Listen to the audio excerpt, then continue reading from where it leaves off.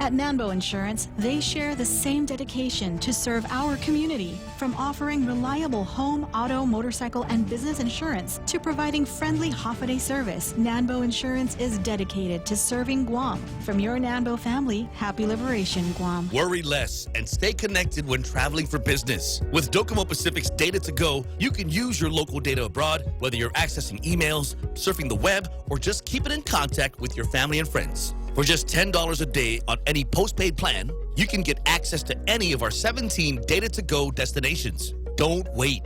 Call 688-2677 or email businesssales@docomopacific.com to make sure your account is Data to Go ready. You plus Docomo Pacific, better together. Records are falling in Europe as the temperatures rise. Splashing around in fountains near the Eiffel Tower as Paris counts its hottest day on record, 108.6 degrees, beating a previous top temperature set in 1947. When we planned Paris, we did not expect this at all. She's visiting from Chicago to the north and east, Belgium and Germany, both seeing their hottest days on record. Forecasters say the heat has swept in from Africa. Climate scientists here say heat waves are becoming more likely as the planet warms. In London, Simon Owen, Fox News. China's Ministry of Commerce today saying Chinese companies are willing to import more U.S. farm goods. That announcement coming just days before U.S. and Chinese officials are set to resume trade talks in Shanghai. One airline says its 737 MAX jets won't be flying until after the holiday season. Southwest Airlines is now grounding its fleet of Boeing 737 MAX planes until January 5th. The company's also ending service at Newark Liberty Airport starting November 3rd because of the MAX issue. It will instead operate its New York flights out of LaGuardia Airport. The airline currently serves 10 cities out of Newark. Southwest reported a better than expected spring quarter. The airline says its employees did a heroic job of managing 20,000 flight cancellations under difficult circumstances.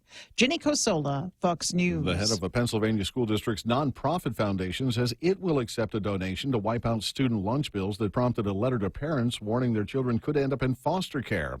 A coffee company CEO this week offered to cover the $22,000 in unpaid lunch bills, but says his offer was rejected. The head of the Wyoming Valley West Educational Foundation now says the donations will be channeled through their nonprofits. I'm Rich Dennison, and this is Fox News. Get a Coke 12-pack for only $3.49 when you fuel up on $35 or more of premium high-performance fuel. Conditions apply. See stores for details. Circle K. Take it easy. Get a dozen extra-large eggs for only 49 cents when you fuel up on $35 or more of premium high-performance fuel. Conditions apply. See stores for details. Circle K. Take it easy. Get a case of Circle K water for only $2.99 when you fuel up on $35 or more of premium high-performance fuel. Conditions apply. See stores for details. Circle K. Take it easy. Security Title is honored to join in sponsoring Ray Gibson on the Point. Half a day. I'm Rita Tidegui of Manila, and this is where I start my day, listening to the voices of our community and sharing thoughts about issues that affect all of us. It all boils down to our people and our land. Ingatan ang iyong tahanan. Protect your home. When purchasing or refinancing your home, remember to call the professionals at Security Title, just like you call Ray Gibson in the morning. Family Finance has been serving the people of Guam since 1959, and they'll continue to be there for you in the years to come. Whether you're looking to get a personal loan for that summer vacation or paying off those long overdue bills, Family Finance has got you covered. Apply for a personal loan from $1,000 up to $3,600 by calling Family Finance in Agutya at 475-4545, Upper Tumon at 647-5626, or in Dededo 633-4473. Family Finance, serving the people of Guam since 1959.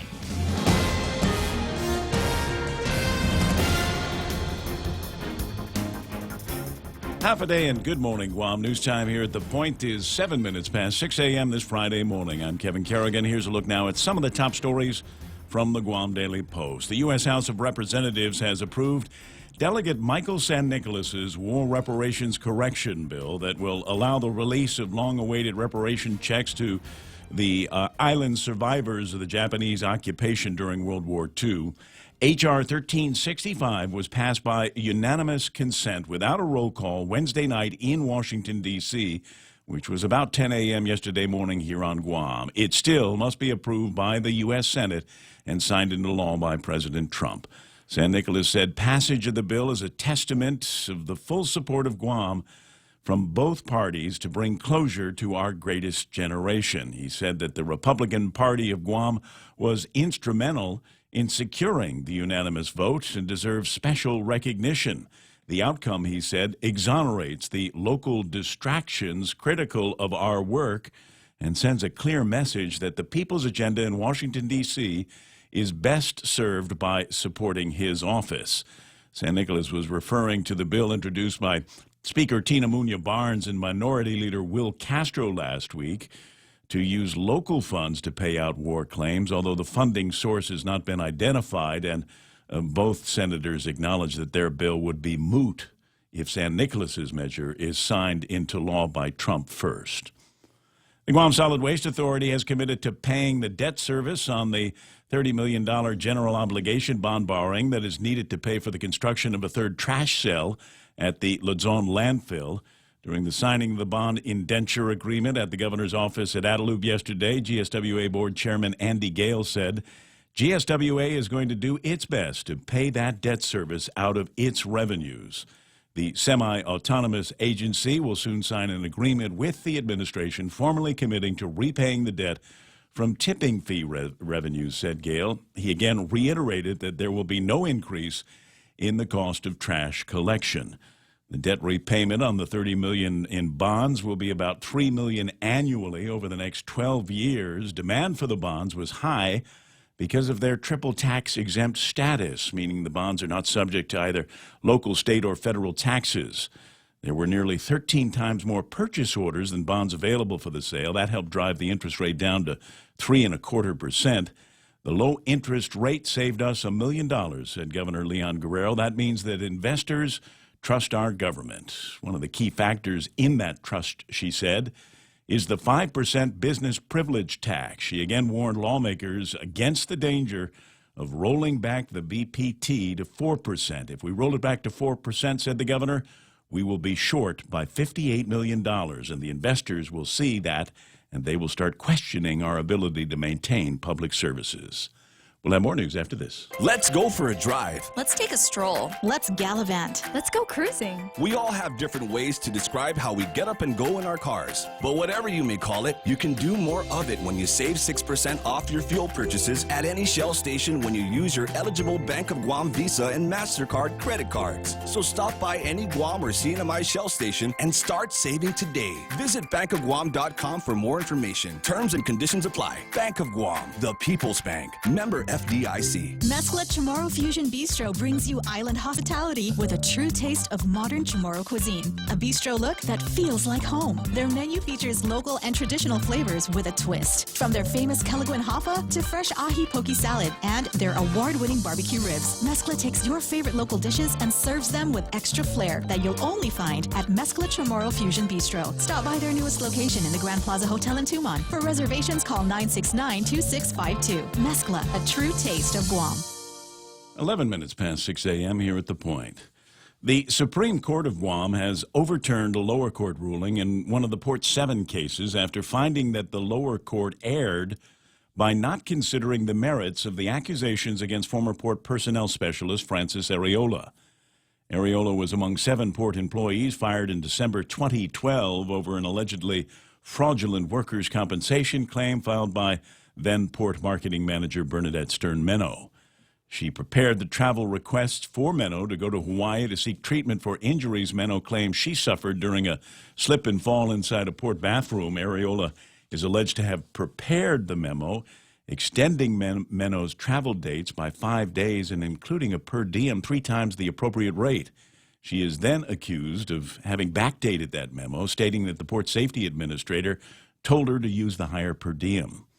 Prior decisions from the Superior Court of Guam and the Civil Service Commission concluded that the adverse action taken against Areola violated the 60-day rule. The merits of the allegations against her were not heard. The decision issued yesterday afternoon, however, concludes that it was an error not to consider the merits, and the case was sent back to the Civil Service Commission for consideration of those merits.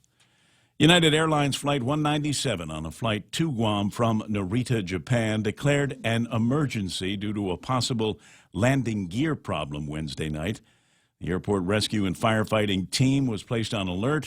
The 737-800, however, landed safely without issue around 10 o'clock Wednesday night. The landing gear was deployed and locked in place. The all-clear was declared at 10:17. There were 166 passengers and 6 crew members on board. For these stories and more, log on to postguam.com or pick up a copy of today's Guam Daily Post. Ray and Mike now with a look at our weekend weather. It says partly sunny today with isolated showers and thunderstorms through Saturday, becoming mostly cloudy on Sunday. Expect northeast winds 10 to 15 miles an hour, shifting to the southeast on Saturday and from the southwest on Sunday. Lots of movement there. Highs around 89 degrees. Overnight lows about 79 degrees. Sunset tonight should be about 6:50, bringing you into the weekend. 6:04 for sunrise this morning and around the same time for tomorrow. Take a look at the weather radar right now and give you an idea of what that near-term weather is going to look like. Looks like it's going to be sprinkling a little bit on the eastern side. Yeah, we got a few showers. Looks like they're coming in from the east and northeast. I'm not sure if they're going to hold together when they get here.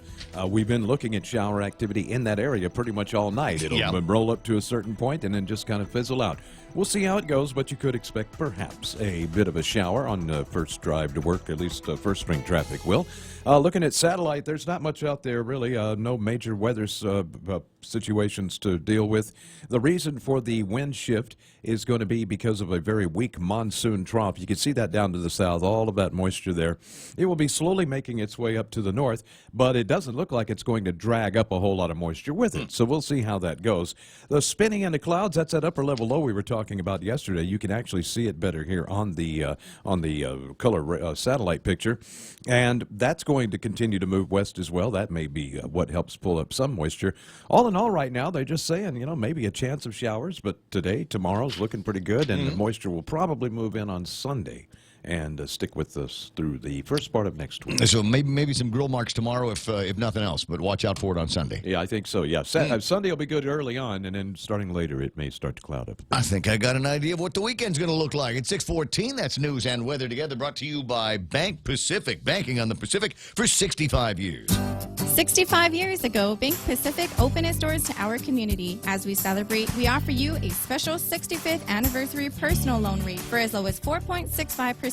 For travel, back to school, a wedding, do whatever you want with the money. During July, we just want to give it to you for as low as 4.65% APR. It's our birthday present to you. Bank Pacific, where others put branches, we place roots. Equal opportunity lender, member FDIC, conditions apply. Yeah, it's the weekend. You want to get a great start on the weekend, swing by Ruby Tuesdays. They've got an incredible happy hour tonight, 4 to 6. We get select draft beers, wines, sangrias, or the RT Tipsy Palmer or Ruby Relaxer for like $5 or less. $5 appetizers, too. Check them out for happy hour tonight at Ruby Tuesdays Guam. Portions of the program also brought to you by American President Lines, a global presence with a local home. Guys over at Micronesia Renewable Energy asking you to swing by and talk to them about maybe getting a battery system that goes with your solar system. You don't have either? Well, call them up, 632-2613. They'll swing by with a free consultation for you. 6:15 in the morning. Portions of the program also brought to you by Cars Plus. And until next week, when it gets to be the end of July, they're still celebrating the summer of the Jeep. I got Compasses and Cherokees and Grand Cherokees. I know I'm pronouncing it wrong. I just like doing it that way because I'm a Ray. But anyway, and Wranglers. 1.99% APR gets you behind the wheel of those cars. So check them out today at Cars Plus in Mighty. The Ray Gibson Show. Morning talk that matters. Call now, 888-TALK. That's 888-8255.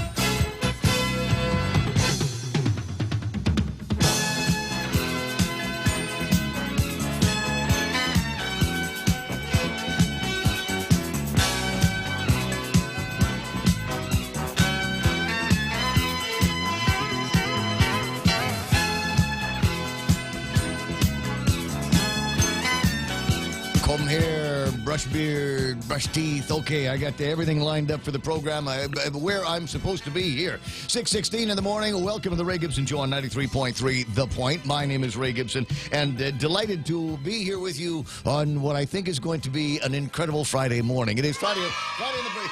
And as we've now come to learn, this is the no frowny face Fridays. There might be a couple of things on the table of contents that I can look at and get that kind of exasperated view on my face and my eyebrows all knit up and and going off in different directions. I don't know if today's going to be that kind of day though. It just feels so good. I got a couple of projects taken care of yesterday and got a lot of stuff lined up for the weekend. Really, really looking forward to the weekend. Grill marks or not, I think it's still going to be a great weekend. What are we doing on Monday? Do we have to work on Mondays? Do we have a holiday coming up? I declare a day off. Why not? That's the voice of Duke Sky Talker coming to you from the Weather Center here at 93.3. His other name is Michael Knight. You can get him when you call it 888-8255. 888-8255 is our telephone number around here. And every once in a while we'll yak about weather. He's going to yak about sports and maybe a little bit more on the, the pick'ems and maybe an update on where we're going to be going. Is this weekend there? Is there supposed to be football this weekend? No. And the first game will be, I believe. Did you hear the way he said that? No. Like, I'm just the dumbest guy in the room when it comes to sports. It's true, but you don't have to make that noise. Yeah, it's, I believe next week is when they start preseason. So it's not even for real for another month. Well, I wasn't looking for real, just looking at games. Yeah. So not this weekend, but next weekend? I believe next weekend there should be some We'll check with Blake games. and make sure about that. Yeah, I think that'll be a good idea. Anyway, so the other voice in the studio belongs to Kevin Kerrigan. He's with the Guam Daily Post. Maybe you've heard of them and a number of really incredible stories that they are covering for you today. 1, 2, 3, 4 stories managed to fit into the front page of the newspaper. The top story, the House has okayed war reparations. That's another one where we get to push the yay button. Yeah, the smattering of claps comes from a handful of Democrats here that just hoping to see Mike St. Nicholas fail somewhere, and he didn't. I was watching the process yesterday, and he gets up there and starts talking about Bill 1365, and it's not something that you see all the time. They'd obviously had a long day with the Mueller hearing and all of that stuff, and then Mike gets up there and starts in with some of the technical banter between him and the speaker. And it was a pretty full house. Yeah, it looked like it. It didn't look like anybody was paying attention. There were 20 people milling around behind him. Is that just the par for the course? Par for the course, yeah. I suppose in Washington D.C. But asking for and receiving unanimous consent from the body, and that way there was he got up. No objections. What he needed. That's right. And no objections to it. Don't have to wait out 5 days. And without hardly any ceremony at all, the guy kind of gavels it in and says, all right, passed. Way to go. And then he went on to do something else. Did you pay any attention to that other measure that he was moving? I didn't. Same thing. I said, okay, well, I got the thing. I went to Facebook and said that it had passed. And so now the next hurdle is going to be getting it approved by the Senate. Still no timeline on that, right? Yeah, and now it's a race to see whose bill comes law first. Whether the local bill by Barnes and Castro gets passed first, or whether Trump signs 1365 into law. We'll see. Well, I mean, when's the legislature going into session next? August. All right. So there's time for both of them. There is time for a down to the wire, isn't there? Little race. Well, and the ultimate race is there are survivors that we lose names and we lose numbers all the time that are still waiting on this.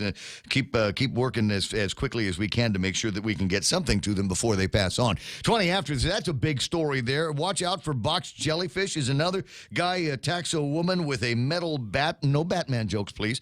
And then we've got delinquent tax notices that are going to be going out. And we'll touch on all of those and some of the other stories that have wandered into my brain and my imagination and my bandwidth. That's all ahead. But the first and most important thing that we've got to do here after we introduce the guys in the studio is to introduce some of my other friends. Sometimes you want to go where everybody knows your name. Glad you came. You wanna be where you can see our troubles are all the same. You wanna be where everybody knows your name. interesting. Ismail didn't come in first today. Nate Horn did. Top fan, it says. Nate Horn came in first on the program. I got Rico Blancaflor, James Howard's in there, J.B. St. Nicholas, Nita Muffness with the pretty Valentine's eyes. There's Ismail right after her, and Nick and Mark Mendiola. Adonis Mendiola is online, and Yoich comes in at 10. Now, it's possible I might have missed Smug in the process. It looks like Smug might be somewhere between Rico and James. So not bad, not bad. He's given me a piece of advice. The theme for today's program is pizza or burgers. Depending on what kind of activities you have in mind, pizza and or burgers for the weekend. What is it that you want? And Smug says, well, you can have pizza for lunch and burgers for dinner, or vice versa. Or you can have burgers for both. Or you can have pizza for both. So the reason it's in my head is as I was sitting at the place the other night, I was over at Carabao checking some folks out before I went to another place to check out my pal Ken Torrey, who's back in town. We're supposed to go shooting range tomorrow. Pew, pew, pew, pew. Octopus, pew, pew, is our plan for tomorrow. Anyway, so before I did that, so I was sitting over at Carabao. My friend Kelly and her husband, Roy. Yeah, it is Roy, comes in holding a box of pizza. Holding when it was from Tommy's down the street. And I'd never had one. And so Kelly opens the box and she takes and she says, "Would you like a slice of pizza?" And I said, because this is the way it works in my little Chamorro brain, right? I said, "No, that's okay." And you enjoy that. There's a pizza, it's hard fought, and they don't make a whole lot of those. You enjoy your Tommy's pizza, and then they did. So here's Kelly. Just a note here. This is the way it works. You make an offer, and I will decline it, and then you offer again, and then I'm supposed to go, "Oh, okay, I'll try one. I'll have a slice of pizza. I'll do something like that. Thank you." See, I'm an off-islander, so I have to turn it down twice. Yeah. Then on the third try, I'll go ahead and go for it. That's how I sitting there sipping on my beer and going, she's gonna ask me again in a second. She's gonna say, "Oh, are you sure you don't want a pizza?" I love you, Kelly. I'm just giving you a hard time. 888-825-5888. TALK. Mark Mendiola is there. Richard Leon. I got Greg Karabrock. Ken LG's online. Tommy Barcinas. Mingo Ree is hanging out early this morning. Ismail explaining why he didn't make it in first. Needed coffee really bad this morning. My barking security system wouldn't shut off last night.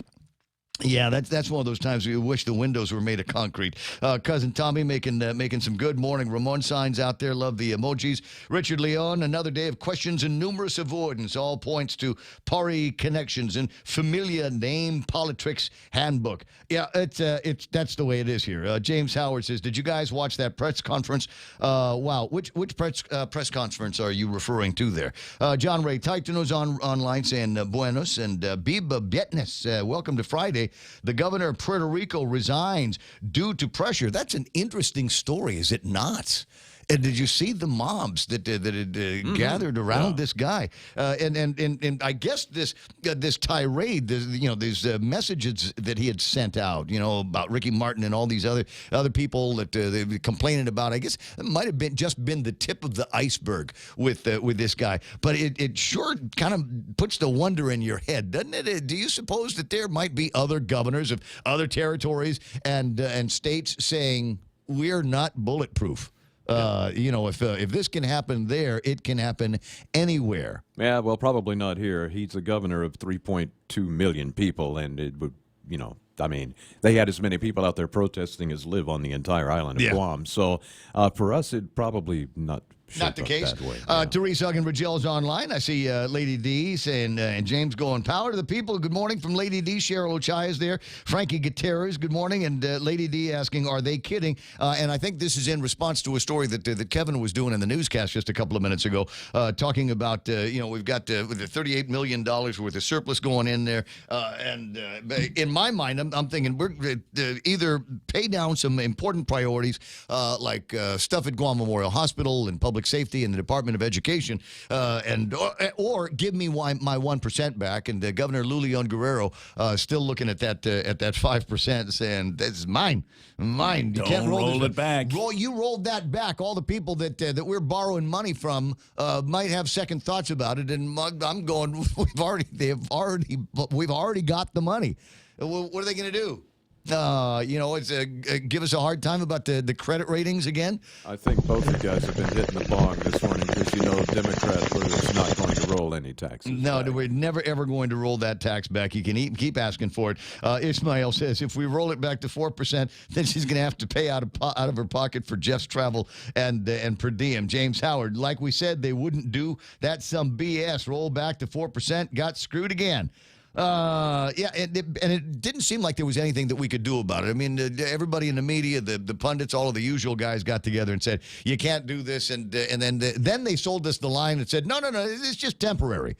This is just temporary. We'll deal with the Trump tax cuts. We'll make our own cuts of spending and things like that around here. And then we'll eventually return it back to 4. And I knew when I heard that it was lies. And you could tell because their mouths were moving. On top of that, our full-time legislature will be doing a resolution tomorrow. They're not in session or doing anything today, nor will they be Monday or Tuesday of next week. So I'm wondering, why do we have a full-time legislature if they don't work 3-4 days out of a week? I couldn't tell you. Anyway, so there's Jeanette. You're starting with the frowning face stuff already. I just want to let you know. I'm you're just being dangerous. real. You're getting dangerously close to frowning I said face. it with a smile. He said, Tim LaHonge there. I got my buddy Mark Cruz waving. Bandits online.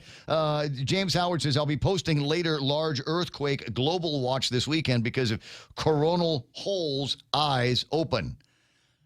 Dude, I think sometimes you spend too much time on that coast-to-coast show in the middle of the night. Charlene Musha Show is online. The governor doesn't want to give up the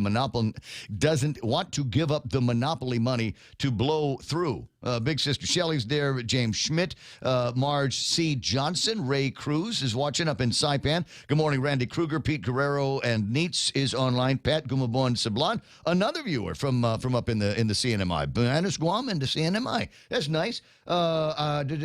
Who's there? Nick and Kelly Rodriguez. Kelly Rodriguez says, my bad, I thought I offered again. I'm just playing with you. Joe Flores. Noreen Phillips is online. That's nice, Bobby Tight to know. And that's the Bobby that is next to generally Johnny Atulai. Who else is playing around? That's Jose Martinez is there. Jim Mann is on, and Rick Leone is hanging out as well. So that's a whole bunch of people. It's going to be a big crowd this morning just because it's Friday, and you're probably wondering, well, what's the big deal? What's the big buzz on Friday? So I don't know. I'll get around to doing that later on. I do want to do a shout. I don't know if he's listening. I told him that he should be listening at some point this morning. Guy's name is Ian, and I run into a friend of mine, a fairly attractive woman, actually very attractive woman, and one of the things that made her even more attractive in my eyes was the fact that she was wearing a ball cap, and not any ordinary ball cap. She was wearing a dark camouflage ball cap, like a hunter's ball cap, and I told her, I said, you look absolutely great in that. I love that hat.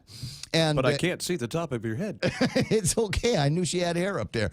Anyway, so my buddy Ian, my new friend Ian, runs out to the car, comes back with an almost identical black cami hat from an outfit called ADS, Our Purpose, Your Mission, and kind of an interesting company. They do dive gear and diving equipment, but they can also sell you night vision, laser-guided weaponry for the military. A very diverse kind of organization, and one of the more interesting people that I've managed to meet this week. But he gave me a ball cap, and because I don't generally wear over-the-head headphones, I can actually wear this ball cap in the program. Now, I don't know if I'm as very attractive as the girl that was walking around with hers last night, but I sure do like the gift, and I promised I'd wear it for at least a little bit on the program this morning. Does it suit me?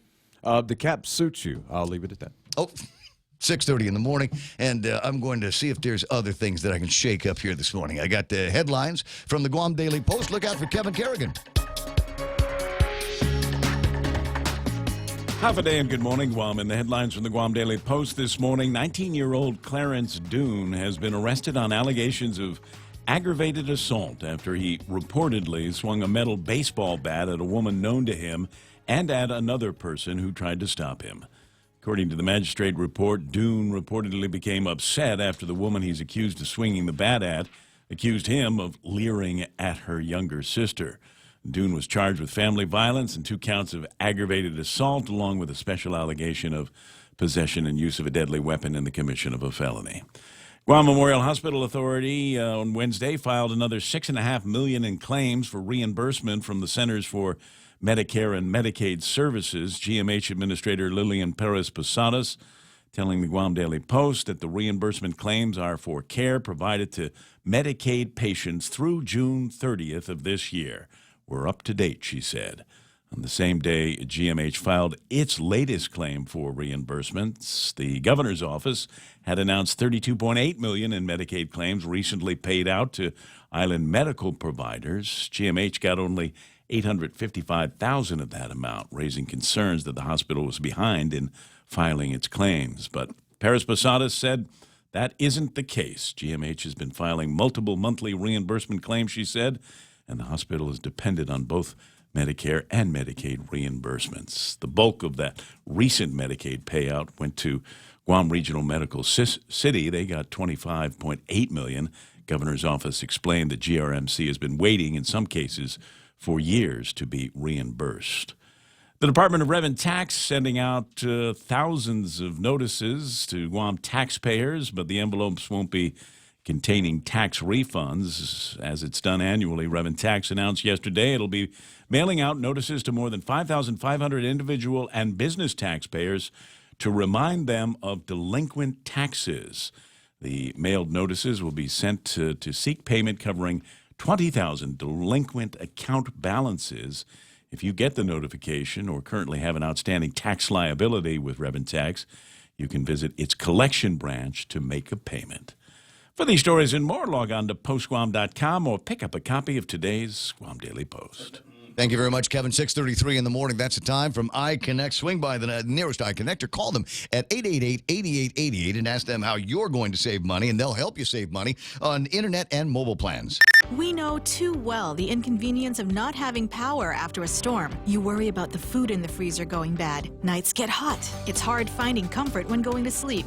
These are realities. But with solar and battery storage from Micronesia Renewable Energy, these realities can be a thing of the past. The solar works during the day and the batteries power your home at night. Call 632-2613 to see how solar plus battery storage can make life a little more convenient. MRE, the smarter choice. I hear that. 634-888-8255, 888-TALK. Keep that number in mind if you got something that you wanted to yak about or make a request for something for me to yak about. Somebody was making a request about getting a salad. My recommendation is the one that they have over at Wendy's. It's the berry burst chicken salad. Yes. It's got the big bacon chicken on top of the greens, and then we got some strawberries in there, and there's blueberries, raspberry vinaigrette dressing. Coats the whole thing. You need more flavor? How about some feta cheese that goes in there? You want some more flavor on top of that? How about some shaved almonds? Really, really good, terrific value, and a great salad at Wendy's. Parents, start your child's school year right with healthiness and fun. Complete your child's immunizations, annual physical, dental, or eye exam at FHP and receive a free gift for each exam visit. Perfect for back to school. Valid from July 15 to August 31st or while supplies last. Visit their website or Facebook page for more details. Call 646-5825 and press 2 to schedule an appointment today. Most private insurance accepted. FHP Health Center, our island, your clinic. Hold on, traffic gizmo here. Let me see what we got lined up at 6:35 in the morning. Probably not a whole lot of anything. Maybe a little bit of slowing down, oddly, down in the Tumon area, just past the Archbishop Circle. In both directions, you might see a little bit of traffic before you get to the Hilton. Also on Tellin San Antonio, or what somebody reminded me back in the old days was the old Hospital Road. A little bit of work going on there between GPO and the intersections. You'll see that traffic moving towards the Archbishop Circle.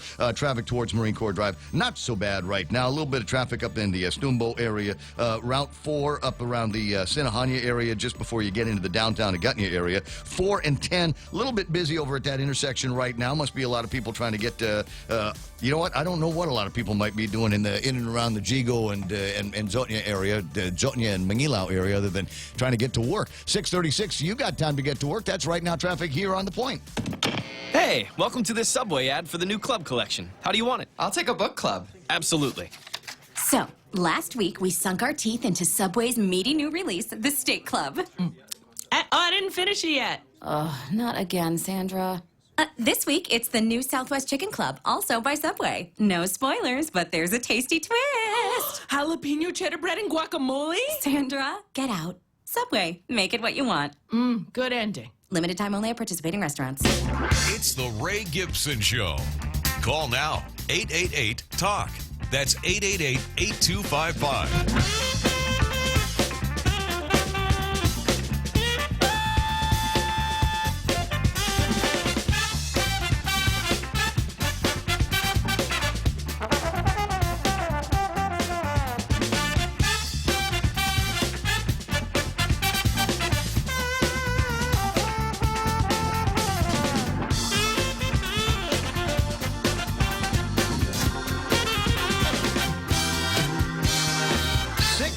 In the morning. It is the Ray Gibson Show on 93.3 The Point. My name is Ray Gibson. I'm thrilled as usual to be here with you, and thank goodness it was a short week. But is it me, or did it just start to slow down towards the end? I mean, we got into 3-day weekend, then it got to be Tuesday, and I thought, all right, that's great, and then Wednesday, and then it was just this long. It felt like it took a long time to get from Wednesday to where we are here on Friday. I'm not exactly sure why. Maybe it has to do with Mercury being in retrograde or something like that, or these coronal holes that James Howard is talking about. Yeah, I think you just had a lot to do this week. I guess so. It piled on. It made it longer. Well, you know what? And here's the thing: is I've got in the studio as usual on Fridays. There's all kinds of stuff from earlier in the week that I didn't get a chance to talk about, and that's just you never know where the program is going to take you. I mean, I put together the table of contents, and more often than not, it'll get to be 10 o'clock in the morning, and I look back at the table of contents and realize I haven't touched on any of that stuff. So maybe a little bit of that process here while I'm doing editing of some of the stories, some of the things that I thought were pretty interesting in the last few days. Yeah, I'm a big clipper. When I see something in the newspapers, I grab a scissors or a ruler or a razor blade or something like that and clip it out and try to remember to talk about it on the radio. And I didn't. In the last, I want to say 2 weeks since I've clipped this thing out, because I thought it was kind of interesting. There's a company out there, United Pacific Collection Agency. I don't know if you use these guys for your business's collections, or maybe they've called on you to make you pay a bill or something like that. But the United Pacific Collection Agency had put out an ad in the Daily Post not that long ago. In fact, they've got one in today's Daily Post talking about a bunch of cars for sale. I guess repos that they've done from people, or maybe snagged some cars in exchange for compensation on debts. The one that I was looking at last week, and it's certainly something you don't see all that often. Number one, a Jaguar. They had apparently, in the process of collections, had snagged a Jaguar from someone. And we're selling it now. I don't know if they still have this on the lot, or because I never saw this twice. I never saw the ad twice. So it's possible that somebody was looking at the same newspaper I was, said I'd like to have a 2013 Jaguar underneath the roof of my garage, and got that car from them. If you're interested, like I said, there's another version of this that they've got in the newspaper today, in the Guam Daily Post. It's not a Jaguar, but could be a nice second car for your house. This has been making the rounds on the internet again from an outfit called The Onion, America's finest news source. Marianas Trench once again named the worst place to raise a child. It's an article that the spoof piece that they came out with in 2013. Dateline New York Parenting Magazine released its annual list of the best and worst places to raise a child this week, once again naming the Marianas Trench, an undersea chasm located 36,000 feet beneath the western Pacific Ocean, as the least desirable location for rearing children. Anglerfish were excluded from this survey. Apparently, in all categories, the Marianas Trench consistently got our lowest marks as a good place to start a family. The school system is non-existent. The nearest playground is 300 nautical miles away and over 15,000 pounds per square inch. The hydrostatic pressure is enough to crush a child in less than a second. I won't read the whole thing, but if you get a chance, go to The Onion and do a search in their archives. Like I said, it goes back to 2013. The Mariana Trench, once again, named the worst place to raise a child. Guam's not so bad when you stop and think about it. We do hope you stop and think about it from time to time. There are one of the things and I haven't mentioned it yet this morning, you can call 888-8255, 888-8255. That's the phone number here at the radio station. Or you can send me stuff on WhatsApp. I really, really enjoy hearing from you on the WhatsApps. Just because it's interesting to me to see what's interesting to you. And by way of encouraging you to use the WhatsApp, I've asked people on the air to get me pictures of sunrises and sunsets. If for no other reason, you've got an excuse to program this number into your phone. 988-5874 is our WhatsApp deal. And I have been amply rewarded from people that have taken the time to get some just outstanding pictures of sunrises.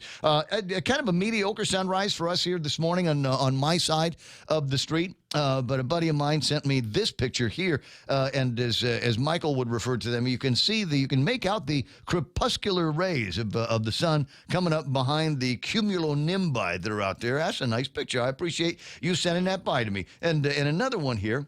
Don't know exactly where this one was taken, but you got sunrise coming up over the ocean. And it's just gorgeous. You can't tell that you're looking at clouds, or maybe those are mountains, and the reflection is just fantastic. This one here is worth saving. And Renee, if you're listening, send me a picture of the sunset that you took last night. I thought you should put it on Facebook. Yeah, right.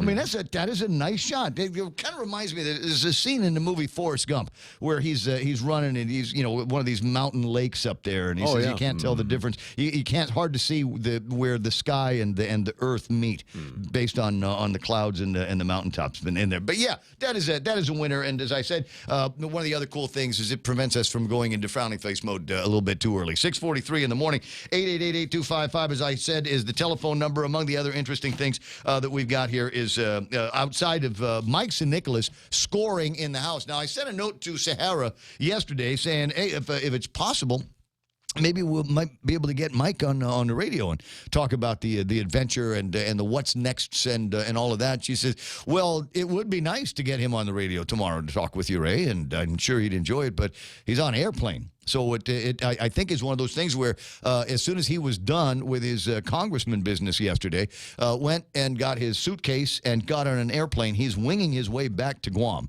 I understand that there's a family funeral that he is to attend and a couple of other things that he's got to take care of by way of getting school started and getting people situated. At any rate, so perhaps over the weekend we'll run into this guy. You want to talk about wasn't he just here for Liberation? Yeah, so he comes for Liberation on Sunday. Flew back for the vote. And now back to Guam. Think of the miles. Yeah. No. Is that first? I mean, does he get to go first? Do we know? I don't know. Remind me to ask, because I mean, if that would be okay if you were sitting in business, if you were sitting in first with the lay down chairs. Yeah, the House pays for it, though. Right, I would assume. So, but is the House paying for that kind of travel? Because otherwise, I mean, if you're in the Section 8 section of the airplane for that kind of travel over that distance over those many hours, because it'll take you 25, 26 hours if you do it wrong to travel between here and there and back again. There's a story in the Guam Daily Post about the box jellyfish, and suffice to say that it's that time of year, and I guess we had a full moon recently, and the box jellyfish, not much by way of eyes and ears and or access to House-sponsored airplane travel, so they're going to be sticking around a little bit, so everybody's given the warnings to watch out for these box jellyfish out there in the area, and it's nice that the folks over at the Guam Daily Post actually have some information on how to deal with them if you happen to get stung. Go to a faucet, rinse it off. If you have soap, rinse it off with soap. Very, very good advice from the folks over at the National Oceanographic and Atmospheric Administration. And then it gets to this kind of chilling notion here. Of the 50 or so species of box jellyfish, also called sea wasps, a few have venom that can be lethal to humans, according to the thing. And that's a little spooky, if you ask me, because I was thinking grill marks, and correct me if I'm wrong, but these box jellyfish, even if they get washed up on the shore and die, Like if you pick them up, can they still sting you even though they're dead? Absolutely, yeah. You just want to stay clear of jellyfish, man of war, any of those types. Of course, these are different kind of animals we're talking about, but the little blastocysts that they have in their little tentacles is the same structure. So you just want to stay away from them. And yeah, some of these particular box jellyfish, especially down in the South Pacific around Australia, they have people die there every year from being stung by these things. They can be pretty dangerous. All right, so watch out. Any particular side of the island that we know of that we're supposed to stay away from? Well, we'll get the guys on to talk about that. And it's too bad because we're in great sunset time. Don't know exactly where this came from, but another on 988 on the WhatsApp line 988-5874. Great looking I can't tell what that's got to be the sunset because that's a Lupot Island. So then the sun likes to go down behind that island. That's another one of those keepers. Great picture, great shot, and appreciate you sending that by the radio station this morning. 888-8255 is my telephone number. Happy to hear from wherever you happen to be. Marquez is on the line. Welcome to Friday, buddy. Hey, shalom, shalom. Half a day. How you feeling? Shalom. Good. Better this morning. I'm doing better. Doing better. I'm glad. Yeah. I'm glad. Yep. Thank you. And I'm glad that you guys are on the radio this morning. You were talking about Congressman Sanikilov. Yeah. He's pretty good. I mean, he's been doing some pretty good stuff lately for Guam and for the Mananku, and at least getting the war reparations, started and stuff. Well, the process had been started, and there was a measure in place, and many of the cases had already been adjudicated. They'd already gone over and made their sworn testimony, and the people that would make the judgment had already judged it. There was just no mechanism that authorized Treasury to make the payments, and so now this measure that Mike introduced and had passed at the House last night is the missing piece of the puzzle that would allow for Treasury to make the checks. So I mean, there's a lot of credit that needs to get shared over a lot of people over a lot of time, and it just comes down to this one last detail. Nice. Well, without the money, there's really nothing there. No, to be sure. Yeah. So Baruch Hashem, so praise God, he was able to get it. They proved it. Yeah. Oh, nice. So now we get to wait out the Senate, and once it passes the Senate, we don't believe that there's going to be any opposition from there. Should be a pretty quick shot to President Trump's desk, and then bang, the mechanism can go, and it should be just a question of printing checks and sticking them in envelopes. Nice. That's Sababa. Yeah. Sababa is Arabic and Hebrew for copacetic. Cool. Awesome. All right. No, we'll use that word as often as we can. Although I prefer to use the word jiffy these days. What are you doing this weekend? Don't know. I haven't planned that far, but one day at a time. It's the same answer. What are we doing for lunch? I don't know. What are we doing this weekend? I don't know. What am I doing with the rest of my life? I have no idea. Just trying to live it. Yeah. Well, just take every day as it comes. Well, I appreciate you calling in. I'm glad to hear that you got a smile on your face this morning.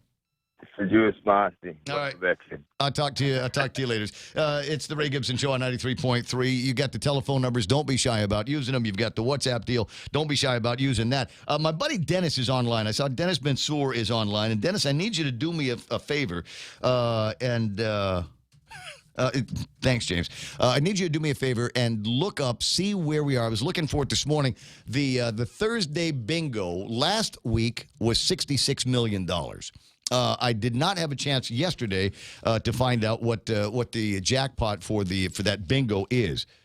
Should be up higher because, as far as I know, nobody has won the $66 million. I have not seen any indication on that, so I'm kind of curious as to where that one is today. Now, there was the big one, and then there was the smaller one. All things being relative. Well, nobody's won the smaller one either, and I understand that the jackpot on that has been going up as well. Yeah, they tend to climb. Yeah, just a reminder that if you ever have a situation where I am a no call, no show, you know who won the jackpot. Yeah, I think it would be the same thing for me. It's just, where's Ray? You coming to work today? Yeah. Drunk, but I'm coming to work. 10 away from the top of the hour. There's an interesting advertisement that was taken out in the Guam Daily Post. And I guess it gives me an indication of how they're going to be doing it. Maybe you've seen the same thing. This is kind of an end of an era for me. I mean, obviously, I knew it was coming up, and I could see the construction of the new place not too far away from my house. But the ad says Agania Payless will close its doors August the 5th, 2019. That's like 10 days from now. That's like 10 days from where we are right now, and there's not going to be a Payless at the Agania Shopping Center anymore.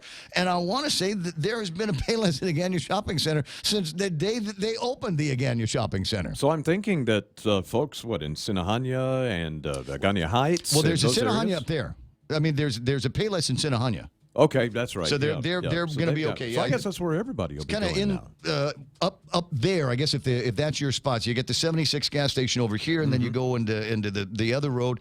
Gibson Lane is that way. I'm looking for a way to point out that there is a road on Guam that is named Gibson. It has nothing to do with me, but it just is. So and across from that down the road, maybe a couple of 100 feet, is the Sinahanya Payless. So folks up there, aren't going to be left in the lurch. There will be some place for them to go. Right. And I guess they're either going to be taking all of the stuff that they have at the Agania Payless and trucking it up to Mighty and putting that together. Says they'll open it up in by the first week of September is when that's supposed to happen.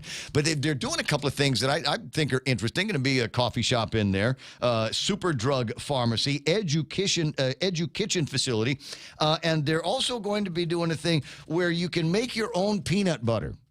Ooh. And almond butter. Nice. So I'm just wondering how I got to be 57 years old and not ever expressed the need to make my own peanut butter. I'm not saying it's a bad idea. I'm sure it'll be, I think the novelty is going to be great for some folks. Never mind the jars, the rows of jars of Jif and all kinds of Peter Pan and the one that's already got the jelly in it, right? The goobers. So never mind the rows of that, friends. We're going to make our own peanut butter. Or almond butter, or something like that. I didn't realize. I'll try it out once to see if that sensation is going to be a big deal. Nate says tourists don't go up to Mighty though. Yeah, they do. There are a ton of tourists that get lost up on Route 8 all the time, and they'll see that big landmark that is Payless. We were talking a little bit about this in the last couple of days. Is that for years and years and years, there had been a Payless there. It wasn't called Payless. It was a J&G. When I was growing up, there was a J&G store about where Townhouse Furniture is, and in fact, where San Jose is right now. That whole place was a J&G when I was a little boy. I think there was a travel agency in there that my mom, in fact, I remember my mom worked in a travel agency in that building as well. So, and the reason why Route 8 at the time was a rather busy place was because across the street where the fence is, right up until 1995, that was NAS Agania. That was Naval Air Station Agania. And there were all kinds of military that lived up there, and they didn't drive down to the Agania Shopping Center to get stuff, or they wouldn't need to drive anywhere else. It was right across the street to go and hang out over at the time. Like I said, the Payless. And there was business to be done on Route 8. And then 1995 came along, and pretty soon there wasn't a whole lot of military activity. In fact, where the National Olympic Building is now used to be a bar called Chartiers. The interesting thing about Chartiers was you could go in there and hang out with all kinds of locals, all kinds of people singing songs, and then all kinds of military would come in there as well. The Navy guys and their wives and their girlfriends or whatever would come in there. It was kind of a cool little melting pot of a bar. And then, like I said, around 1995, after they moved the fence out a little bit, they closed the base, and that was it for Route 8 for a long time. But I think there's a lot of people now that are moving kind of into and around the central area, and I think that's going to end up being a good move for them. Besides, means they're not going to have to pay rent as well. Good morning, John. How you doing? I can't complain. Yourself? You know what? Living the dream, my friend. Nice. Well, I was wondering, with the closing of Payless over in Agania, how can we enhance your dream, and when are we going to see Walmart come out here? Is my dream Walmart? Have I been dreaming about Walmart? I don't know. There's every 6 months or so, somebody will come to me, and it's usually somebody whose opinion I trust and put a great deal of thought towards. Will say, "Yeah, the Walmart guys are here. I heard the Walmart guys met with the governor's chief of staff. I heard the Walmart guys are looking at the property next to Kmart." Yeah, unfortunately, the Payless is just not big enough for a Walmart. Yeah, we do a Walmart. That's got to be something the size of the field house, bro. Exactly. But it's 2019. It's kind of wondering when are we going to get that. So wanted to see if you had any, I guess, grapevine. You know what, John? I haven't given that a lot of thought recently, but let me see if I can talk to some of my buddies in, they're way up there in the real estate game. Because if anybody's going to know about a big move in like Walmart or another, any of the bigger box store, Targets and whatever, it's going to be the guys that will end up selling them the property or getting them the leases on properties and warehouses and things like that. I'll see what I can find out. Anybody got any intel on that? Help me and John out on the Facebook Live or hit me up on WhatsApp 988-5874. What I'm excited about, John, is that you see that the business that is going up at the old Northgate, at the corner of the old Northgate intersection. Right. Yeah. Yes. That's Don Quixote. Have you ever been in one of those stores? Actually, I have when I lived in Hawaii. Aren't they awesome? Oh man, definitely awesome. That's like the, and I know they hate to hear it, but it's like the Japanese version of Walmart. Yeah. You can buy anything in a Don Quixote, and you'll walk in there and you'll buy stuff you didn't know existed 20 minutes ago, and they'll be at a good price. The only thing I found about Don Quixote stores is they're crazy cramped. They're crazy crowded. Yes. There was one I went to in Japan. Was 12 stories, and it was crowded, and I was like, well, that big, and it was still crowded. So it's pretty interesting. Yeah, I can hardly wait to see what that ends up looking like, and what kind of business that will bring to the Northgate area. And I also like the idea that I can refer to it as Northgate. When they closed the Payless Northgate there, so it's not the first time they've closed a Payless somewhere. When they closed that Payless Northgate, it was the last place on Guam where anybody used the name Northgate, and now we can start using it again with the Northgate location of the Don Quixote. Right on. Well, I appreciate it. And now I appreciate your time. Thanks very much. Have a good weekend, would you, John? Likewise. All right. Hope you find something fun to do, and if not, we'll let you know. One of the fun things that we're going to be doing this weekend with the guys from the other radio stations that we got, Boss 104 and Star 101. Tomorrow night we are all going to be over at the Kento's place.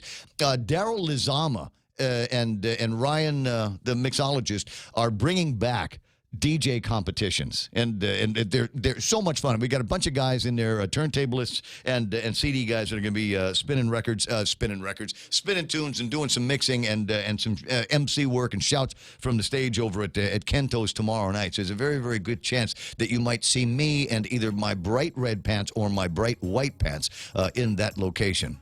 Be afraid, be very afraid, or tell the others. It's 7 o'clock in the morning, or darn close to it. The radio station that you're listening to is 93.3 The Point. KUSG had gotten you. Coming up, Fox News Live. On the other side of that, get to play around with Kevin Kerrigan from the Guam Daily Post. I got a couple more of these sunrise, sunset pictures. I'm going to stick some of those up while the news is planned. And then in the next hour, we got Jerry Roberts coming in and giving us the Extra Point Live. Guam Insurance Services and First Hawaiian Bank bring you all of that. 888-8255-988-587. For Facebook Live, YouTube Live, thepoint.gu, and Guam Daily Post. That's where you can watch and listen to this program. Any screen, anytime. This is Ray Gibson. Be right back.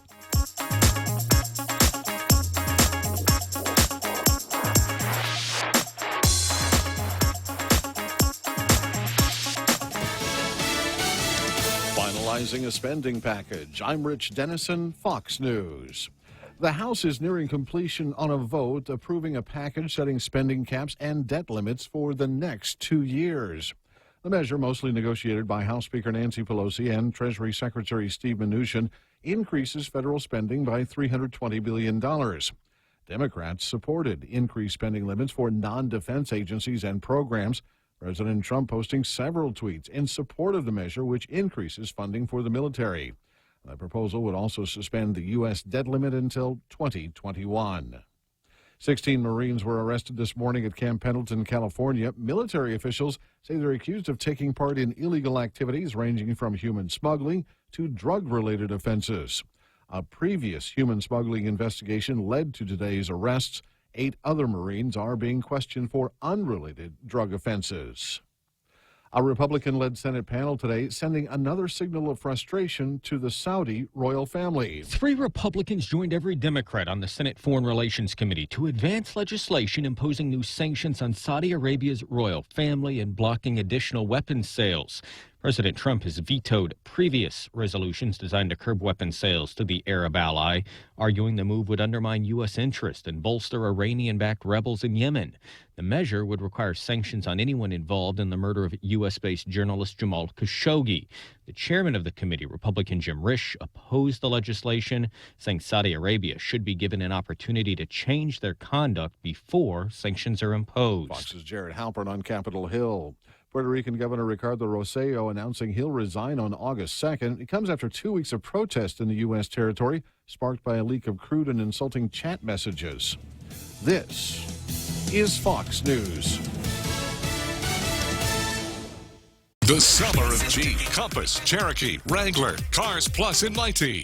Your new adventure starts now. Buy the 2019 Motor Trend SUV of the year and get a new Jeep Wrangler Sport for $268 per paycheck. Or get a new Jeep Compass Sport, only $167 per paycheck. Let them hear you coming in the new 2019 Jeep Cherokee. Buy for $205 per paycheck. And get financing as low as 1.99% on all Jeep models. Come see why you'll be kicking it at Cars Plus in Mighty. Driven by you. Weekday shopping just got exciting. Join the Agania Shopping Center's Shop and Win on Weekdays promo. Shop or dine at any ASC store or restaurant on weekdays from now till October 31st. Show your receipt at the ASC booth and win instantly. Every $20 spent gets you an entry form to win big at the monthly draws, including round-trip tickets to Manila, $500 ASC gift certificates, and more. See posters and print ads for more. Special thanks to Sky Zone, Fundamental Riders, Vince Jewelers, and Wendy's. The Trump administration today welcoming its new defense secretary. The Pentagon not skipping on the pomp. Welcoming Defense Secretary Mark Esper just 2 days after his Senate confirmation. Secretary Esper will work with more than 2 million service members. President Trump saying he has full confidence in the new Pentagon chief, while Secretary Esper offered brief remarks as well. We are ready to face any challenge, anytime, anywhere. Esper swearing in ended the longest period the Pentagon has ever gone without a confirmed leader. This after Jim Mattis stepped down from the post late last year. Tom Graham, Fox News. North Korea today firing a new type of short-range ballistic missile in 2 launches. It was the first such launch since President Trump met with North Korean leader Kim Jong-un last month at the DMZ. Well, if you're distracted while driving, you may be old. Drivers between 55 and 75 years old took their eyes off the road an average of 8 seconds longer than those aged 21 to 36 when performing simple tasks like tuning the radio and programming navigation. That from the American Automobile Association and a study that they say shows older drivers are more likely to be distracted by in-vehicle technology while driving. By 2030, 1 in 5 drivers will be over 65. AAA says taking your eye off the road for just 2 seconds doubles the risk of crashing. Jeff Manasso, Fox News. A school district in the Texas Panhandle will begin drug testing students as young as 12 years old who want to play sports or participate in other extracurricular activities. Testing will begin when classes resume next month at Bushland Independent School District. School officials say the district doesn't have a drug problem, but they want to keep students safe and deter them from doing anything that might harm them. I'm Rich Dennison, and this is Fox News. Mezcla Chamorro Fusion Bistro brings you island hospitality with a true taste of modern Chamorro cuisine. A bistro look that feels like home. Their menu features local and traditional flavors with a twist. From their famous Calaguan Hafa to fresh ahi poke salad and their award-winning barbecue ribs. Mezcla takes your favorite local dishes and serves them with extra flair that you'll only find at Mezcla Chamorro Fusion Bistro. Stop by their newest location in the Grand Plaza Hotel in Tumon. For reservations, call 969-2652. Mezcla, a true taste of Guam. Security Title is honored to join in sponsoring Ray Gibson on The Point. My name is Alicia Blas from Agate, and this is where I start my day, listening to the voices of our community and sharing thoughts about issues that affect all of us. It all boils down to our people and our land. Putehi Igoma'mu. Protect your home. When purchasing or refinancing your home, remember to call the professionals at Security Title, just like you call Ray Gibson in the morning. Whether it's for business or pleasure, staying connected when you travel is always essential. And now when you travel to South Korea, enjoy free data roaming with Docomo Pacific.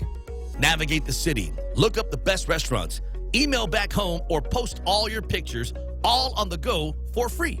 Call 688-2677 today to make sure your postpaid account is ready for roaming. You plus Docomo Pacific. Better together. Some conditions apply. See print ad for details.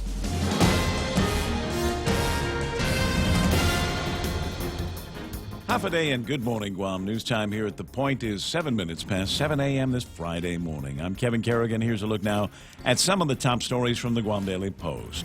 The U.S. House of Representatives has approved Delegate Michael San Nicolas's war reparations correction bill that will allow the release of long-awaited reparation checks to the island survivors of the Japanese occupation during World War II, if it becomes law. H.R. 1365 passed by unanimous consent without a roll call Wednesday night in Washington, D.C., which was about 10 a.m. yesterday morning here on Guam. It still must be approved by the U.S. Senate and signed into law by President Donald Trump.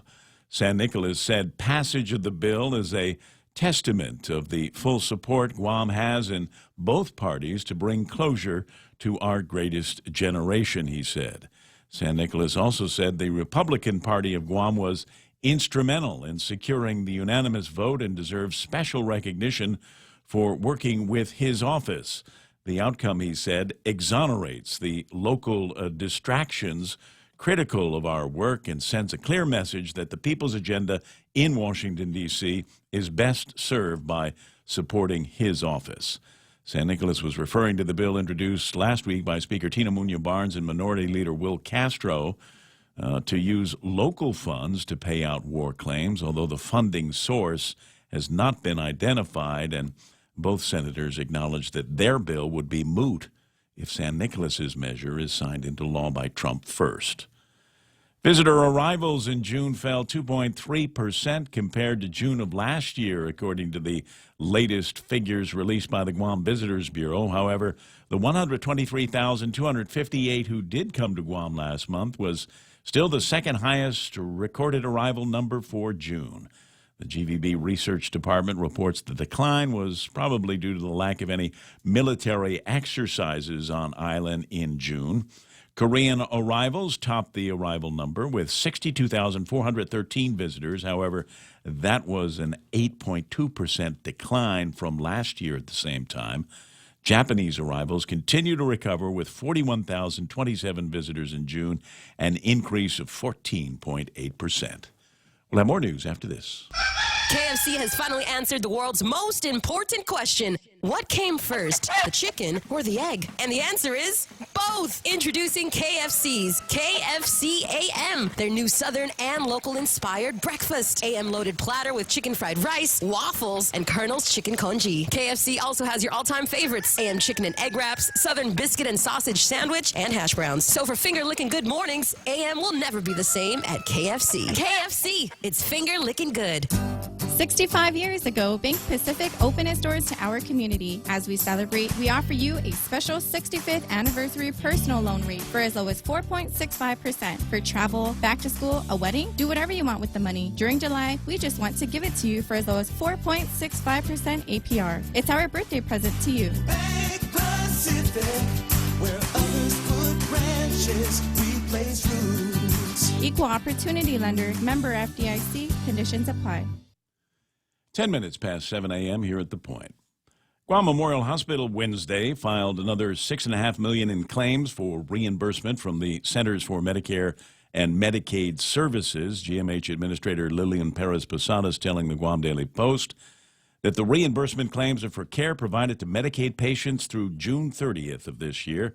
We're up to date, she said. On the same day that GMH filed its latest claim for reimbursement. The governor's office announced $32.8 million in Medicaid claims recently had been paid out to all island medical providers. GMH, however, only got $855,000 of that amount, raising concerns that the public hospital was behind in filing claims. But Perez Posada said that is not the case. GMH, she said, has been filing multiple monthly reimbursement claims. The hospital is dependent, of course, on both Medicare and Medicaid reimbursements.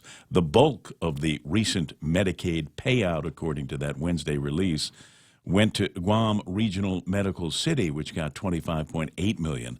Governor's office explained that GRMC has been waiting in some cases for years for that reimbursement amount. 19-year-old Clarence Doon has been arrested on allegations of aggravated assault after he reportedly swung a metal baseball bat at a woman known to him and at another person who tried to stop him. According to the magistrate complaint, Doon reportedly became upset after the woman he's accused of swinging the bat at accused him of leering at her younger sister. Doon was charged with family violence and 2 counts of aggravated assault, along with a special allegation of possession and use of a deadly weapon in the commission of a felony. For these stories and more, log on to postguam.com or pick up a copy of today's Guam Daily Post. Ray and Mike now with a look at our weekend weather. Got partly sunny skies today with isolated showers and thunderstorms, and that'll last through Saturday, becoming mostly cloudy on Sunday. Northeast winds 10 to 15 miles an hour, shifting to the southeast on Saturday. From the southwest on Sunday, highs around 89 degrees, and expect overnight lows at about 79 degrees, where it's been for, I think, ever. Sunset tonight about 6:50. Sunrise tomorrow morning at 6:04. We'll take a look at, take a look at the weather radar. And see if let me refresh this if you don't mind. I want to make sure we're looking at the absolute latest and to see if that line of clouds is going to be moving in, bringing us any rain the next couple of minutes. What do you think, Mike? Yeah, actually, north side getting some right now, and there were some red echoes on my radar through that stretch. This area of rain looks like it's going to move right down the length of the island. So everybody right now up near the Air Force Base, Dededo, they're getting it. But it'll spread down into the central and southern portions as we go on through the morning. Most of those showers, though, look like they're going to miss us to the southeast. So there's that. Kind of a rogue line. You don't have much behind it, although I can see hints of development of another line, although the radar's not in motion. It's not looping. I don't know why. Anyway, so we'll see how that goes, but just expect a shower or two. Going to satellite, we see there's really no major large-scale weather systems in our vicinity. Got some blavich down to the south. That's part of a monsoon trough that will be making its way very slowly to the north throughout the weekend. That's the reason for the wind shifting throughout the weekend. It won't be bringing a whole lot of rain with it until about Sunday, and that's when things will change. Sunday, Monday, maybe even into Tuesday. We'll see kind of like a start to the week like we had this last start to the week after Liberation Day. So that's what we see, though. Upper level low pressure area that's going over the northern Marianas right now. We're kind of in a dry slot of air for that, but that may be coming to an end now with these showers pushing through. We'll watch and see what happens. It's going to be an interesting morning. Could be raining if you're making your way into the office before too much longer. 7:13. That's news and weather together here on The Point. Family Finance has been serving the people of Guam since 1959, and they'll continue to be there for you in the years to come. Whether you're looking to get a personal loan for that summer vacation or paying off those long overdue bills, Family Finance has got you covered. Apply for a personal loan from $1,000 up to $3,600 by calling Family Finance in Agutya at 475-4545, Upper Tumon at 647-5626, or in Dededo 633-4473. Family Finance, serving the people of Guam since 1959. Portions of the Ray Gibson Show being brought to you by the guys over at American President Lines. APL is a global presence with a local home. Micronesia Renewable Energy inviting you for a consultation at your place to see if solar will work for you. In fact, they've got solar now with batteries. Yes, batteries that are recharged by the power of the sun. Can you imagine the healing nature that's going to have in your home? So check them out and find out how they can do that for you. Ruby Tuesdays with a brand new Ruby Tuesdays favorites menu. So if you got a craving for some appetizers or steak and salmon, they're great recipes on steak and salmon. And the cool thing is they do a thing called toppers now. So steaks and salmon, and they top it up with 2 or 3 different varieties of toppings. I think you can get one that's kind of a Denancy topping, etc. etc. I'd hate to be the guy that has to pick out what the favorites are, man. Everything's a favorite. Oh, it's all good there. Burgers, tacos, steaks, and salmon. We got all of that, dips and wings and more for a limited time at Ruby Tuesdays Guam. Don't forget, we still got the Summer of Jeep is what they're calling it. The Summer of Jeep at Cars Plus. The sale ends next week on the 31st, so make sure you get in there and test drive the Wrangler, or the Compass, the Cherokee, or the Grand Cherokee. 1.99% APR gets you keys to those cars, and then you drive it down to Nanbo Insurance and say, hey, I need you to add this to my bundle, the house and the cars and me and the family and the business all included in the plan, and now you're going to be adding a Jeep Wrangler to that. Well, they can do that and save you some money, up to 50% with Nanbo's Bundle Up plan. Call them today at 477-9754. The Coconut Wireless is back. The Ray Gibson Show. Call now, 888-TALK. That's 888-8255.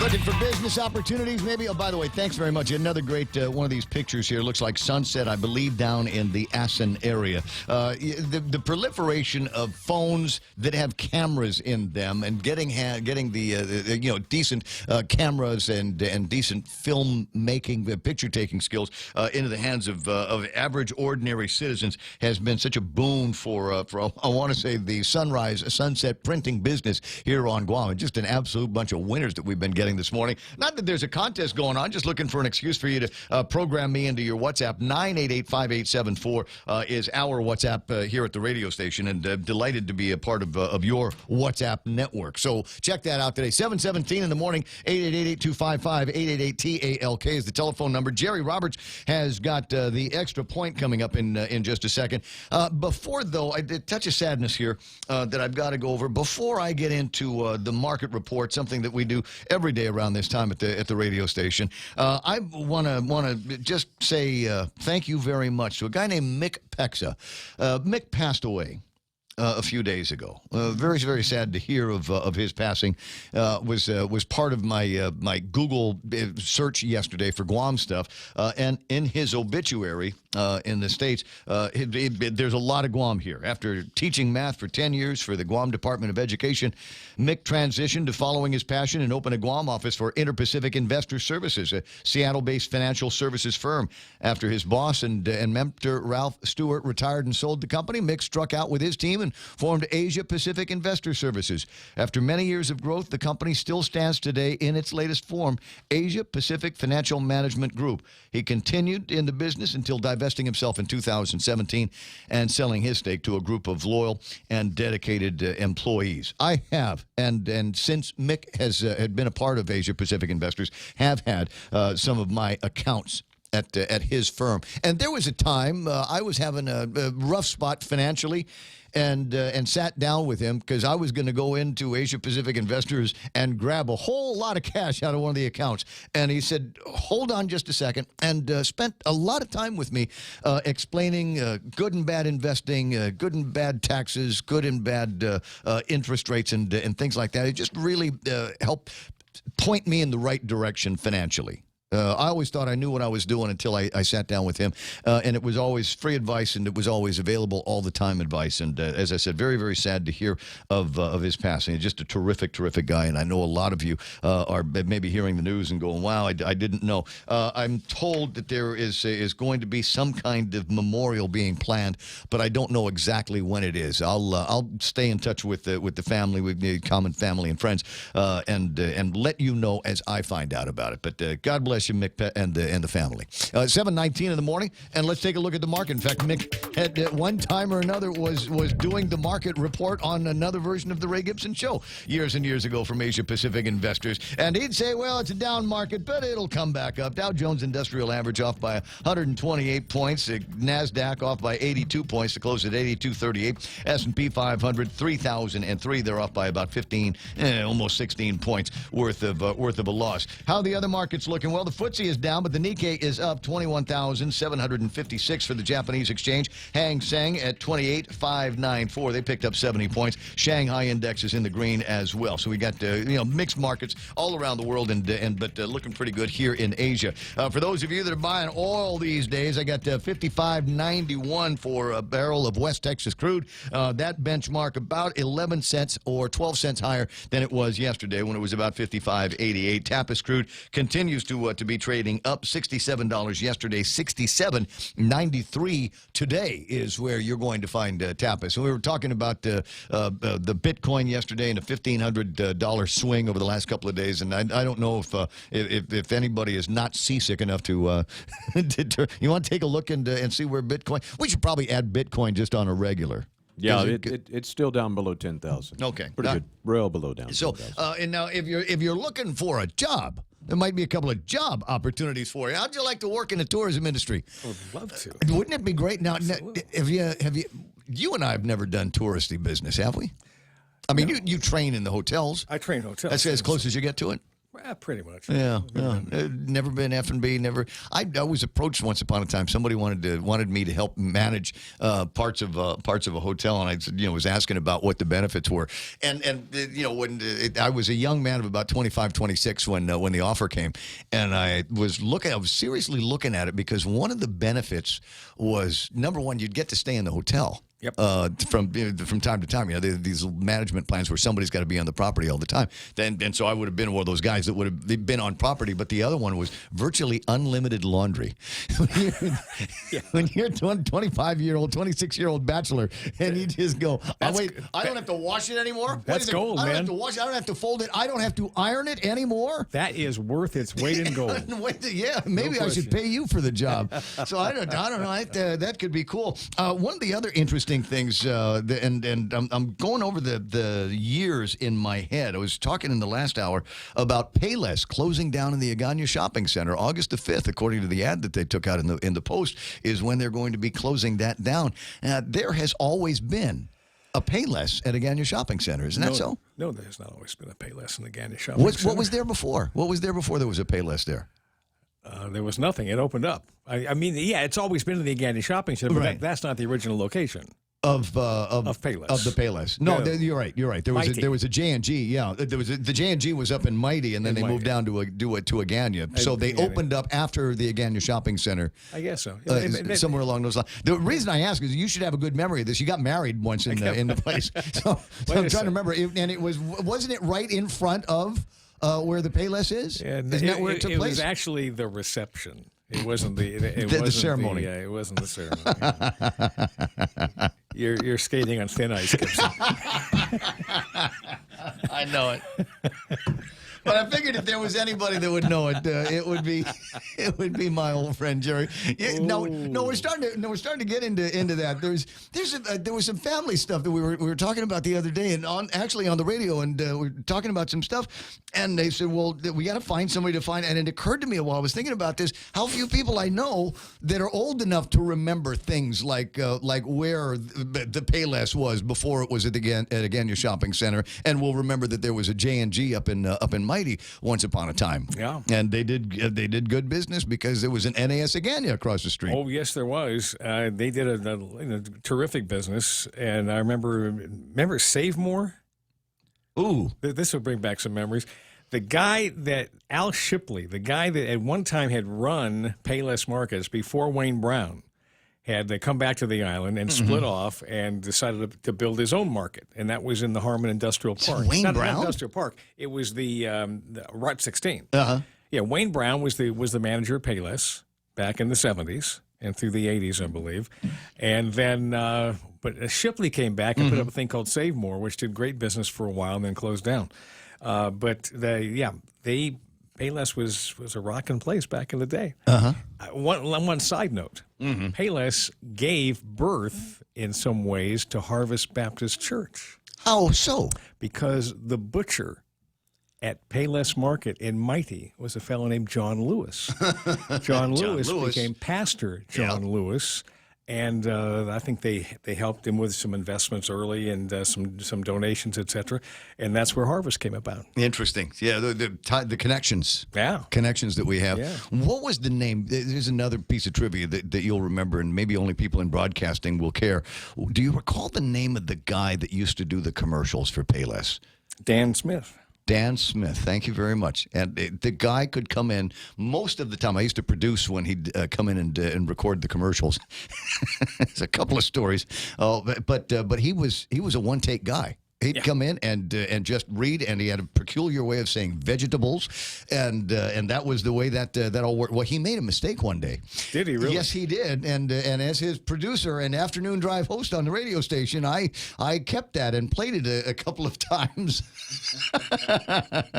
His great chagrin, I'm sure. Yeah, they called in and said, "Stop that right now." But that was a piece of fun. And then after a while, the contract ended with Payless. Yeah. And but nobody told Dan. he just kept coming in and making the commercials every week, and nobody ever told him that the contract had expired. But it was all right. It was fun to hang out with. Dan was, prior to that, he was the general manager of KGTF for years. And Dan also was part of the invading force in Saipan. Wow. Did I ever tell you that story? No. I didn't know that until Look, this is a historical Friday morning here. Till Liberation. It was around Liberation Day one year, and we were talking. I was going down to Payless to pick up a contract for the radio station or something, or some ads, and we began to talk, and he kind of slipped out that he had been involved, because I thought, well, the Guam battle was really bad, right? And he says, well, yeah, but not like Saipan. And I never heard that information prior to that. And he didn't want to talk about specifics. He never wanted to talk about specifics because it was incredible. I mean, the Saipan battle, Guam battle was bad. Saipan was many times worse. And he wouldn't go into detail. There was just areas he wouldn't talk about. But he was there. He was part of that force coming in. What an incredible morning this is turning into. I'm glad it's not a frowny face Friday. We have to remember Saipan was Japanese before the war. That's right. They were. That's right. So, a whole different set of feelings up there about taking when it gets to be Saipan was liberation more time. akin to taking Okinawa because it Very had been much so. Japanese for so many years. Very much so. Dug in. 7:27 in the morning, and that's all the time we've got for Jerry Roberts and the Extra Point. Thanks for coming in. Headlines now. No, actually, we actually have plenty of time for Jerry Roberts and the Extra Points. Headlines around the corner. Now, here he is, brought to you by Guahan Insurance Services and First Hawaiian Bank. Today, we pull back the curtain on how to use one-to-one meetings with workers to improve relationships and increase productivity. If you haven't used this powerful tool due to worries it won't work, or you've tried and things didn't go well, we're about to change that. It's coming next on The Extra Point. It's important to have claims process that works for you. At Guahan Insurance Services, we make things simple and convenient. Same door you walk in to purchase your insurance is the same door you open to file your claim. We can't pretend that the car insurance claims process is fun, but we can promise a hassle-free and speedy recovery without any runarounds. For your home, auto, and business insurance, visit us at the Camacho Landmark Center on Marine Corps Drive in Tamuning. Don't forget to like us on Facebook or give us a call at 475-1162 or text 929-SAVE. That's 929-7283. Yesterday, we revealed 7 good reasons for every manager to incorporate one-on-one meetings in an organization's regular practices. If you missed it, go to guamtraining.com and download Extra Point number 368. You'll also find this one there, number 369. For today's purposes, I'll focus on the model for a recurring meeting. Let's say to be held twice monthly to monitor a worker's progress. Number 1, first things first, both the worker and I will put the meeting on our calendars. One-on-ones are important events and are worth scheduling. Second, we're going to set a time limit of 30 minutes. A shorter meeting may not get the results you want and only go longer if the worker needs more time to give you important information. Number 3, I've got a pen and paper so I can make notes. When we go into a meeting with our boss, we carry those things to give indication we believe he or she is going to say something worth writing down. I'll give that same respect to every member of the team that I meet with. 4, I don't start with a question, so how's it going? You're going to hear fine or good 99 times out of 100. Instead, ask, what's been the best part of your job this past week? Or, since last time we talked, what did you learn that you didn't know before? The idea here is to use a unique question to open with, one that gets the worker to start talking. 5, I'm there to gain information. This is their show, and I want to hear what they have to say. An easy way to get rolling is to ask the worker to give an update on their progress. Listen carefully to what they say, then ask more questions based on their feedback. I won't just ask about what they did, but also how they feel about their job, the work environment, and other factors that influence worker attitude. I'm just listening here, not feeding back, focused on doing my best to understand. Number 6, when this segment is completed, I'll give my analysis, keeping things positive. If there is some correction to be made, that's fine, so long as we end this portion on a high note. I'll comment on their progress and let them know I'm pleased. And number 7, at this point, we use the remaining time to look ahead and agree on the next steps in our plan and what we hope to gain. Now, you might be saying to yourself, this is basic stuff, a lot of common sense, no exotic strategy involved here, and you'd be right. While one-on-ones can get more involved, and I do teach about that in private trainings, I want to give you a simple formula that anybody can use and use right now. As mentioned earlier, this is about building better relationships, building trust. Regular one-on-ones, where the worker is free to express him or herself, is the key. Make them feel important, that you feel talking with them is a good use of their time or your time. That pays off in the long run. And that's the extra point. Get out there and make something good happen today. For 93.3, The Ray Gibson Show, Guahan Insurance Services, and First Hawaiian Bank. I'm Jerry Roberts. So it's nice to have a format, but the important thing is to do something. Do something. Get out there and start asking the questions. Do a couple of minutes of not so much interrogation.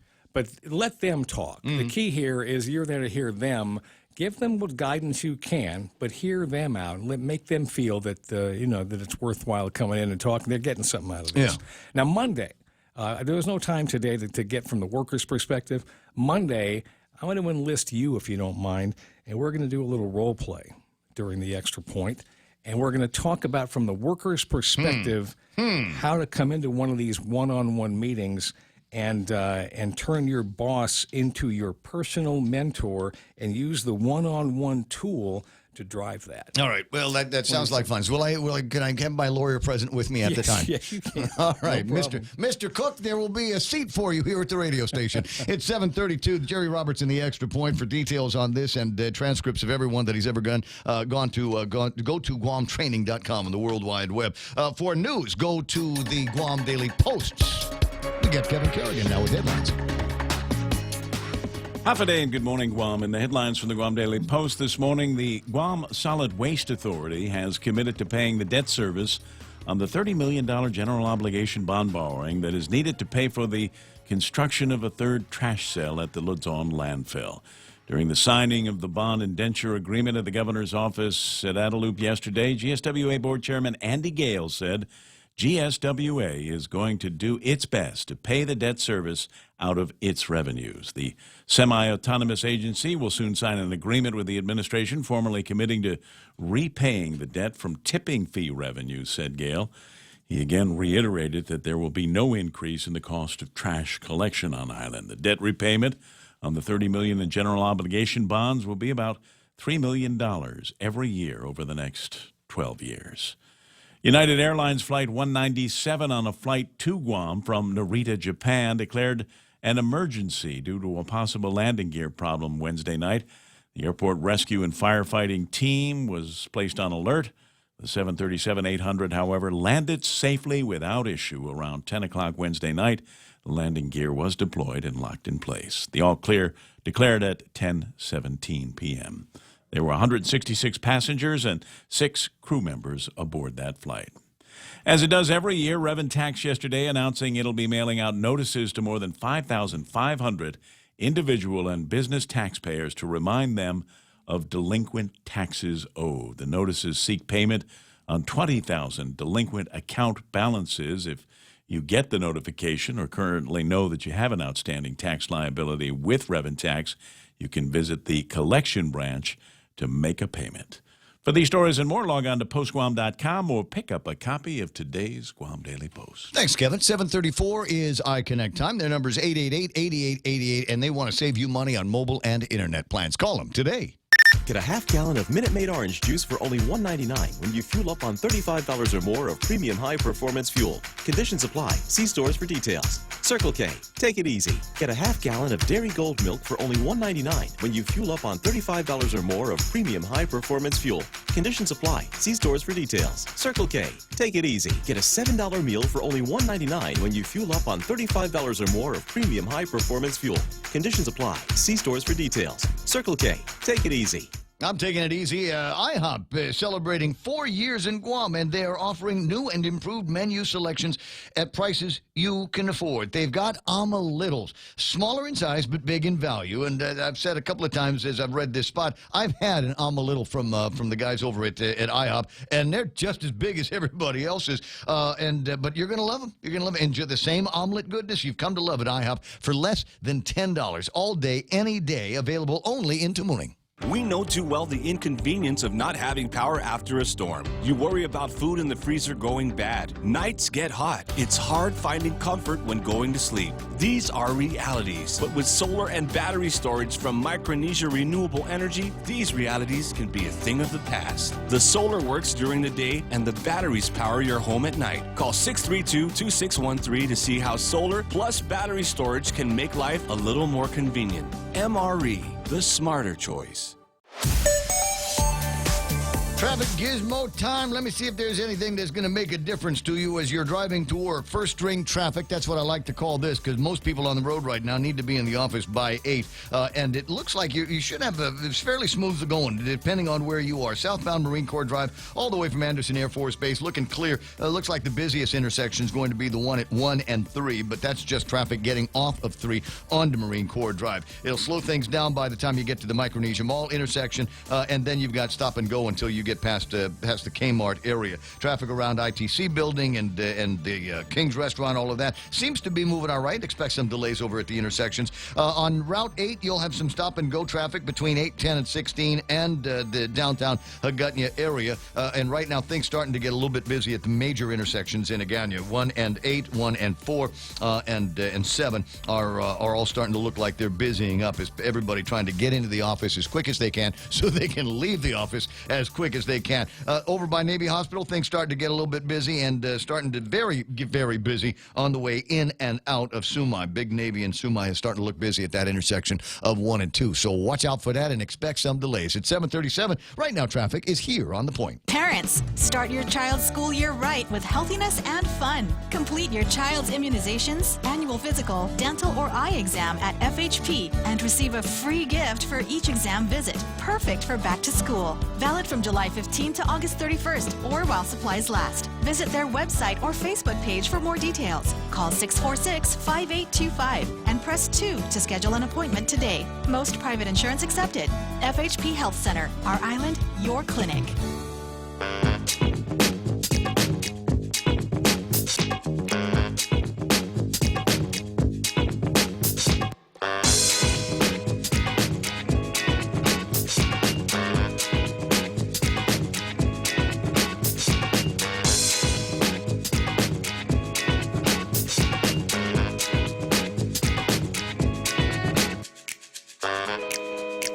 What's up?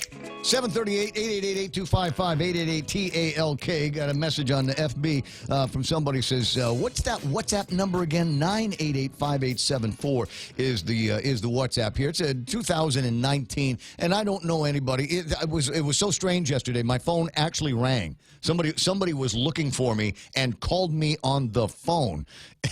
and I picked it up, which is the ultimate crazy thing. I actually picked up the phone when they called, and the voice on the other end was like, "Oh, I didn't think that you were going to pick up. I wasn't expecting you to pick up." And normally it's one of those, you call me on the phone, and then I will eventually see on the phone record that you're trying to get a hold of me and call you back. It's very, very rare that I'll pick up on the first ring. And I've told you this. It's not that I'm screening my calls. I'm screening my calls. But the general reason why is because I try to turn off the ringer while I'm on the air so it doesn't start ringing while I'm on the air. And as a result of that, I generally forget by the time it gets to be 10 and 11 o'clock in the morning generally forget to turn the ringer back on. And so that's why I don't pick up on the first ring or the first call or the second call. It's probably just because I can't hear it. And the other reason is I got a guy for that. I got a guy. So you want to get a hold of me anytime before 10 o'clock in the morning, 888-8255, and then Mike will get the phone, and then he will pass the call on to me here in the studio, and we'll find stuff to talk about between you and I. And there is, trust me, ample enough stuff that is out there to talk about these days. In the top of the things that I find interesting today is the governor of Puerto Rico has resigned. Now, this is a story that come up kind of fast. In my mind, I'm sure that in those places out there, out in Puerto Rico, there's a whole lot of festering sentiment against this guy. But finally, the crowds rose up, and the guy has resigned.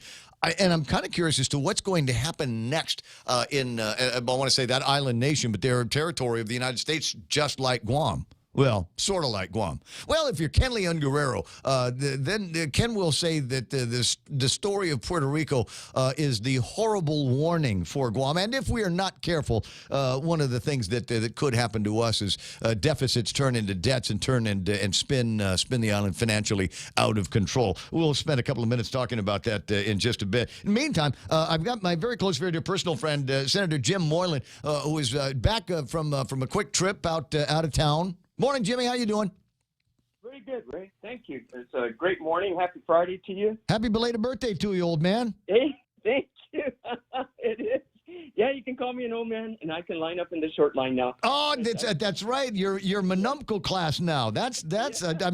I knew you. You're younger than me, but by a little bit. Now I know exactly how much younger than me you are. Well, congratulations to the short lines. And in the beginning, because I remember when I turned 55. I remember I don't need that. I'm not just what I'll line up with everybody else. I'm not that old. But pretty soon especially when you walk into the Department of Revenue and Taxation and you see the long line at something, or you see the long line at the treasurer, and you're going, yeah, you know what? I am going to take the short line today. I'm going to invoke my senior privilege. Absolutely. And getting that cheaper coffee is wonderful. Yeah. Well, so anyway, welcome back from the trip, and they put you back to work right away. You get to spend some time yesterday with the guys over at the Rotary Club, huh? I certainly did, and they'll be celebrating their 80th celebration of that Rotary Club there. Coming up this year, actually. Rotary, yes, the Rotary Club of Guam is celebrating 80 years, and there's a charter activity that's going to be happening before too much longer. And I've already pledged, for those of you in the Rotary Club, I've already pledged Phil Flores that I will carry a microphone, do whatever you need me to do, and in the name of my past president brother, my past president uncle, my past president father, my past president grandfather. And what I'm trying to say here is I've never been a past president of the Rotary Club. One of these days. Paul Harris fellow, but not a president. Right. There you go. And Phil will say, well, you actually need to be a member of the club first if you'd like to be a past president of the club. Well, I'll just work on it some more. Anyway, 7:42. So the gist of your delivery at the Rotary Club yesterday was what? They wanted to talk about my feelings about the buildup and where the legislature regarding the resolution that they put out, and what my thoughts were about that and what I feel the buildup would do for the island. So that's what I did. And I spoke about it, and I spoke about the time when kind of the story got started with that confidential breakfast meeting, or just a closed-door breakfast meeting with the senators that didn't involve the media at the governor's invitation. And the discussion was about the buildup and how they felt. And from that discussion came the what do we call it here? Basically, they came the resolution, and which I objected to and didn't take part of. And initially, they wanted to call for a halt on the buildup, and then later decided to make it a pause of the buildup. So going from there, I didn't feel that was right, and I did my own studies, and the information is definitely out there. I was very happy with Rear Admiral Chaphill for her welcoming of me and answering all my questions, providing me so much material that all of a sudden I learned so much about things I didn't really understand about the island. And now I'm very confident of how well they're taking care of the artifacts that they're finding on the range up there in the northwest plateau of Guam. and I reviewed the archaeological studies, and I understand that that was back then that area was used basically for farming and folks planting and their fruits and their vegetables, and that's the main purpose of that property at that time. And then of course we went on to the famous the tree, the Nelsoni tree, and learned where that was named after and what they're doing about it, and actually had a field trip going there. And it was amazing. Throughout the Rear Admiral had a bus ride for those senators that were interested in coming, and not all came, but those that did come, we had a great information from the bus ride, starting from Agana all the way up to Anderson. The professionals were in the bus sharing with us all the information about the tree, all the what's going on and how they're protecting it, and in addition about the artifacts too. And when we got to the site, then we had another briefing at the Black Construction area. And just I was amazed how Black Construction is really taking so good care of staying within their green zone, not going out of any other location. And it's like they try to keep it invasive free. So even if before you even go into the area, you're wiping your shoes off, and before the vehicles come into the area, they're washed down. When the vehicles leave the area, they're washed down again. So it's just so much happening for the protection of the artifacts there, and the gathering of the artifacts, and the protection of the tree. I became what I never thought I would be, a tree. I got so much knowledge about a tree. I feel if there was ever a game show, I can be called up, yeah, and I would win. Well, here's the thing: is now they don't believe it would survive another typhoon, and it's in a rough space, a rough place in its life as a tree. But they've got some seedlings, and they're taking very good care to make sure that the ungulates don't start eating the seedlings or knocking those trees down. And I don't know. I found it was a case of we've been here in the media accused of exaggeration, and I think now we can accuse some of your partners over at the legislature of some kind of exaggeration and a little bit of hysteria here. I don't know now that Admiral Chatfield, I think, had put the issue at rest here. I think we're all done with that, and maybe we can finally move forward. Or do you suppose there is more that among your colleagues over at the legislature are going to be probing for with the military buildup? Yeah, those will always be a surprise for me. In my mind, I'm moving forward of what the benefits with the military would bring for us, like an $8.7 billion budget of what they're building here. And Black Construction, their range, just those three contracts they have for the three different ranges, and there's a fourth one to come up, which still has to be bidded on. They were $80 million, and they hired so many hundreds of people, and they're paying their 5% business privilege tax on it. Unfortunately, I didn't get the 4% reduced back. But, Well, we had the hearing. In the very least, we had the hearing, and that was the next line of questioning I wanted to go into. But I see the point that you're making. Here we got the local company that has got guys from around here that are punching the clock, so they're paying their GRT, and the guys are paying their withholding taxes, and they're taking their paychecks and spending them out in the community at all these new fancy restaurants that we've got, and going and watching the movies and shopping at the malls and all of those kinds of things that happen in a vibrant and vital economic community. And now they want to say, stop with the Black Construction, stop with the paychecks, stop with the GRTs, stop with the withholding, and stop with the consumer spend. Right, with no deadline. Stop as long as we feel you need to. And that, to me, that's wrong. And I believe, and from what I saw, the military. That's what happens when you elect people that don't know how business runs and the way that the economy works. Right, and they're going to put all these artifacts, and they're really taking care of the trees. The little seedlings are growing. They're catching the seeds that fall from the branches before it even hits the ground, with a huge, like an umbrella upside down, hanging from the branches where the seeds are blossoming there.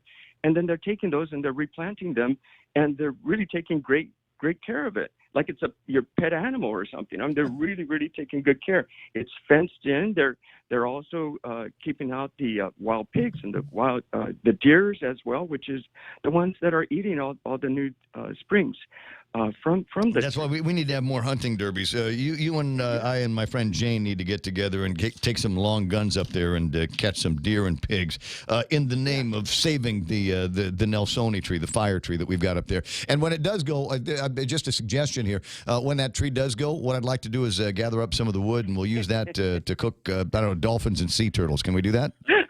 Yeah, sure, we can make it a memorable. Come on, I know that somewhere out there somebody's getting hysterical. He's doing that joke again about barbecuing sea turtles with the tree, with the Nelsoni tree wood. Right? Don't make Stop it, Raymond. out of that sea turtle shell either. But. Now the other thing that we were talking about, Kevin did a story from the Guam Daily Post, and now there was another story I was looking at the other day that indicates that what's his name, Lester Carlson says, well, you know, it's still preliminary and who knows what's going to happen, but it looks like if we do everything right, then we ought to get about $38 million more in revenue for this current fiscal year. He did make a correction on that yesterday at the news conference. Oh, he did? Yeah, he said that's not an accurate figure. The real figure is about $20 million in the general fund. Right. And they are still short in the special funds. So it's not $38 quite $38 million. That's what but it's still it's green by 20, right? Yes. Okay, give me one in the general fund, give but me my short 1%. in the special fund. Well, it's go after the special fund guys. Go after the boards and the commission's supposed to be collecting all that. But in the meantime, if we're going to be plus by 20, either spend that on real priorities in the government, like helping Mr. Ignacio get some more police guys and maybe some other guys that can do some prosecutions over at the Attorney General's office without having to lean on plea deals all the time, or help out DOE or Guam Memorial Hospital if there's an upside. And if you're not going to put the money there, then give it back to the people that are paying taxes. Right, or look at, if you save that $38 million, where can you cut? What service did you not need for that money to be expended? Right, you put it away for a rainy day fund, and eventually through your reorganization process, you can look at streamlining the government, and then look at reducing our BBT tax from 5% to 4% to relieve the folks of regressive tax on our basic groceries and the basic services we require, like food and health and so forth.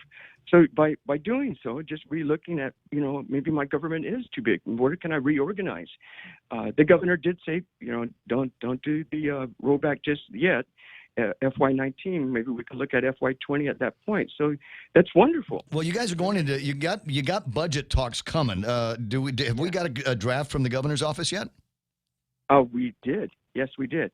And then I know we're looking at that as well, where we can do some cuts, and I'm sure there's going to be amendments where we can input some of these additional cuts to save the people of Guam money, and then we can focus back on small businesses. Well, recall that they tried to do that in the 34th Guam legislature and said that we're not going to be doing any deputy managers and things like that in the government of Guam, and that one started with the new administration, and they just blew right through that and said, yeah, you can't tell us what to do. That's right, yeah. And with the new hires for... You're not the boss of me. Yeah, that's right. And we spent more than $11 million in a year with these new hires, and $5 million of that is in Adelup.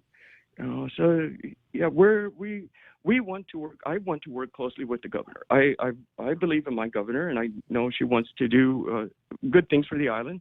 And I want to help and support that. And if we're rolling back the taxes, let's give it time to make that happen.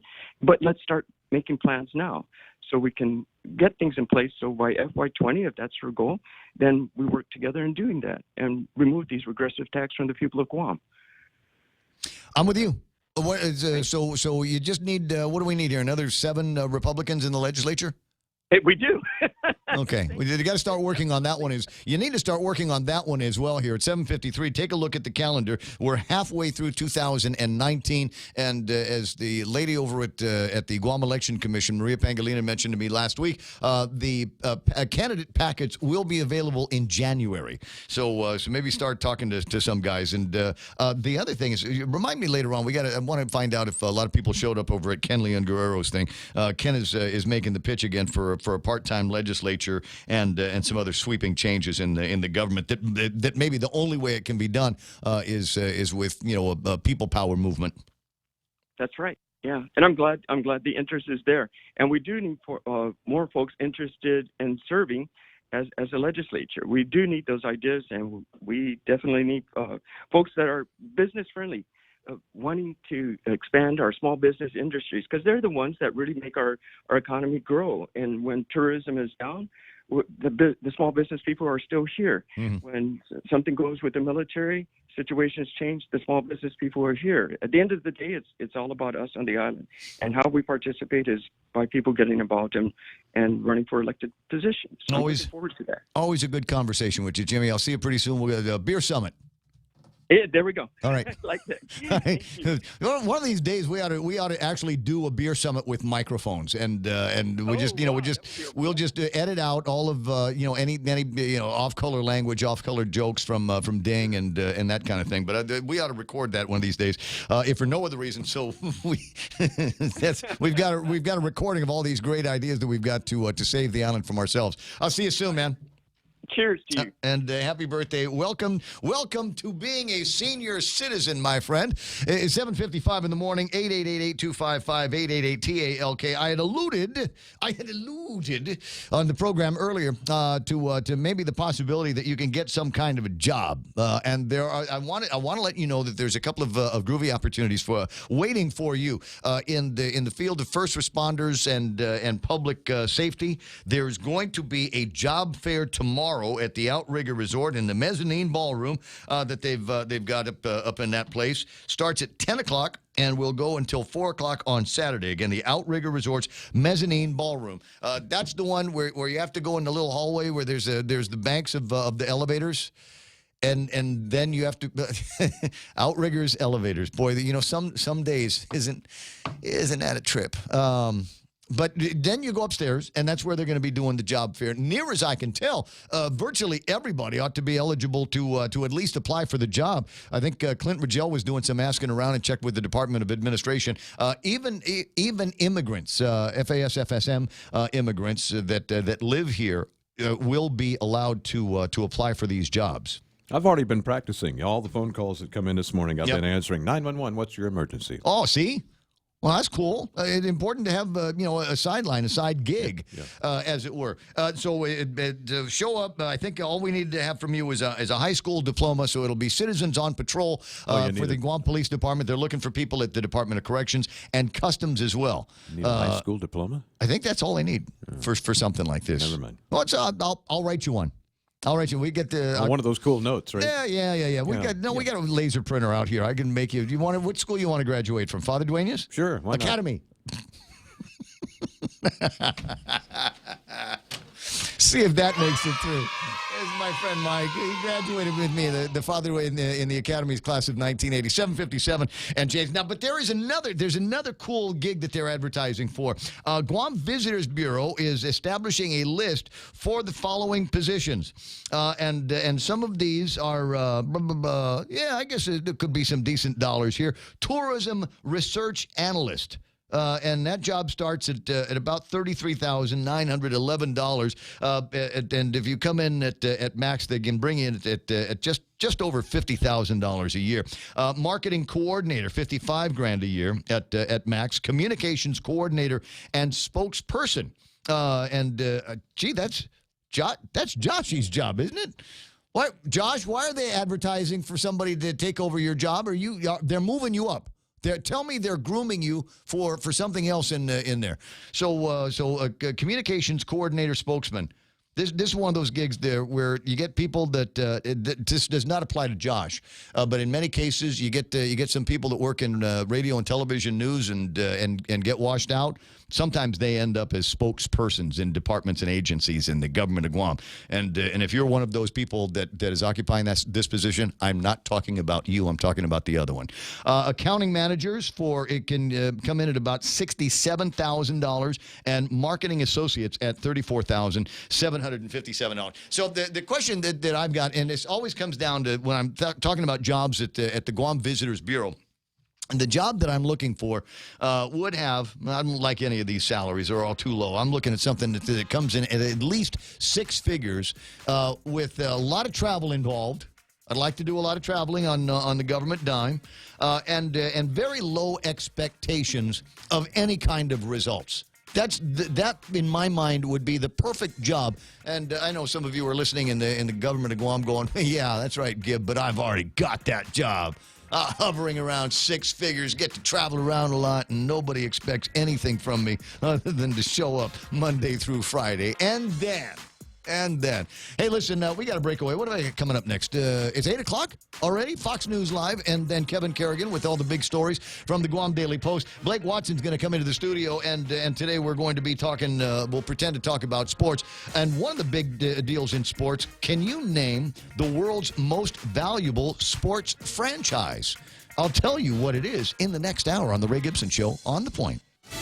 Upping the debt limit. I'm Lisa Lacera, Fox News. The House has approved a spending and debt limit package that increases federal spending. Fox's Jared Halpern live on Capitol Hill. A bipartisan agreement won a bipartisan majority. A 2-year budget agreement that also sets aside the U.S. debt limit cleared the House 284 to 149. The administration has joined us to end the devastating sequestration cuts which threaten our investments to keep America #1 in the global economy.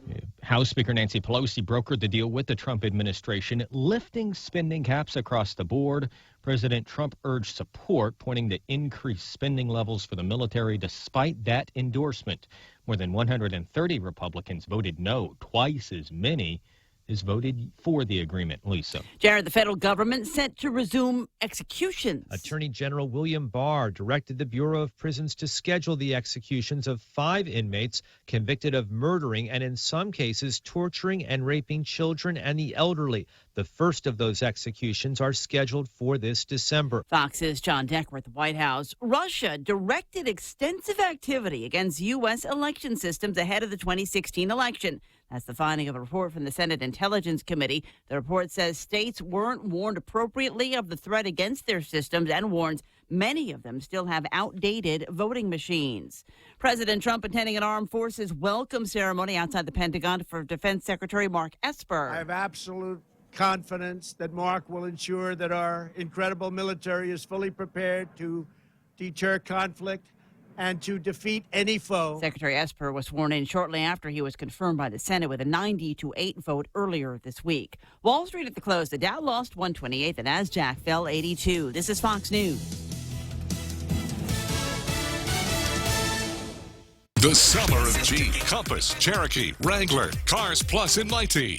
Your new adventure starts now. Buy the 2019 Motor Trend SUV of the year and get a new Jeep Wrangler Sport for $268 per paycheck. Or get a new Jeep Compass Sport, only $167 per paycheck. Let them hear you coming in the new 2019 Jeep Cherokee. Buy for $205 per paycheck. And get financing as low as 1.99% on all Jeep models. Come see why you'll be kicking it at Cars Plus in Mighty. Driven by you.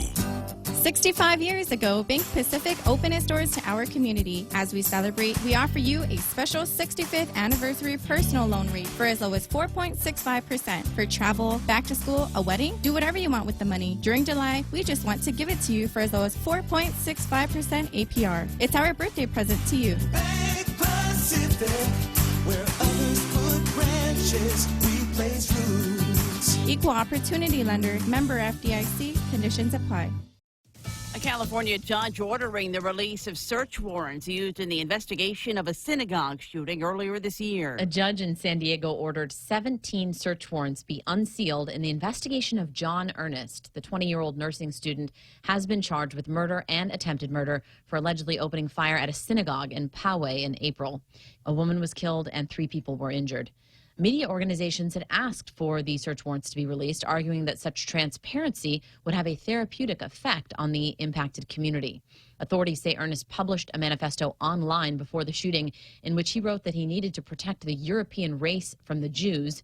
He expressed admiration for the New Zealand mosque shooter as well. Jessica Rosenthal, Fox News. 16 Marines arrested this morning at Camp Pendleton, California. Military officials say they're accused of taking part in illegal activities ranging from human smuggling to drug-related offenses. Chicago police say they've made arrests in the beating of a mentally disabled teen. Chicago police say 3 teen girls have been taken into custody in connection with a violent beating of a 15-year-old girl with special needs. The attack appearing in a viral video.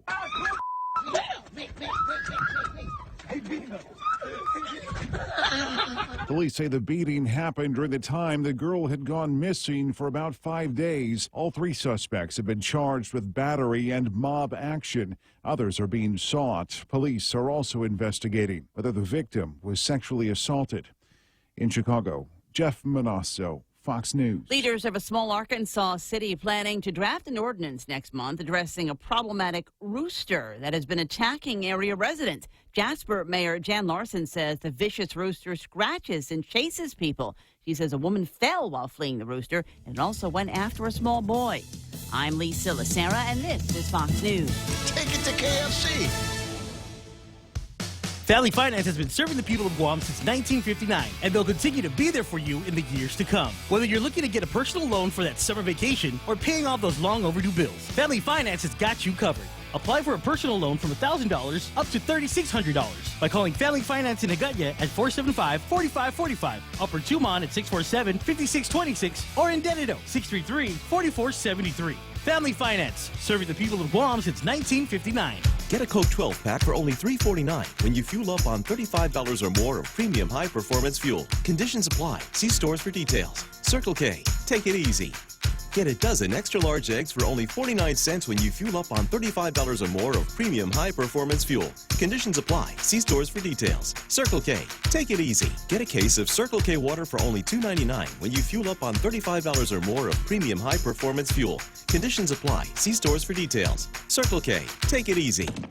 Hey, welcome to this Subway ad for the new club collection. How do you want it? I'll take a book club. Absolutely. So, last week we sunk our teeth into Subway's meaty new release, the Steak Club. I didn't finish it yet. Oh, not again, Sandra.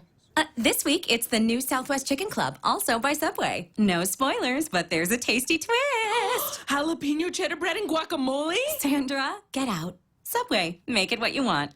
Good ending. Limited time only at participating restaurants.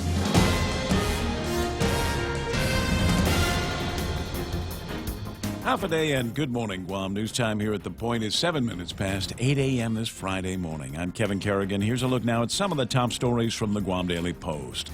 The U.S. House of Representatives has approved Delegate Michael San Nicolas's War Reparations Correction Bill that will allow the release of long-awaited reparation checks to the island survivors of the Japanese occupation during World War II, if it finally becomes law. H.R. 1365 was passed by unanimous consent without a roll call vote Wednesday night in Washington, D.C., which was about 10 a.m. yesterday morning here on Guam. It still must be approved by the U.S. Senate and signed into law by President Donald Trump. San Nicolas said passage of the bill is a testament of the full support Guam has in both parties to bring closure to our greatest generation, he said. San Nicolas also said the Republican Party of Guam was instrumental in securing the unanimous vote and deserves special recognition for working with his office. The outcome, he said, exonerates the local distractions critical of our work and sends a clear message that the people's agenda in Washington, D.C. is best served by supporting his office. San Nicolas was referring to the bill introduced by Speaker Tina Muñoz-Barnes and Minority Leader Will Castro, who introduced a measure last week to use local funds to pay out war claims as well, although The funding source has not been identified, and both senators acknowledge that their bill would be moot if San Nicolas's measure is signed into law by Trump first. The Supreme Court of Guam has overturned a lower court ruling in one of the Port 7 cases after finding that the lower court erred by not considering the merits of the accusations against former port personnel specialist Francis Areola. Areola was among 7 port employees fired way back in December 2012 over an allegedly fraudulent workers' compensation claim filed by former port marketing manager Bernadette Stern Meno. She prepared the travel request for Meno to go to Hawaii to seek treatment for injuries Meno claims she suffered during a slip and fall inside a port bathroom. Areola is alleged to have prepared that memo, extending Meno's travel dates by 5 days and including a per diem 3 times the appropriate rate. Then she is accused of having backdated that memo, stating that Port Safety Administrator instructed her to use the higher per diem.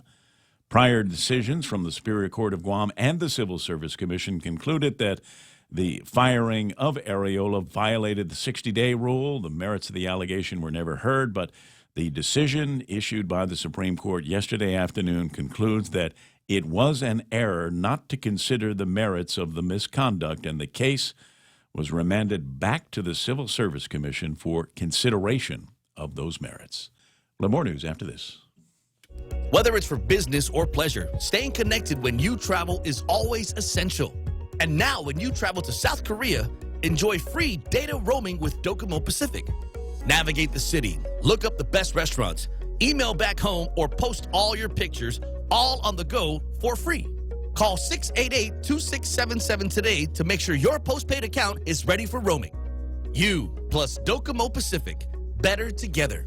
Some conditions apply. See print ad for details. Security Title is honored to join in sponsoring Ray Gibson on The Point. Half a day. I'm Rita Tidegli of Manila, and this is where I start my day, listening to the voices of our community and sharing thoughts about issues that affect all of us. It all boils down to our people and our land. Ingatan ang iyong tahanan. Protect your home. When purchasing or refinancing your home, remember to call the professionals at Security Title, just like you call Ray Gibson in the morning. 11 minutes past 8 a.m. here at The Point.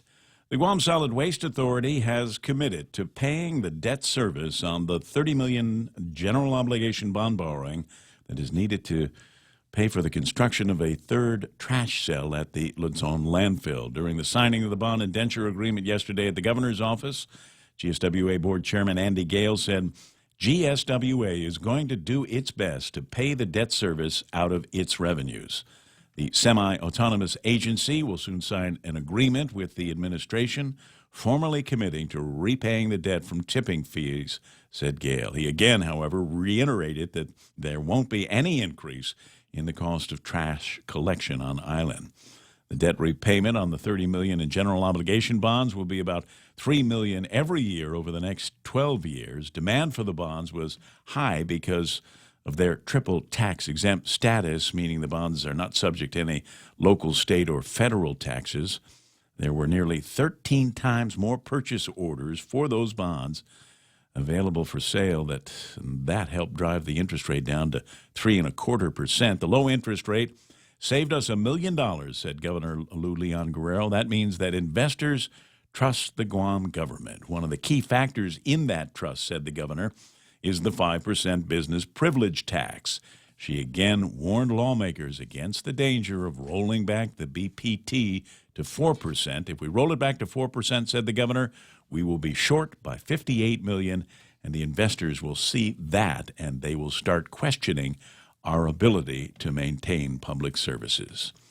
For these stories and more, log on to postguam.com or pick up a copy of today's Guam Daily Post. Ray and Mike now with a look at weather. Could be some wetness, partly sunny skies and isolated showers in today's forecast, and maybe some thunderstorms, and that'll hold us today and tomorrow. Mostly cloudy weather coming on Sunday. Northeast winds 10 to 15 miles an hour. That'll shift to the southeast on Saturday and from the southwest by Sunday.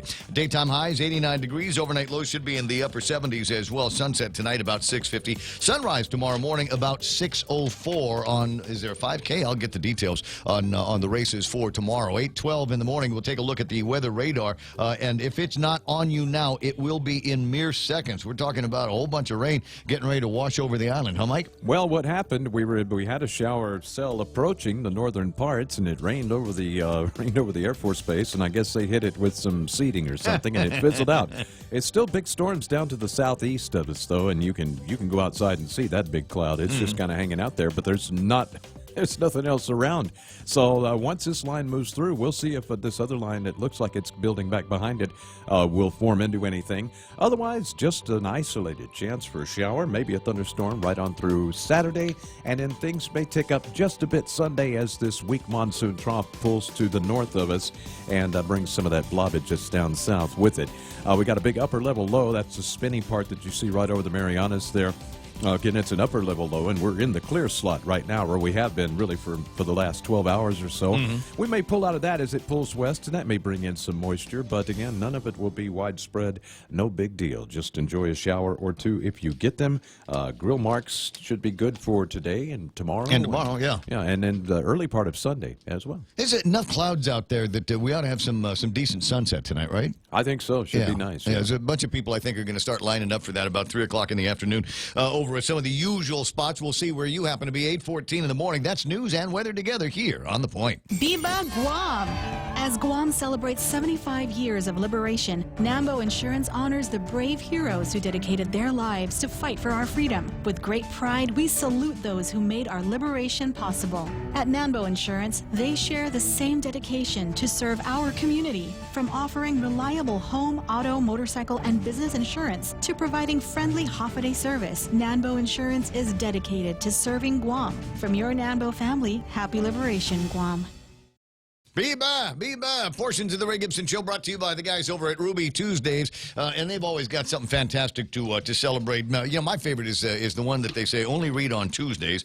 So I'll just tell you that's this like the 2-for-1 for $25.99. But if you're just going to be rolling around tonight looking for some fun, 4 to 6 is when they're going to be doing happy hour over at Ruby Tuesdays, and that means that you've got select draft beers, wines, and sangrias, Tipsy Palmers, or Ruby Relaxers, like $5 apps as well. That's happy hour 4 to 6. Tonight at Ruby Tuesdays Guam. Portions of the Ray Gibson Show also brought to you by American President Line's global presence with a local home. Micronesia Renewable Energy. There's never been a better time to go solar, especially now, because they've got those incredible battery systems that they want to attach. So when GPA takes a dump, you may not even know it. And don't forget Ron and Kim and the guys over at Security Title. You got ideas on real estate, maybe some transactions that might be a little too complicated for you. They've seen it all and can walk you through that with ease at Security Title. Weekday shopping just got exciting. Join the Agania Shopping Center's Shop and Win on Weekdays promo. Shop or dine at any ASC store or restaurant on weekdays from now till October 31st. Show your receipt at the ASC booth and win instantly. Every $20 spent gets you an entry form to win big at the monthly draws, including round-trip tickets to Manila, $500 ASC gift certificates, and more. See posters and print ads for more. Special thanks to Sky Zone, Fundamental Writers, Vince Jewelers, and Wendy's.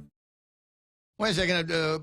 Portions of the program also brought to you my friends over at Take Care, and I got this in the Facebook yesterday. Attention Take Care members and dependents, join us for a free health and wellness fair. Get information on health plan benefits, health and nutritional information, online health risk assessments as well. It's going to take place at the Take Care Wellness Center in the Baltige Pavilion. That's the ground floor of the Baltige Pavilion right there on Challenge San Antonio in Tamuning. They'll be doing free screenings for blood pressure, blood sugar, BMI, your body fat percentage, and cholesterol checks as well. On site, they've got health center booths and affiliated partners and some light refreshments. And you know those are going to be healthy, right? Because it's Take Care throwing this little party. So tomorrow, between 10:30 in the morning and 3 o'clock in the afternoon, if you're a member or a dependent, swing by there and check the place out. Swing by Cars Plus up in Mighty. Take a test drive of the Wrangler or the Jeep Cherokee or the Grand Cherokee or the Compass. 1.99% APR. Sale good until July 31st. And go get a Berry Burst chicken salad. So we're talking about the healthy stuff over at Take Care. Go get a healthy salad over at Wendy's. The Berry Burst, it's got everything that you wanted. It's got the sweet and the tangy with the strawberries and the blackberries in there. We've got a raspberry vinaigrettes, and there's feta cheese, and there's a grilled chicken. So we're grilling it, not frying it, so it's healthier for you on the salad greens and more. Great way to enjoy lunch and dinner at Wendy's. News to fill your mind. Talk to get it out. The Ray Gibson Show.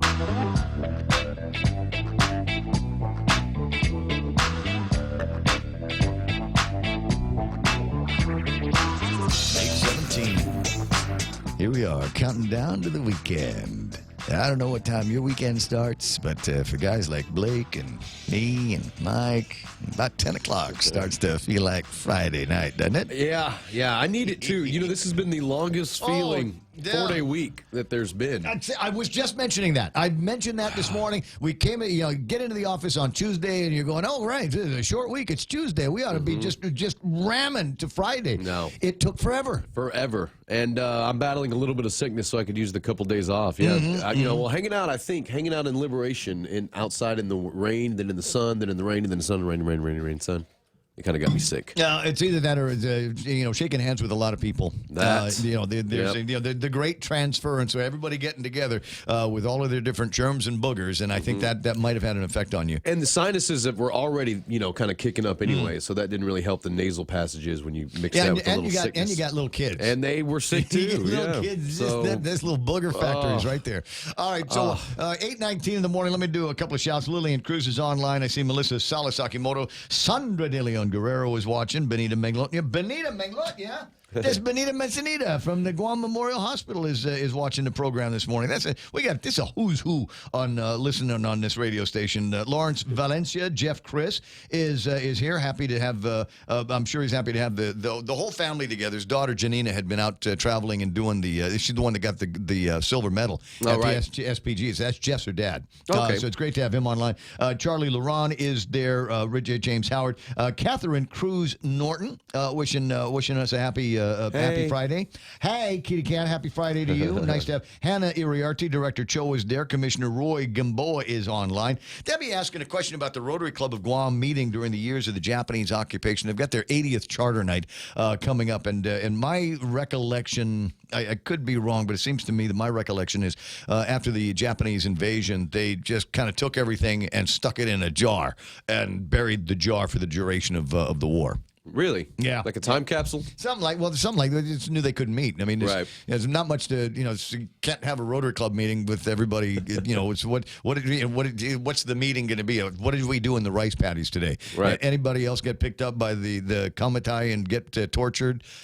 That kind of thing. So I don't know that there were any meetings going on for the Rotary Club. Who else is playing around? I'm there. Joe Cruz, that's the real Joe Cruz. Joe Leasea Longi is online. Debbie Wise and Florence Cruz, Therese Arroyo Matanani, and my friend Yuka Hechinova there.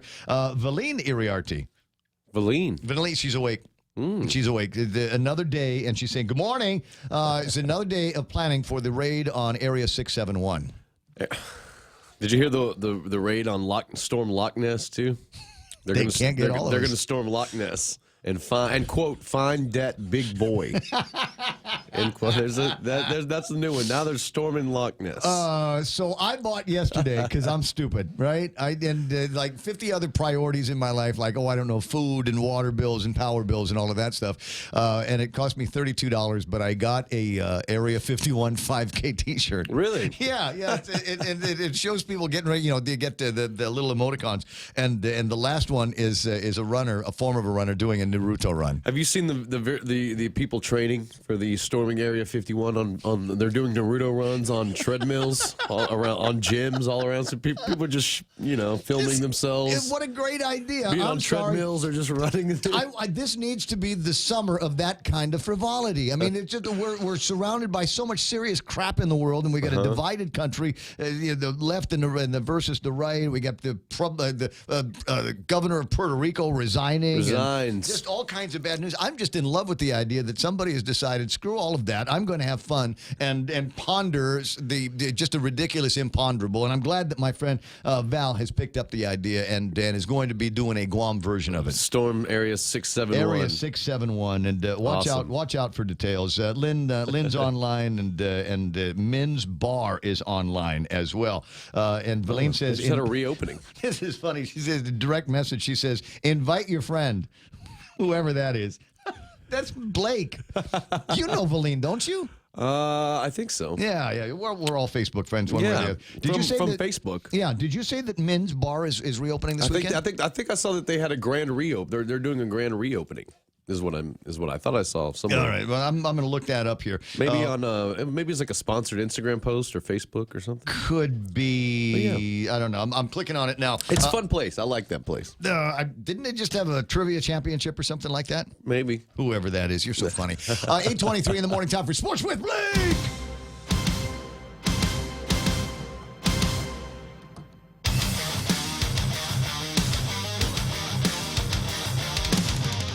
All right, programming notes. I am going to be not broadcasting for a few days. Late August the 25th, I'll be flying to my glorious return to the capital of the Philippines and the Mall of Asia Concert Grounds. Run With Me X by Resorts World Manila takes place that day. I'm going to be running the 10K in that race, and I'm inviting everybody on Guam that runs and wants to run with me. I'll be wearing my cool running shorts in that race, and I want you to come. Seriously, I want you to come and run with me in Manila. If you're going to be in that city around that time, then come and hang out. It's me, and there'll be a ton of real Philippine celebrities that are going to be participating in this. And if you go to Resorts World Manila and their website, runwithme.ph, then you can see some of the Filipino celebrities that are going to be participating. They're going to be. It's a fundraiser that they're going to be doing, and the Guam split is going to be going, I believe, to the homeless coalition around here. Now, I could be wrong, but that's the idea. Is that there's going to be a split for all these different charities, and I'm a representative from Guam, so I will be returning with a check for, I believe, the homeless coalition. Very nice. From Resorts World Manila. But I'd like to get as many people as possible. There is a Savoy stay package, or stay at the Savoy package, from the 24th to the 26th and 23rd, all the way through the 27th, if you want to be in the Philippines for a little bit longer. As far as 5Ks and things like that go around here, Mount Carmel Church has got the Sabana Run, 2K, 5K tomorrow morning at the Chamorro Village.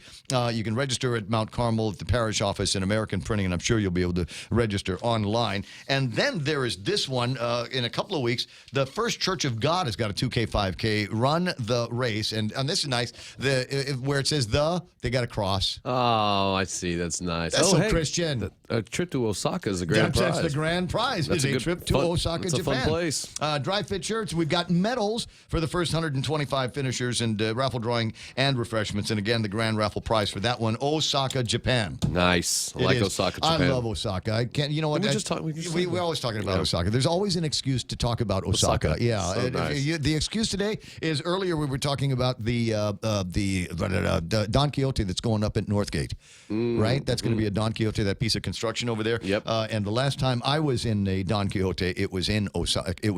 Oh, really? Yeah. And it was one of those things where I walked in and almost immediately walked out. Osaka is a busy city. A lot of tourists going to Osaka, and a lot of Chinese tourists going to Osaka as well. And so I just felt like I was in there with a group of Chinese locusts that were just they were going to go up to the top and then just buy everything and all the way down. Yeah, and as the case may be, it's not like they have the Ross style of cashiers over at Don Quixote. So you got all those people, all those transactions, and it'd take you an hour to get through the line. Crazy. Anyway, so yeah, there's our bit about Osaka. I was in that line yesterday, actually. Were you? Yeah. Forbes has named the world's most valuable sports franchise. I already know. It would be the Dallas Football Cowboys. Yes, Dallas Cowboys. $5 billion worth. $5 billion. And I think Jerry Jones paid less than $500 million for the franchise in 1989. Did you see what Donald Trump said about because he always tried to break into the NFL, and in the mid '80s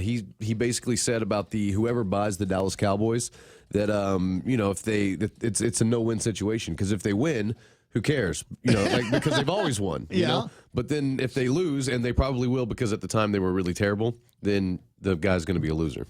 And that person was Jerry Jones. And Jerry Jones has now got a franchise that's worth $5 billion, and is everybody that loves the Dallas Cowboys. Yes. And there's a lot of guys around here that love the Dallas Cowboys. Everybody loves the Dallas Cowboys. Not as much as they love the San Francisco 49ers. Not everybody. Everybody and the Seattle Seahawks. Yeah, that's right. Because I got a cousin that lives in Washington, and he's a big Seahawks fan. Seahawks. No, it's true. Raiders. And I think you know the guy. Kevin knows the guy, Gabe Leon Guerrero. And his wife live up in Seattle, Washington.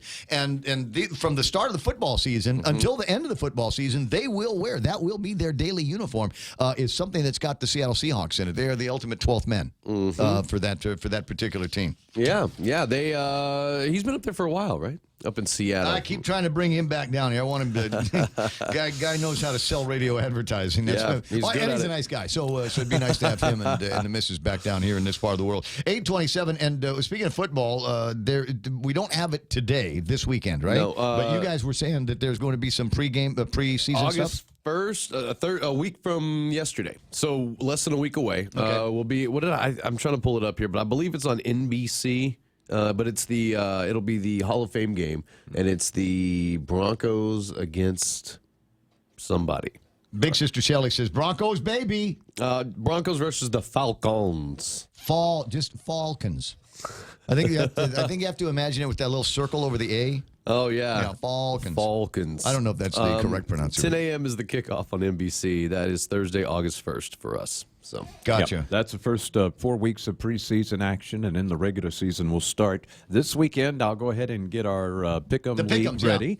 Yeah. And so Monday and all of next week, we'll be putting it in during our sports segment, the URL, so that people can go ahead and sign into Yahoo and join the league, and we'll start picking them when it's time to start picking them. Wait, I got my buddy Nate Horns on the line. I'm gonna see if I can twist his arm here. Nate, you know people over at Napa. Can you get me some gift certificates from Napa for the Pick'ems? Oh yeah, that'd be awesome. Yeah, that'd be good. Right? Yeah. A week after, so the first is the Hall of Fame game, and then a week after will be preseason. So we're already preseason, and then I think college football starts a month from today. I mean, full on. So. That means nothing to me. College football. Yep. People will be talking about it. College football, a little bit. Yeah, but I mean, there's a lot of Roll Tide fans, Tide Roll, and Notre Dame, and the big ones, USC, all that good LSU. stuff. Yeah. All right. Well, I'll do what I normally do when you guys start talking about collegey stuff, and that is just kind of drift back off into the distance and wait to be called. Also, it's almost okay. Big people are done talking. What do you want, Rick? Also, want to let everybody know I've got a little bit of a confirmation that IIAA G-Ray officially released their first quarter sports schedule for football, girls volleyball, golf, and cross country, despite the impending departure from DOE from the IIAG as early as January 2020. Newly elected President Terry DeBold stated the IIAG will carry on and cross that bridge when it comes. So football looks like it's a go. Season will officially begin August 23rd. Ukadu taking on Sanchez. And then the championship game, I guess, will conclude the season. That'll be October 26th. That's how long it'll run. Volleyball will kick off the August 27th. Cross country and August 26th. Okay, so it's status quo. Yep, nothing's changed. So the Terry's line, I'll drive off that bridge when I get to it. Yeah, is in my mind is that. Okay, so I don't want to make it a prediction, but I have the sense that maybe somebody talked sense into DOE and said, this is going to be a disaster. Yep. So just let this issue die. We won't bring it up anymore. We won't talk about it. We'll just start the 2019-2020 school year and just let people forget about let it. The sleeping dog lie like it never came up. And then people, then after a while, people will just that disaster of an interview with Chris Barnett. We'll just nobody talk about it anymore. Right? It's like, I forgive you. Oh, yeah. Weren't we going to divorce from the IIAG? Yeah, never mention it again. That's what I think is happening. I think so. Okay. There's not enough meditation and denial that would make that go away. Trust me. After all this, we can do it. We can do it. You know why? And I'll tell you, I'm guilty of it as well. Right? Is that people around here? We got short memories. We just go to the next thing. So this big issue, this kerfuffle that they had, is we talked about it. It was a big deal. There were people that got up in arms about it, and now it's we're going to let this sleeping dog lie and just move on kind of to the next thing. And so it will if we ask again, if there's somebody in 6 months that asks again when it gets to be that transitional time at the end of the second quarter, it will surprise me. Hey, what about that IIAG DOE thing? Weren't we going to break up here in this month? It'll surprise me. There'll be something else happening. I hope so. I mean, I kind of hope it just gets swept under the rug. We'll see. That's what I'm thinking. Time will tell. Yeah, Nate Horn says, I've seen a couple of cars and trucks out here with Seahawks logos and paint jobs on them. Yeah, there are people here that are that serious about it. And stop changing the subject. See if you can get me some Napa gift certificates.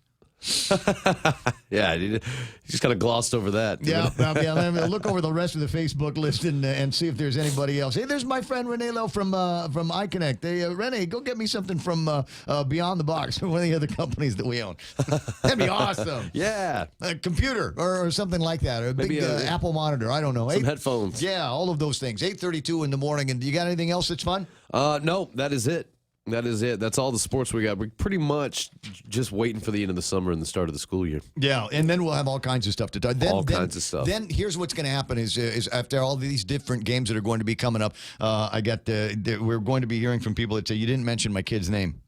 Why didn't you mention my kid's name? My kid's playing volleyball. My kid ran track yesterday. He came in first. You didn't mention his name. Yeah, and we're gonna get those Notre Dame fans. You're not talking about Notre Dame. You're not talking about Notre Dame. So here's this is a promise that I can make here, and I'll know more today. There is a possibility that my daughter Mayumi might be on the girls volleyball team at Academy. Oh, nice. Yeah, we'll have to talk about that. They've done the first cut. So if you're the coach, I'll tell you, I'll make a promise right now. If you make sure my daughter gets on the team, then I'll make sure that we've got superior coverage of the Academy of Our Lady of Guam's volleyball games. We will, and I'll always mention all of the girls' names. And that will start the report with that. We'll have a running roster here. Yeah, but not that she needs my help getting on the team, by the way. And I'm going to do another. I'm just a proud dad moment. She sent me a note yesterday, and it came in at exactly the right time. And she said, Dad, guess what? They're putting me into honors math. Were you were happy? Wait a second. I would not be happy. I was the guy that spent summer school every year at Father Duenas taking a math class again because I'm no good at math. So the notion that my daughter is going into math honors at Academy. Where those genes came from. I would be afraid. Not that I wouldn't be not happy. I'd be happy for her, but I would be afraid for me because I don't want her coming home with that homework. I'm like you. I'm not very good at math. No, she needs the honors math, and that's fine. So I've got somebody new to do my taxes. 8:34, and that's all the time that we've got for to pretend to talk about sports. Blake's going to go finish his homework over at Star 101. See you tomorrow night at Kento's for the Battle of the DJs. Yes, Battle of the DJs. All right, and Kevin's going to be coming in to cover that one as well for the Guam Daily Post. Speaking of Kevin Kerrigan, he's got headlines after this. KFC has finally answered the world's most important question. What came first, the chicken or the egg? And the answer is both. Introducing KFC's KFC AM, their new Southern and local-inspired breakfast. AM-loaded platter with chicken fried rice, waffles, and Colonel's chicken congee. KFC also has your all-time favorites, AM chicken and egg wraps, Southern biscuit and sausage sandwich, and hash browns. So for finger-licking good mornings, AM will never be the same at KFC. KFC, it's finger-licking good. 8:35 in the morning. This is the Ray Gibson Show. It's Friday morning. No frowny face Fridays. It works around here. So you got something that's fun to talk about, something that is going to be interesting, a little provocative. You got the telephone numbers. Right now we got to bust into headlines from the Guam Daily Post. Here is Kevin Kerrigan. Half a day and good morning, Guam. And the headlines from the Guam Daily Post this morning. 29-year-old Mario Espinosa has been booked and confined on allegations that he assaulted a police officer, as well as threatening and assaulting another man known to him. According to the magistrate complaint, police were called in by a man who accused Espinosa of threatening and kicking him. The victim had to be treated at GMH for his injuries. Police removed Espinosa and told him to stay away. But about 2 hours later, after the victim returned home, he called police again, saying Espinosa was back. When police came back, Espinosa ran away, fell down, and was caught. Espinosa then struggled with the arresting officer, according to the magistrate complaint, and the officer had to be taken to GMH as well to be treated for his injuries. Espinosa has been charged with assault on a peace officer as a third-degree felony, assault as a misdemeanor, and harassment as a petty misdemeanor. Visitor arrivals in June fell 2.3% compared to June of last year, according to the latest figures released by the Guam Visitors Bureau. However, the 123,258 who came to Guam last month was still the second highest recorded arrival number for the month of June. The GVB Research Department says the decline was due to the lack of any military exercises on island last month. Korean arrivals topping the arrival number with 62,413 visitors from South Korea. However, that was an 8.2% decline from last year. Japanese arrivals continue to recover with 41,027 visitors, an increase of 14.8% in June of this year. United Airlines Flight 197 on a flight back to Guam from Narita, Japan, declared an emergency due to a possible landing gear problem on Wednesday night. The airport rescue and firefighting team was placed on alert. The 737-800 landed safely, however, without issue about 10 p.m. Wednesday night. The landing gear was deployed and locked in place. The all-clear was given at about 10:15 Wednesday evening. There were 166 passengers and crew members on board that flight. For these stories and more, log on to postguam.com or pick up a copy of today's Guam Daily Post. All right, I think I will. 8:38 in the morning, and that's iConnect time. Give them a ring, would you? 888-8888 is the telephone number, and ask them about saving money on your internet and mobile plans at iConnect. Let's go for a drive. Let's take a stroll. Let's gallivant. Let's go cruising. We all have different ways to describe how we get up and go in our cars. But whatever you may call it, you can do more of it when you save 6% off your fuel purchases at any Shell station when you use your eligible Bank of Guam Visa and MasterCard credit cards. So stop by any Guam or CNMI Shell station and start saving today. Visit bankofguam.com for more information. Terms and conditions apply. Bank of Guam, the People's Bank. Member FDIC. Boy, we're not that far away, my friends, from an opportunity to bring home the gold. I'm not talking about the Olympics. I'm not talking about the SPG. I'm talking about a seafood cook competition in New Orleans in about a week or so. And Chef Pete Duenas from Mescla is going to be going and representing Guam in that particular event. And this is going to be great because it's going to be somebody from around here, fisherman and just a great chef, great guy that knows how to cook fish and seafood from around these parts versus guys that are going to know how to cook fish and seafoods from other, the Gulf states, the West Coast, East Coast of the United States, maybe some people that as far away as Alaska. See how you do seafood from out there. It's going to be an incredible competition. I'd like to think that there's going to be enough novelty in the ingredients that the chef is going to be packing with him, up to and including the doni pepper. Right? I think that's going to be the thing that wows the judges.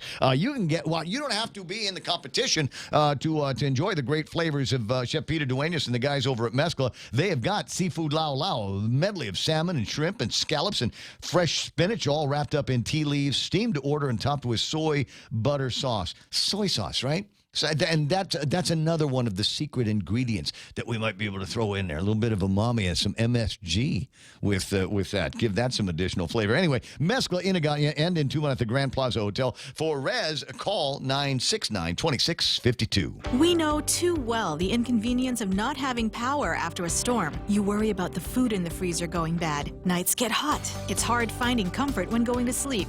These are realities. But with solar and battery storage from Micronesia Renewable Energy, these realities can be a thing of the past. The solar works during the day and the batteries power your home at night. Call 632-2613 to see how solar plus battery storage can make life a little more convenient. MRE, the smarter choice. I'll look at the traffic gizmo in a second, but I need to answer a couple of questions. There were folks, Blake was asking about the grand reopening of Min's Bar. They haven't had it. They did move. They did move from one place to the other, but they have now decided that she has decided that we're going to have a grand reopening or a re-grand opening Monday the 29th at 6. Humble dinner to showcase our new location. Thank you very much for the invitation on Facebook. I've shared that with my followers, and yeah, maybe that's what we're going to end up doing on Monday night, is going out and hanging out at the all-new Min's Bar. For those of you that don't know where that is, and maybe now that Min's is in the building, we can use that as the landmark, because every once in a while somebody will say, "Where in Tumon again?" And the answer is, "Hey, you know where Club USA is? It's over there." I don't know that we should use strip joints as our landmarks and our beacons. I mean, I suppose you can if you want to. Yeah, you remember where Tourist Nightclub was? Yeah, that's just down the road from there. Speaking of hotels, and somebody gave me this, a note that has been hung in the elevators at the Sheraton. A Sheraton Hotel fireworks display Saturday, July 27th at 8:30. And this is nice. A fireworks show for a wedding event will be held on the west side of the Alupang Cove Complex, beachside at the Sheraton Hotel. Due to the close proximity to our building, the noise from the display will be very loud, and underscoring at the bottom of that says, enjoy the show. 8:30, there's going to be fireworks right there over by the Sheraton because somebody is getting married. And the question that I've got in my head is now, who's getting married on Saturday? Who's got the nuptials on the 27th, and why wasn't I invited? 888-825-5888-TALK. All right, let me that was the traffic music that was playing in the background, so I suppose I ought to just try to give you something that sounds like traffic right now. As usual, this time of day down at Big Navy and Sumai is busy. You're going to see a line of traffic slowing you down northbound Marine Corps Drive in between the Hospital Road and the Kings and the ITC building intersection. So watch out for that. A little bit of traffic in and out of the airport area. 8, 10, and 16 is running clear. Don't see too much else that is going to be slowing you down right now. That is right now traffic here on The Point. Family Finance has been serving the people of Guam since 1959, and they'll continue to be there for you in the years to come. Whether you're looking to get a personal loan for that summer vacation or paying off those long overdue bills, Family Finance has got you covered. Apply for a personal loan from $1,000 up to $3,600 by calling Family Finance in Agutya at 475-4545, Upper Tumon at 647-5626, or in Dededo, 633-4473. Family Finance, serving the people of Guam since 1959.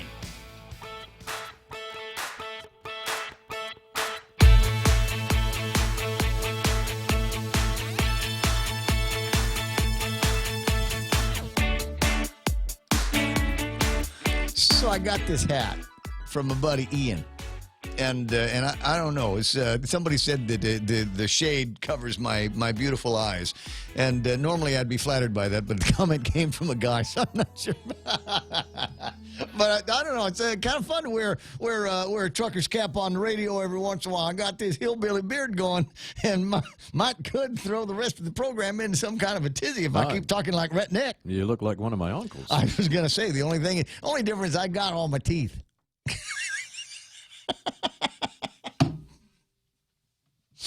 I'm just kidding, by the way.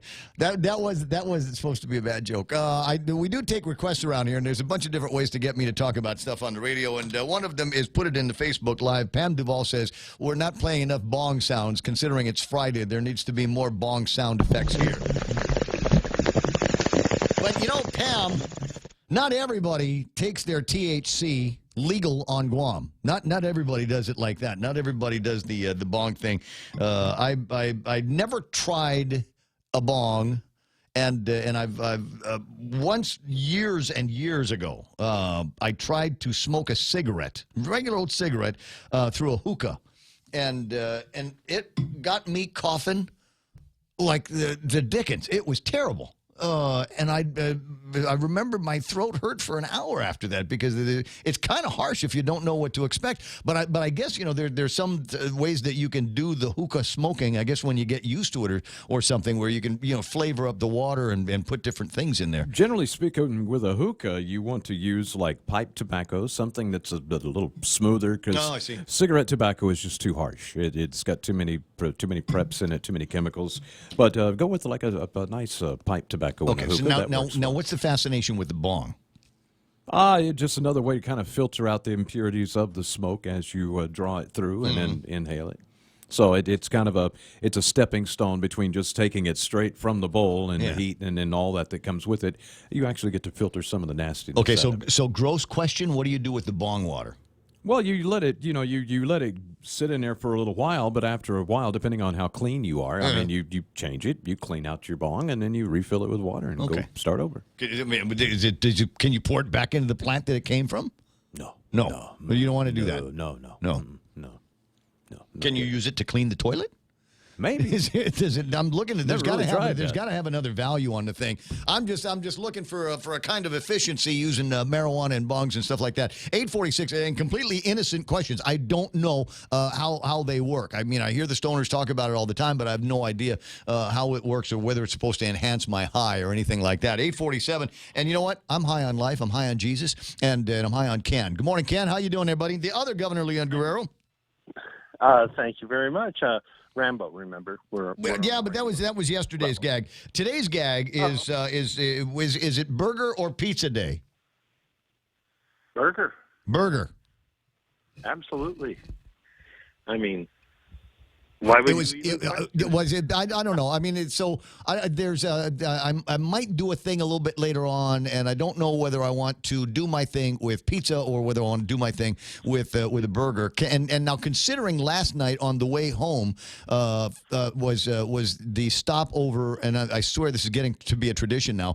Stopover at Stack's. Okay, I haven't been there yet.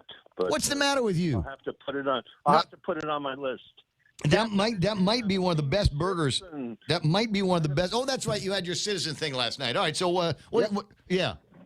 How'd it go? Well, it got off pretty much like I expected. It was a slow start. We only had a couple people show up, and one refused to sign in for fear. And that's the part that upsets me, that our people are so afraid of retribution from their government. They're afraid to put their names on a meeting sign-in, and that just upsets me. I'm disappointed that people feel that way about their government, and it's pervasive. I've had friends that told me, "Yeah, I was planning to come and stuff like that, but you know, yeah, I know." So we'll continue with the meetings. Attendance will be low, I know. The only people that will probably come out are those that have no fear. So this is why we need to continue doing these meetings. We need to continue this process, because until we break the chokehold that politicians have over the government and put the power of the government more in the hands of the people, it will continue to be this way. Well, there's that. I mean, you can have the town halls, you can have the meetings, and then there's the other part where you just start putting together the petitions. They start going to the election commission and saying, "I'd like to have voter initiative." Yep, it's a process. It's a challenge, but I look at it this way. It should be difficult to change the law. It shouldn't be easy, because if it was easy, then people would come up with all kinds of crazy changes that they want to make.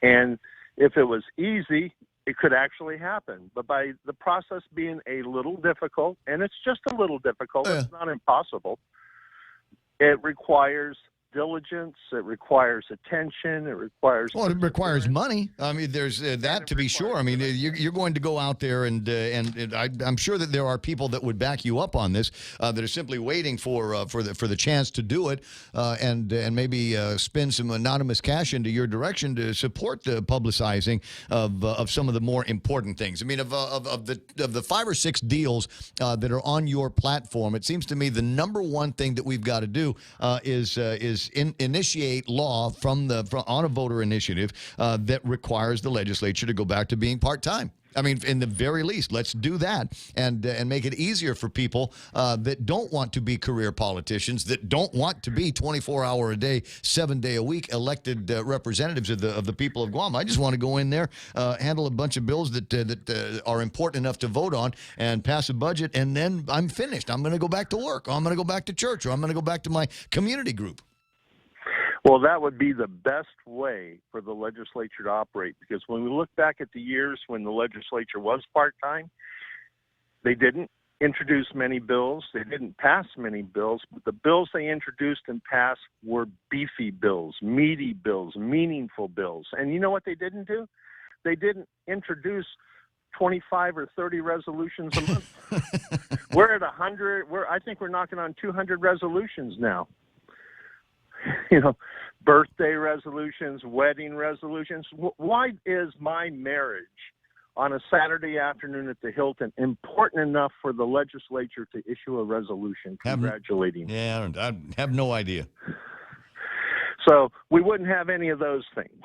We would have a group of 21 people who got together twice a year for 30 days and did meaningful work on behalf of the people. And that's the way it is in 41 states. So that's the thing is, and we've got to guarantee that it will happen, and the only way to do that, because it won't happen organically at the legislature.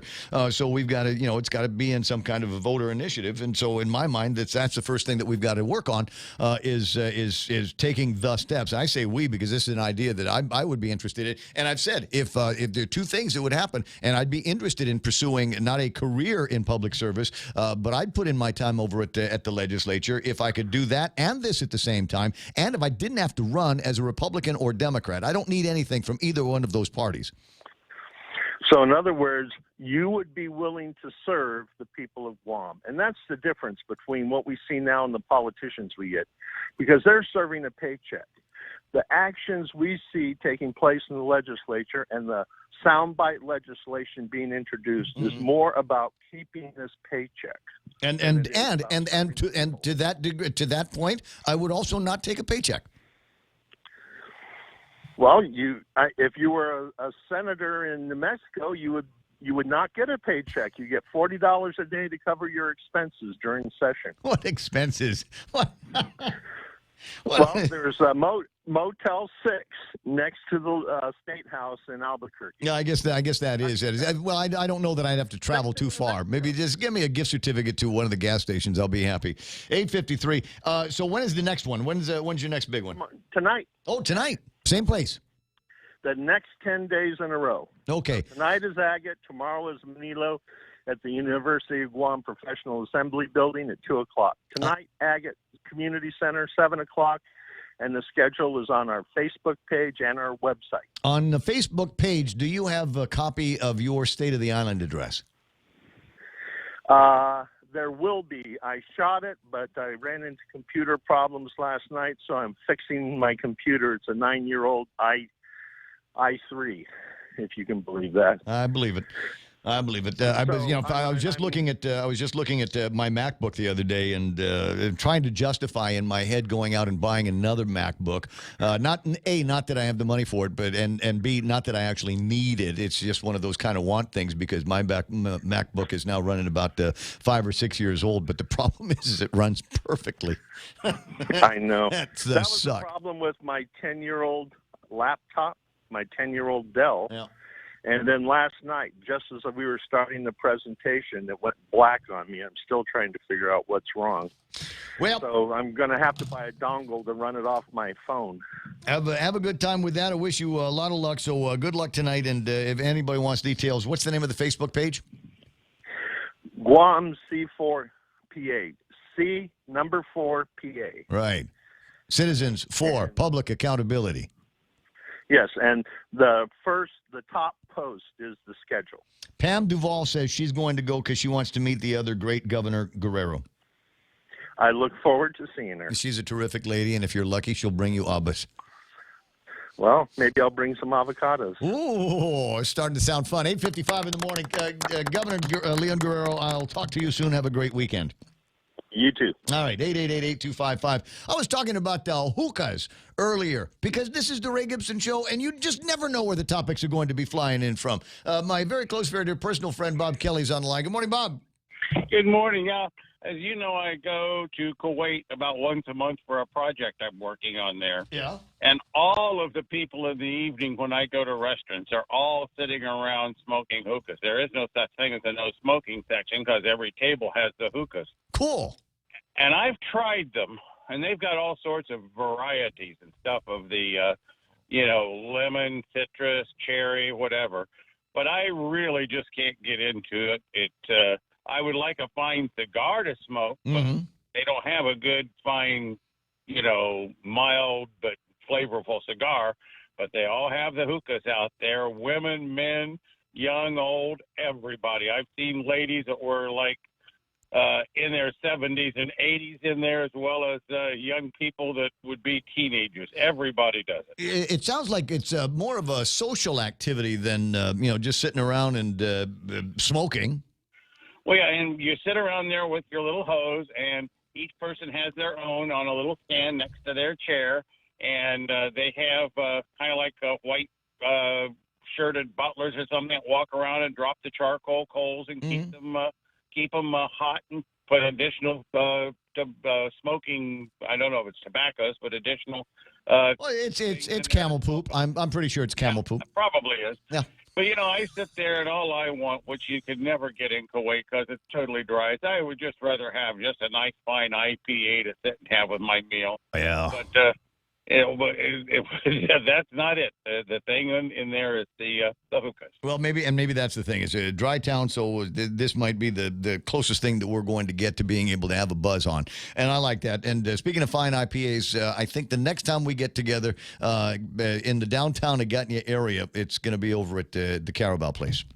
Is it open now? Are they open now? I mean, as in 10 o'clock in the morning? No, I don't mean that, but I went by there just 2 nights. I mean, I've only been back 2 days. I went by there the other day to see if it was open, and it was still dark. The business is open. You can go in there, and they've got 4 or 5 different varieties of beers that you can try, some crafty stuff. And one of the other cool things that they're doing there, that I keep forgetting to take advantage of it, is they will fill your growler. They've got a canned growler system. Or if you've got your own big growler, you can go in there and get whatever beer that you like, and they'll pull it off the tap and put it right in. We'll have to try it. Yeah, because they've had what is it? Kolsch is the name of the brew that I've been drinking down there. Is that more of a porter or? Somebody said it was the Budweiser. If you like Budweiser, order the Kolsch. Have some of that. If you like something, they got a couple of nice darks, though, that I think you're going to like. There's one that's got this brilliant, it's almost a coconut. There's a burnt coconut flavor at the end of it. Well, a very interesting thing. I normally do not like drinking something like Bud Light. I'm much more into the heaviers, the porters, the IPAs, the various ales. However, maybe it's because I came to Guam in the 70s and it's what the kind of beers I started with. When I have a Fiesta plate with my Red Rice, Benedeni, Kelaguen and stuff, I want a Bud Light. Bud Light helps wash it down, keeps everything crisp. Nice to talk about beer at 9 o'clock in the morning. I dig that. Dude, I got to run because it's the weekend, and we'll get caught up on other stuff a little bit later on. Check your email. I need to talk to you on that. Roger that. All right. 10 o'clock in the morning. I'm sorry. We've been working on projects together. That's Bob Kelly. I'm Ray Gibson. This is KUSG Agutnia. Coming up in the next hour of the program, it's just you and I. It's the extended dance remix of the Ray Gibson show. We're going to spend a little bit of time with Ron Brewster from Docomo as well. Talk about some of the cool things that they are up to there and maybe some new uses for 5G that even I haven't thought of yet. I wonder if he'll bring me a pretty hat like the one I got on now. Stand by. Fox News Live on The Point.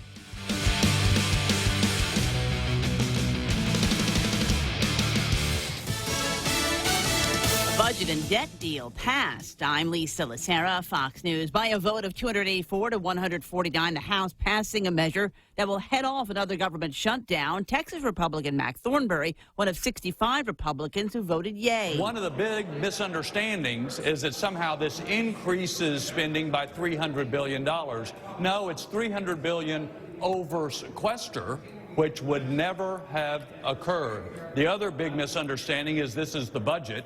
No, this is less than 30% of the budget. Thornberry on Bulls and Bears on the Fox Business Network. The Marine Corps says they've arrested 16 Marines stationed at Camp Pendleton, California, after an investigation into human smuggling. The Marines are charged with various offenses that also include drug-related charges. The House Oversight Committee now has authority to issue subpoenas to members of the president's family who also work in the White House. A party-line vote gives House Oversight Committee Chairman Elijah Cummings authority to subpoena personal emails and text messages used for official business by top White House aides, including the president's daughter, Ivanka Trump, and son-in-law, Jared Kushner. We need these documents to understand why the White House officials are violating the Presidential Records Act. Cummings says the White House is refusing to produce documents in response to an investigation. Republicans call the subpoenas another fishing expedition intended to go after the first family and contend Ivanka Trump and Kushner have cooperated. Fox's Jared Halpern on Capitol Hill. SpaceX has launched a capsule carrying a 3D printer to make human tissue and about 5,000 pounds of other experiments to the International Space Station. The Falcon 9 rocket launched about an hour ago on its third trip to the outpost. The 3D printer will be controlled by scientists on the ground and print nerve cells, muscle cells, and proteins. This is Fox News.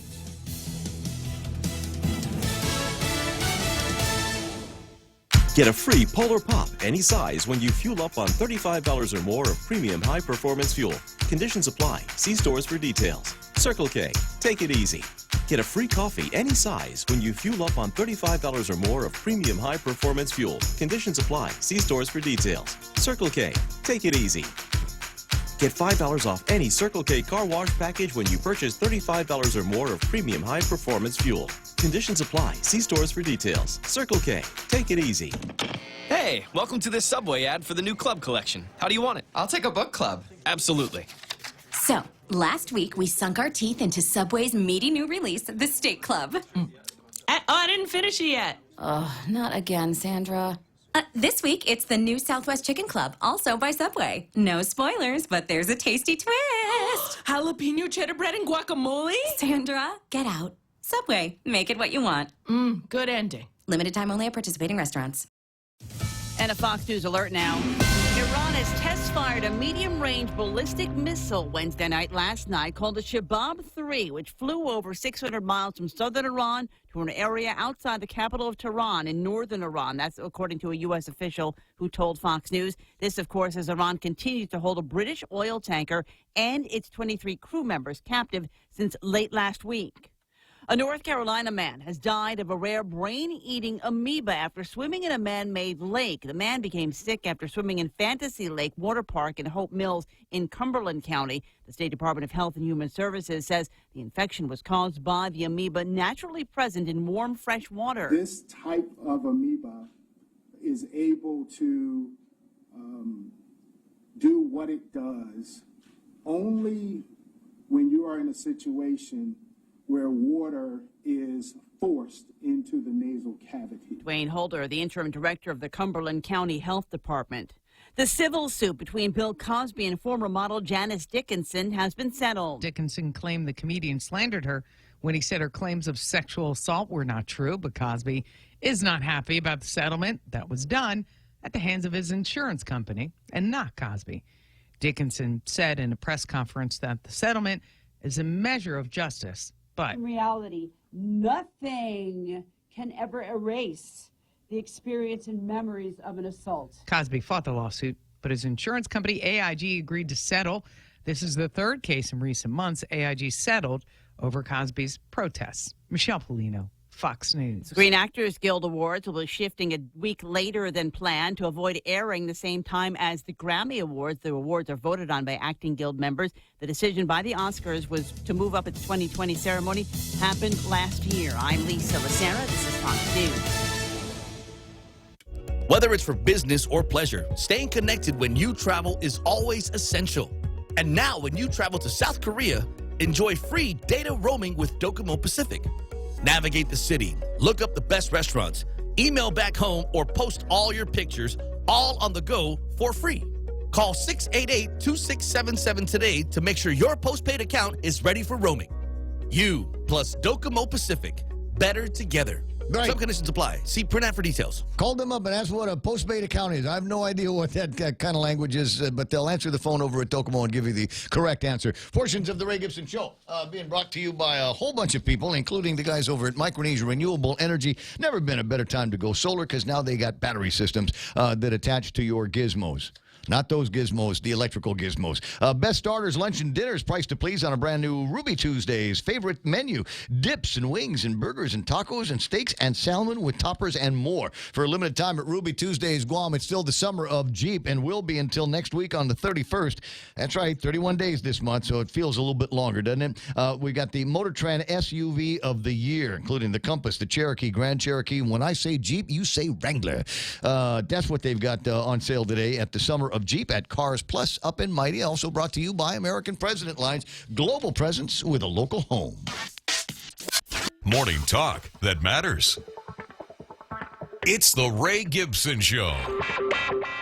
Call now, 888-TALK. That's 888-8255.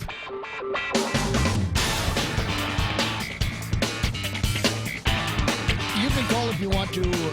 Sounds like that old song. You can dance if you want to. SAFEDTY. Safety. Dance. 6 after 9 o'clock in the morning. Online right now is a shot of EPAL Road, and I believe that was taken a little bit earlier today. And if you were up early and had a chance to see some of that cumulonimbus that was lurking up to the northern end of the island, it's possible if that is that very same cumulonimbus that there are a lot of sunrise pictures from. But this one is very, very interesting because it's got this cool kind of backlight on it, right? Well, what's going on here is you've got the sun that's actually, from what I can see here, the sun is actually above the clouds. Okay. So I want to say this was taken not too terribly long ago, although I've seen it up here. Maybe it's from yesterday. Anyway, what's going on here is you're getting a shadow cast by this cumulonimbus cloud, which is popping on through the inversion cap.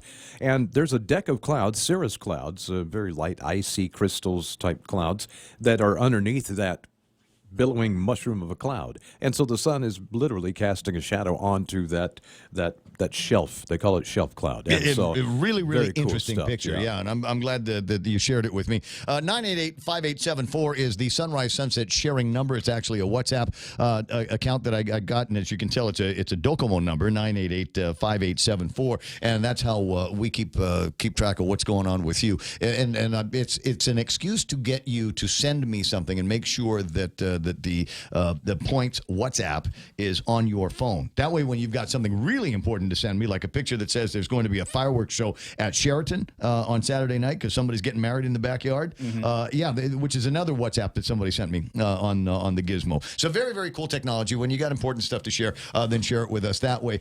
In the studio with me on the other and the guest microphone stage, my very close, very dear personal friend Ron Brewster from Docomo is in. How you doing there, buddy? Good. And I just got super educated about some clouds around here. This guy's a weather genius. He's a great producer, but he's the built-in weather guy for the radio station. So he's Michael Knight producer, but he's also Duke Sky Talker from the Points Weather Center. Yeah. And so that's the way we got that going on. So I see you have extra fuzz going on your head. I did. I'm trying to emulate you a little bit. I knew I was going to. But, to tell you the truth, I can't say that I did it for this show because I only found out I was coming yesterday. Oh, that's cool. So this is something I've been doing lately. How is it that I knew about it on like Tuesday, Wednesday? I knew you were coming in. They didn't tell you until yesterday? Oh, no. Well, I think another team was coming in, and then like something happened, and then they were like, oh, well, we got this spot open. Do you want to go talk to Ray? I was like, yeah, anytime. Talk to Ray anytime. Yeah, we can kill all kinds of time on the radio talking technology, but I noticed that you've got hair on your head and on the beard part here. Is this a new kind of fall look for you, buddy? Yeah, Just get tired of shaving everything? No, I just, kind of embracing my age, I think is what's going on there, embracing your age. How old are you? I'll be 50 in February. No way. Oh, man. Yeah. You're holding it together pretty good. Thanks, man. Not You bad. too. Not bad. Well, that's, you get to a certain age, and all of a sudden you look at the hair coming out of your body, and you're going, wait a second, it's too early to come in gray. And then you look at the calendar and go, yeah, I guess it is about right. I'm pretty much embracing my gray. It's just the hair that comes out in, like, your ears and stuff. Like, where does that come from, man? Like, no one warned me about this, There's and grooming products that all of a sudden you have to buy. Yeah, you look at that stuff and you're like, oh, that's for old men. What is it? What are you supposed to do with that? I need that. What do you shove that in your nose? And the guy says, yeah, exactly. You shove it in your nose and it gets the hair out of your nose. What the heck is that? I get the other thing, and I'm the same with you, and it's something I got to keep track of. And of course, I'm growing a beard, which is kind of an active process, which means I'm not shaving, which is the other active process, which means that there are hairs literally on my ear. that could, if I let them go, they would become their own ear beards. No, the crazy thing is like you'll get rid of them, and then the next day there's like half-inch long ones. You're like, dude, where did those come from? So they weren't here yesterday. So the next time you go to get a haircut, I'm talking to a bald guy about going to get a haircut. I mean, this is lost on me. But the next time you're with Mrs. Docomo, go over, go with her when she gets her hair did. Go with her and have them wax your ears. Okay. I'll give that a whirl. I don't know if it'll work, but I want you to do it first. Oh, okay. And if it doesn't kill you, let me know, and then I'll let my barber do it. Yeah. If I ever get around to going and doing some barbering stuff. I'm sure everybody at the office is like, what is this guy talking about?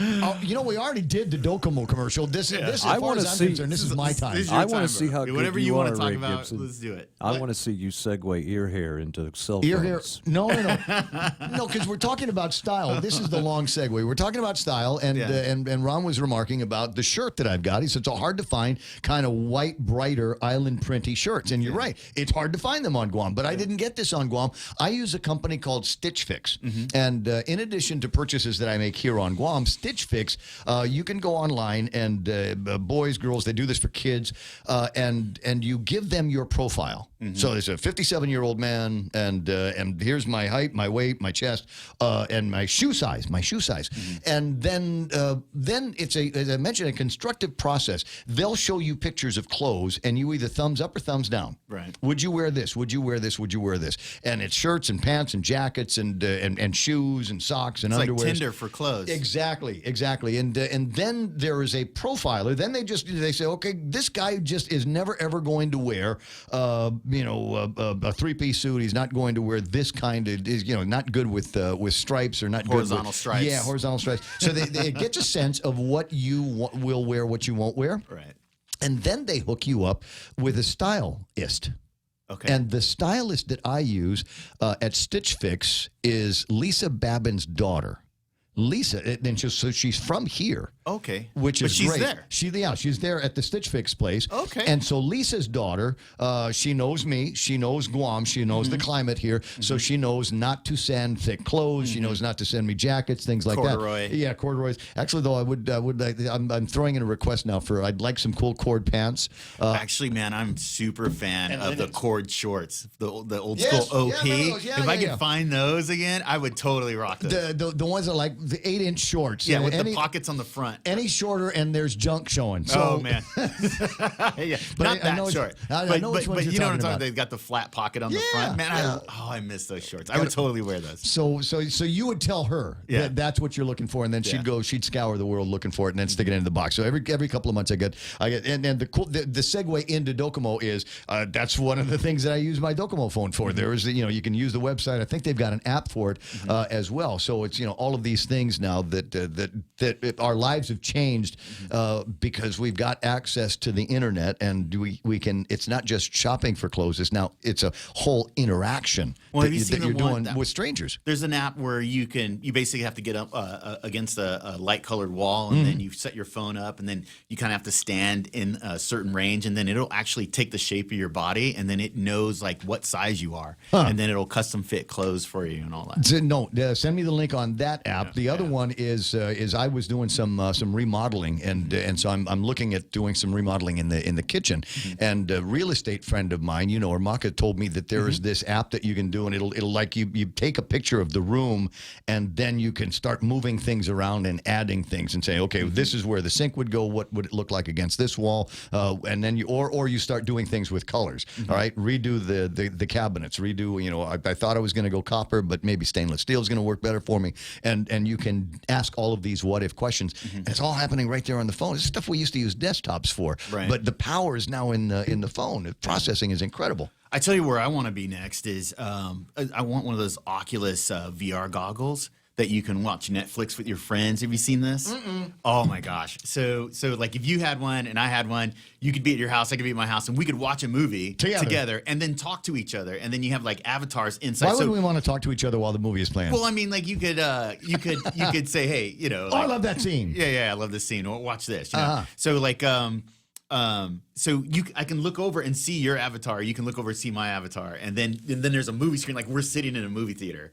And super amazing, and then you can also use it for like the NBA. So I was going to say, so you've got this thing, you've got the monitor right in front of you in your eyes, and it's stereoscopic, right? Yep. So obviously, if we're watching something, you've got 3D capabilities. That's going to be up on the screen as well. I don't know about the 3D, but it's just like you really feel like you're sitting in a movie theater. But does it break the thing into two planes? No, it's just a okay, screen. so just one straight thing. Okay, so maybe not 3D. Yeah. But then does it have earpieces? It does. Okay, so we get stereophonic sound. So and then when you look around, I mean, like you can look behind you. The soundscape changes. And so they have so then the NBA has an app where you can virtually sit at the mid court line, and watch an NBA game. So then you sign up for this and you pay a monthly fee and you can watch NBA games like you're there. That's who I want to be next. Where's the technology taking us? Actually, the scary thing is, there's a couple of Black Mirrors or broken mirror. What is it? Black Mirror, right? Mirror? Yeah. There's a Black Mirror now where they got that synaptic interrupter, right? And the guys go into the video games, and one guy plays a girl and one guy plays a guy, and there's this weird kind of I haven't seen this one. Interaction. I don't know where you're going. Interaction going. It just the multi-sensory equipment things going on in this program. Yeah, it's don't watch it with the kids. Okay, yeah, I steer the kids away when I'm watching. So Black what did you Mirror. now? 917. It's amazing we've gotten this far. We haven't talked about any Docomo stuff. What are you working on? Well, we've got a couple things in the works. I heard that you guys were talking about FirstNet the other day. Yeah. So, I'm proud to say that AT&T selected Docomo Pacific to be their network partner in Guam and the Marianas for their FirstNet network. And the FirstNet network is a dedicated network for first responders. So you remember during 9/11, there was a multitude of problems, but mostly were the first responders were dealing with congestion because everybody was calling their friends and family to make sure that they're okay and all that stuff. They used a back channel on the old BlackBerry system. Yeah, and then they were all using different platforms, so they couldn't communicate. So it was a really big problem. So after that, the 9/11 Commission basically recommended that there be a dedicated network for just first responders nationwide, and in the 5 territories that they'd have seamless communication. And the Navy and Marine Corps jumped on this. It's a pretty big deal for public safety. You imagine it's got technology in it that prioritizes first responders so that in a time of emergency or natural disaster or just even big events. So your first responders would go to what Bob Kelly, what do you call it, Channel 14? Well, there's a Band 14, the Band 14 will just be integrated. So when FirstNet was developed, they didn't want to burden the taxpayers with this network. So what the government did was they sold, they gave the network Band 14, and then they sold a bunch of spectrum to raise money for this network. So it's all funded, it's all done, and so the Band 14 will just be part of our network. Yeah, and then so I'm a first responder. Do I come to you with my phone and say, make sure that this is Band 14 capable? So anybody who wants to subscribe to this would reach out to AT&T. We're just helping them. You're just the technology guy. We're the technology guy, and we're just assisting them in activating these customers. All right. So, the hundreds of guys here on Guam, first responders in a variety of places, port police, cops, fire department guys, military guys. So they will all have their own network. So if there is something, God forbid, earthquake, tsunami, cyclone, hurricanes, and that kind of thing, if something were to happen, and the regular non-first responding public is going to be all over their phone. We're all going to be making phone calls. We're all going to be chewing data in and out. So, but these guys are going to have their own reserve space, so they should not have to worry about congestion on Band 14 because it's, for all intents and purposes, only going to be them. No, so really, close. So, okay. So basically, they'll be utilizing our entire network. This will get worse as I start asking questions about 5G, which is still, as much as I think I understand 5G, it's still a black box in my head. Yeah. So just if I can just simply say it, they'll be using our entire network. Okay. So our customers, first responders, they'll have the breadth of our entire network. We'll just be incorporating Band 14 into that, and so everyone will be using everything. It's just in the time of an emergency or whatever, first responders will just be prioritized. Based on so everyone will be using everything. Right. But so how do we prioritize them? What's the technology? Because once they've been because now they're integrated in our network. The technology will know that these are first responders, and then it will prioritize their calls. And then also too, it's just state of the art. So you can think back like in 9/11, I mean, they were probably just making calls. Yeah. So now they'll be able to send images and video, and they'll be able to man drones with it, and then one of the other things that's a benefit from drones. I mean, it'll be high tech, man. And so one of the other benefits that it's like, let's just say, God forbid, everything goes down, we'll have deployable satellite carrier on wheels that will be able to roll out and basically connect via satellite and then provide a network around that area. All right, so we've got connectivity here, regardless of whether or not the local system is down. You'd still be able to do bounces. In the event of a national emergency, would first responders have priority here and be able to message back and forth with other first responders in different parts of the country? Exactly. Yeah, and then if, like, let's say FEMA showed up, they'd be part of FirstNet. They'd roll in here, and then they would have to not have to worry about roaming and what network they're going to be on and what SIM cards. It'll just pop up. They'll just pop here and they'll just connect. Huh. And so all of that stuff is built in using the SIMs? It's built in because of the network integration. So the switch has been, there's a switch, and if it's on, then the first responders and their, as they have been identified as first responders, the phones will just know that Yes. you're in FirstNet territory. Now, is this rolled out already? No, we're working closely with AT&T. Yeah. They've got the timeline and we're working with them for this integration. Do we need any special phones for it? As you said, it's talking state of the art here, which changes in the phone business about every 25 minutes. There's something new. What's the next one? Is the electronic SIM, right? Is the next one that's going to be the eSIM is one of the next big deals where we got a little slot here. You put you put the little thing in and you've got a little deck of cards that comes out and there's a SIM that goes in there. But pretty soon, my understanding is that the phones aren't going to have that old style SIM in it. There will just be an eSIM and the phone will go, okay, I'm here. Which network did you want me to be a part of? Right. So if you think of the first iPads, right? Like the cellular ones, they would have a SIM card in them already. Yeah. And so it's kind of like that, where it would just you would buy it at the Apple Store, turn it on, and it would say, okay, I have a SIM card here that works on anything. Which one do you want me to attach to? Here's their it would even show you their pricing. You know what I mean, on the thing, and then you would select it. This is like that without the SIM.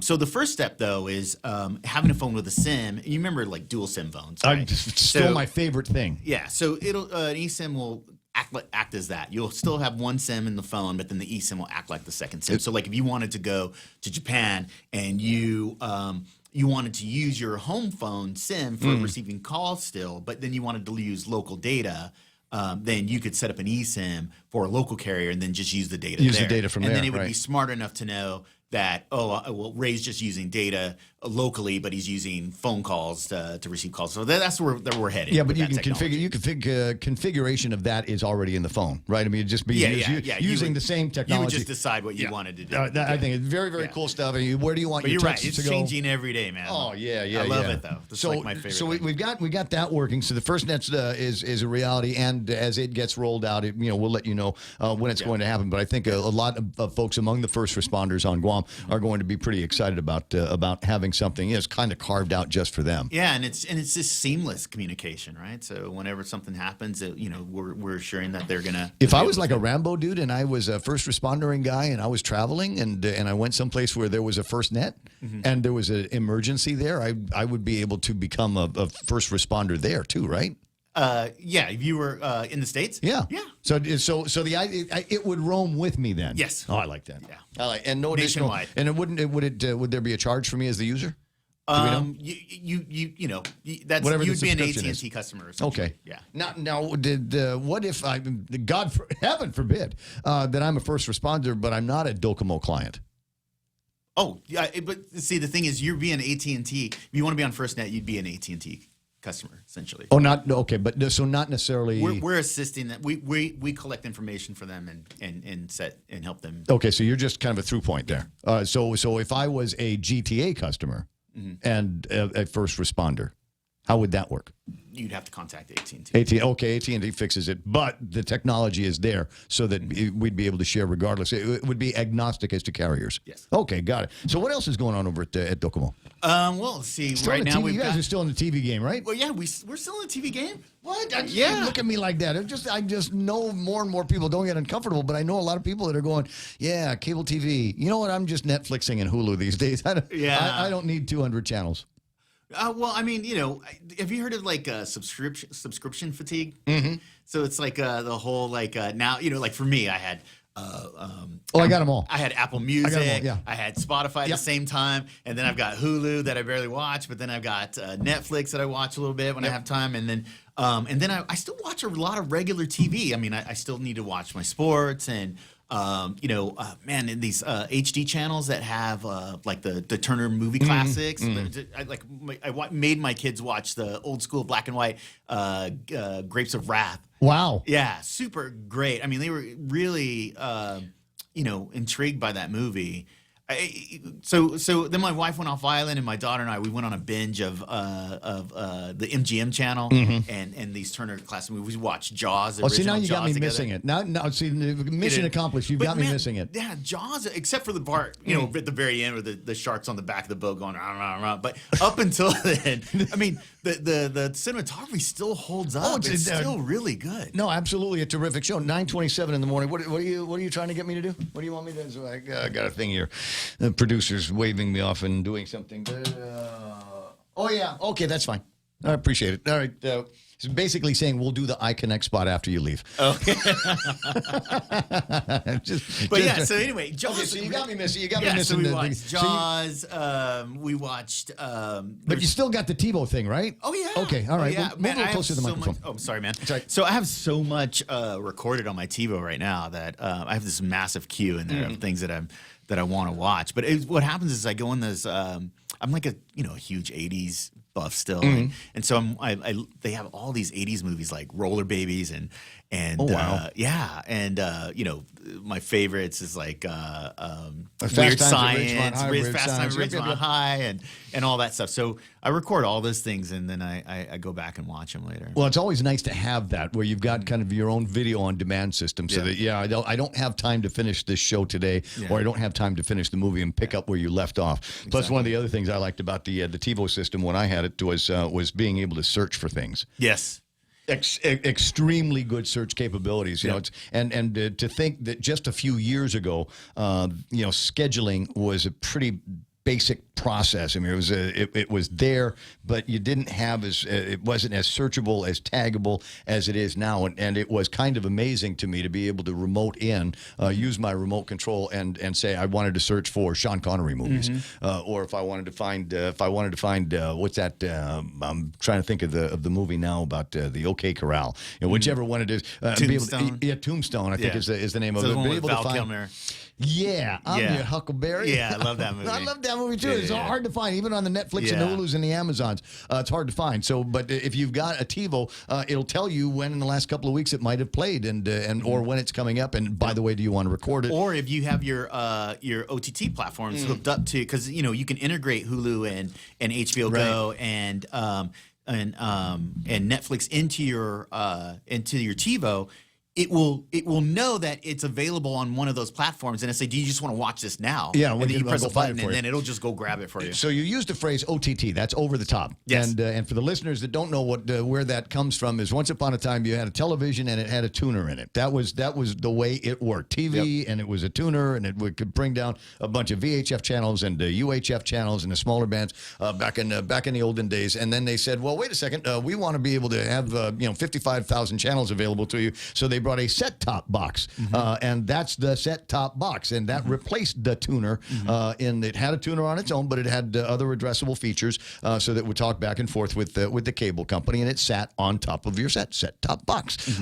And now we have over-the-top, which basically means that you don't need anything, because now it is all computerized, and like every one of the screens that I've got here in the room, there's the internet. And so you can watch your Hulus and your Netflixes and your YouTubes and your Amazon Primes and all of that stuff without requiring any cable other than the internet. So now it is over the top. And so those are the services that we're talking about. And among the things that I consider to be one of the most exciting things that's going to happen with entertainment in the next 5 or 10 years is how everything is going to be going over the top. And how it is possible that even your local television station may have an over-the-top application soon. And yeah, and so where I think local radio station might have an over the top. Yeah.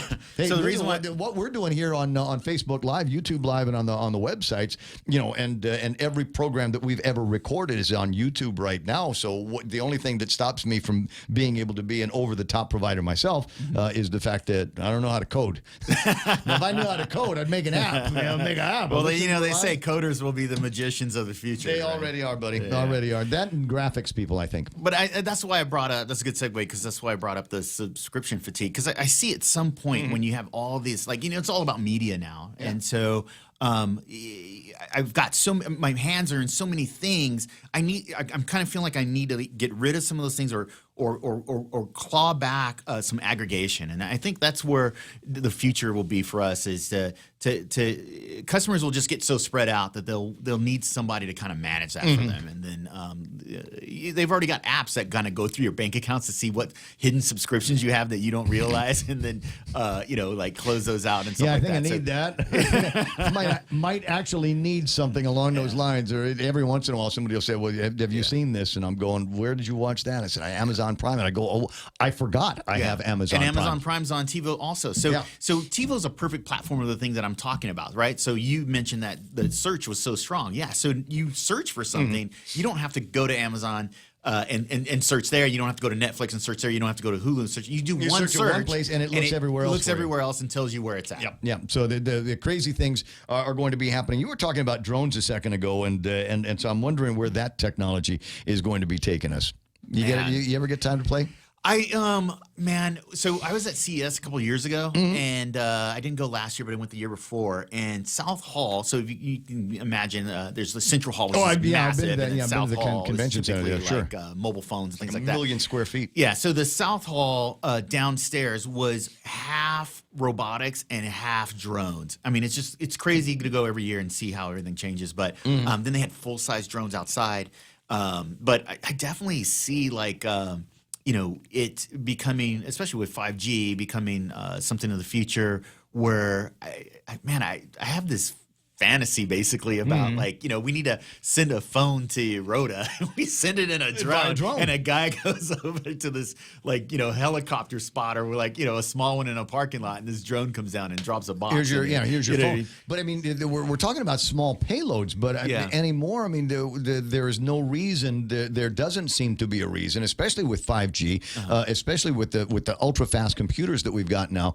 Just a question of putting bigger motors and bigger controllers and bigger sensors on these and being AI. AI, so that they're doing smart. AI. So here's the other thing is, even though they're opening up a Payless within walking distance of my house, I still don't want to go. So if I just need give me a 6-pack of beer and a pack of Slim Jims or something like that, and somebody over at the place will put it into the drone, and the drone will pick it up and drop it off at my house, and then go back. Yeah. Have you seen this neighborhood that Amazon is doing they basically roll up in a truck, and then a guy opens the truck and he puts out like 25 robots, and these robots basically drive to people's houses and drop their boxes off at the right house, and then this guy just kind of manages those little robots. Technology is crazy. So you go from we go from the drones conversation into the robot conversation. And that's going to eventually.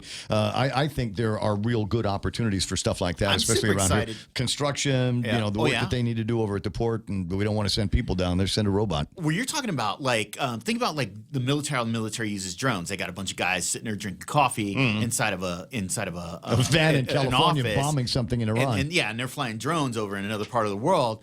I imagine that's going to be happening for semi trucks in the States, and then we've already seen demonstrations of remotely controlled bulldozers and things like that, where one guy can control 4 or 5 bulldozers around an area. The cost to hire the guy that knows how to do that seems to be going up all the time. The availability of those guys, and especially when you're talking about, and maybe it was you that told me, but there are places where they're actively looking at AI, and they're looking at driverless automobiles, and not just cars, but full blown trucks, because we need to. There are truck drivers that just vanishing breed of people. But we still need to move the stuff, and not everything is going to go on the plane or on the train or on the ship. If you've got inland shipping that needs to take place point to point, you'd hire a truck driver to do it, but there are fewer of them now, so let's go ahead and make it a driverless vehicle. But they're actually saying it's safer. So what'll happen is they'll have a semi-truck, an actual guy drive a trailer out to a spot outside of town, and then autonomous truck will pick up the trailer, take it to do the long haul to another city, and then stop on the outskirts of that city, and then a real person would take that trailer and bring it actually inside the trailer. One day, the only thing that's stopping us from being able to be the beta test place for that is because we got lousy roads. if we had better roads with better markings and stuff like that, it'd be a whole lot easier for these cars and trucks. And you know what? The other thing is, if we did have driverless automobiles, they would stop over at the Kapuha Loop and try to make that left-hand turn onto Route 4, just like our tourists do. 936 shouts to Smug Wimp, who agrees with me. I've always felt Guam was the ultimate beta test location for almost any technology. Pam Duvall says, I look like George Clooney and Brother, Where Art Thou? Ellen Brady's online, old friend of mine, and Annette Ada Vasquez is joining us again. Good morning, Annette, or good afternoon, where you are hooked on the program now, aren't you? Eric Carlson is online. Sandra De Leon Guerrero is hanging out. Lots of comments from her. Joe Cepeda, Jim Healy is online. Felix Rages, and Chris Chip signed in and said, good morning to you, wherever you happen to be. I need to, on another subject, I want to see if I posted the link up a little bit ago. Equifax got hit, the leakage with personal information from a lot of people. And my buddy Bob sent me a link to an Equifax site. Let's see if I can call this up here real quick, because it is a big story. It is Equifax breach now, file a claim for your share of the settlement. Find this on cnet.com, if you will. So you go to the article, and it describes what happened to Equifax, and then it asks for your last name, the last 6 digits of your social security number. It will do a search, and I came up positive. So apparently my data that was part of the Equifax database was part of the data that had been stolen. And so you can file a claim for it. There's about 4 different versions of claims that you can file, just FYI. But I thought that was incredible that it had gone as big as it did and affect us here on Guam. So, folks, if you've ever done anything and have ever been a part of any kind of credit search, there's a very, very good chance that Equifax was a part of that. They got their data broke into, so it's possible that there might be something for you. I don't know that I'm eligible for anything other than additional, like LifeLock or something like that. But that's one of the interesting tech conversations that we can get into. Yeah.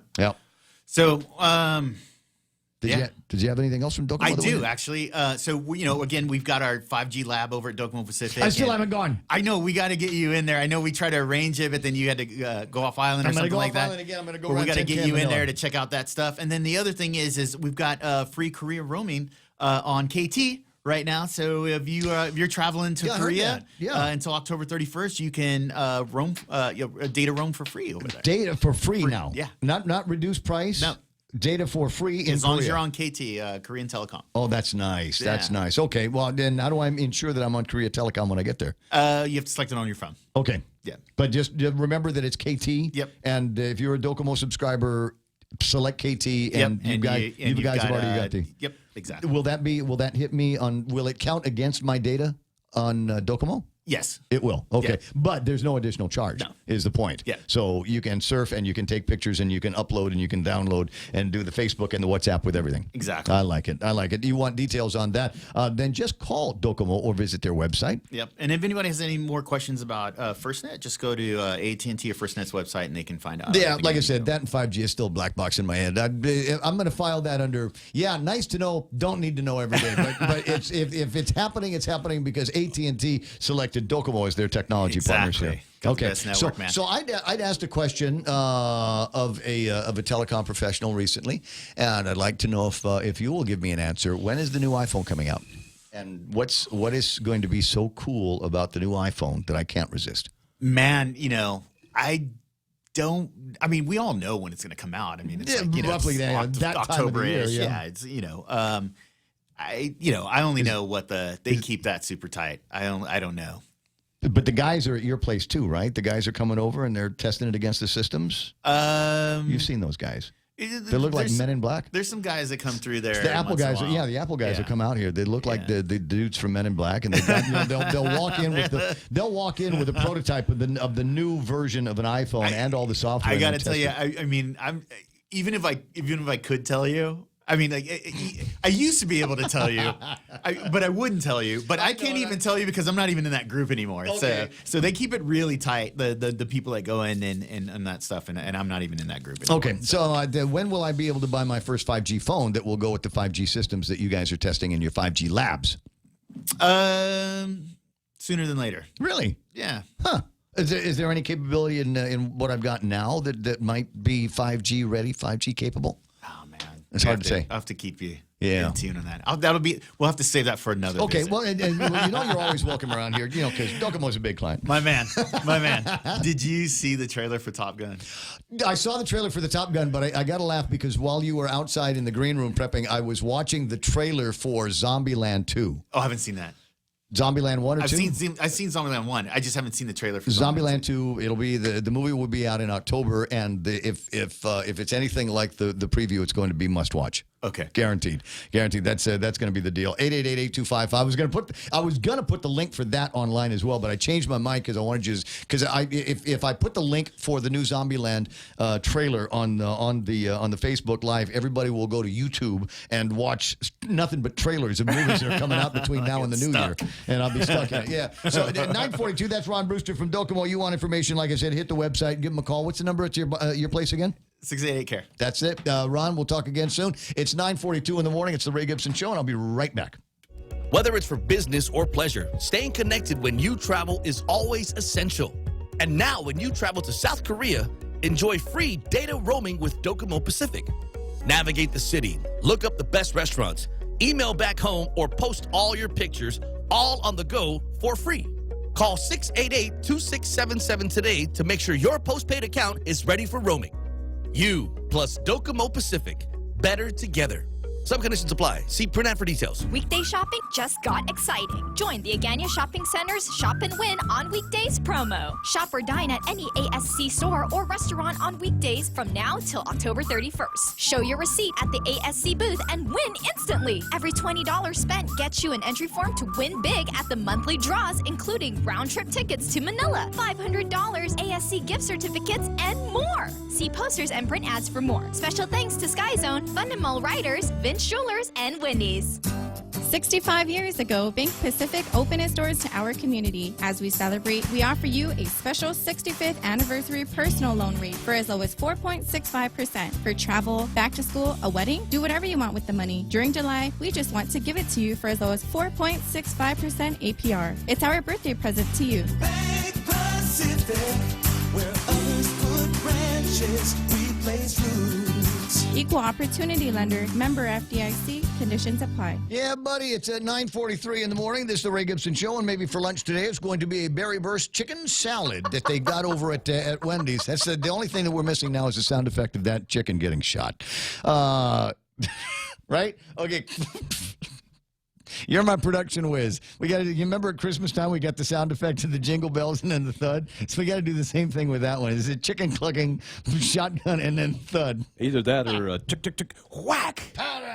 Yeah. So anyway, so we were talking about going to Wendy's and have a salad, and somehow got into that curious conversation. Then we barbecue it with the branches of the Nelsoni tree. But big chicken on the greens, and that's the basis of this. And then they start sprinkling some Wendy's magic on it. There's strawberries and chunks of blueberries in there, feta cheese, shaved almonds, and then you dress this up with an actual dressing, raspberry vinaigrette.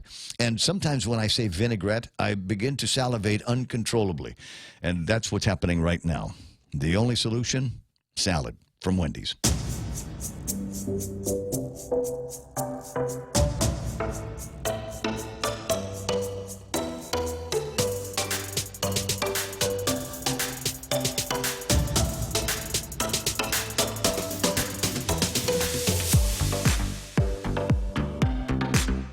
like there was a good news, bad news piece coming out of the Guam Visitors Bureau yesterday. Guam tourism arrivals slightly down, and preparations being made now for the peak season. I'm a little spooked because we're still paying to bring Japanese out here with the subsidized chairs, and the Korea market is off a little bit. And I don't want the Korea market to go off because it seems to me that's the bulk of our tourism business.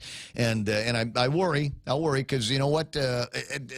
And another aside here, and another aside. Remember last week I had these guys come in just before Liberation. They were representing a group of Chamorro veterans in the United States, and looking to use a bunch of guys and girls that have served the country in the military that are now retired, that reside in states that have representatives in the House and the Senate.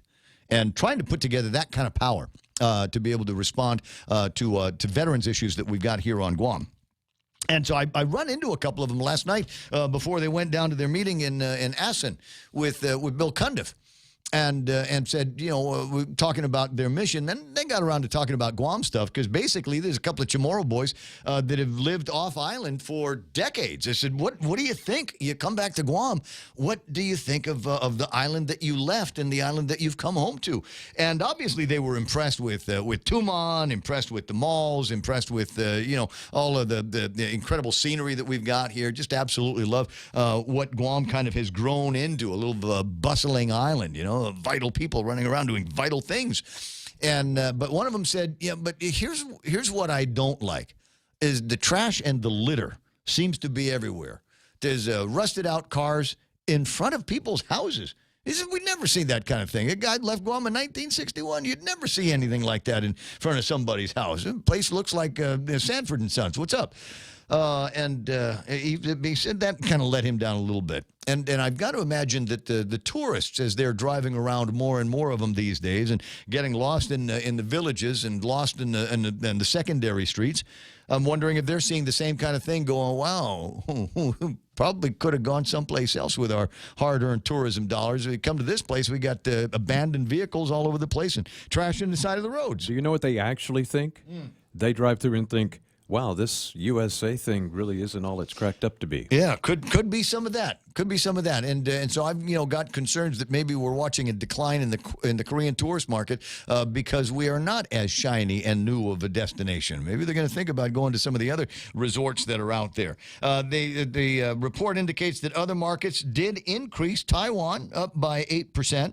That sounds good, but that may only account for about 20 people. The Taiwan market isn't huge. 4.7% worth of an increase from, quote, the United States. And I like this one, plus 17 for arrivals from the Philippines. And I haven't seen the actual numbers on how many packs that represents, but I'm happy to see that those numbers are going up, but apparently not going up well enough to keep Cebu Pacific here. Yeah, and that's the thing. You know, I was wondering why Cebu Pacific was pulling out, and certainly it's not because of the volume.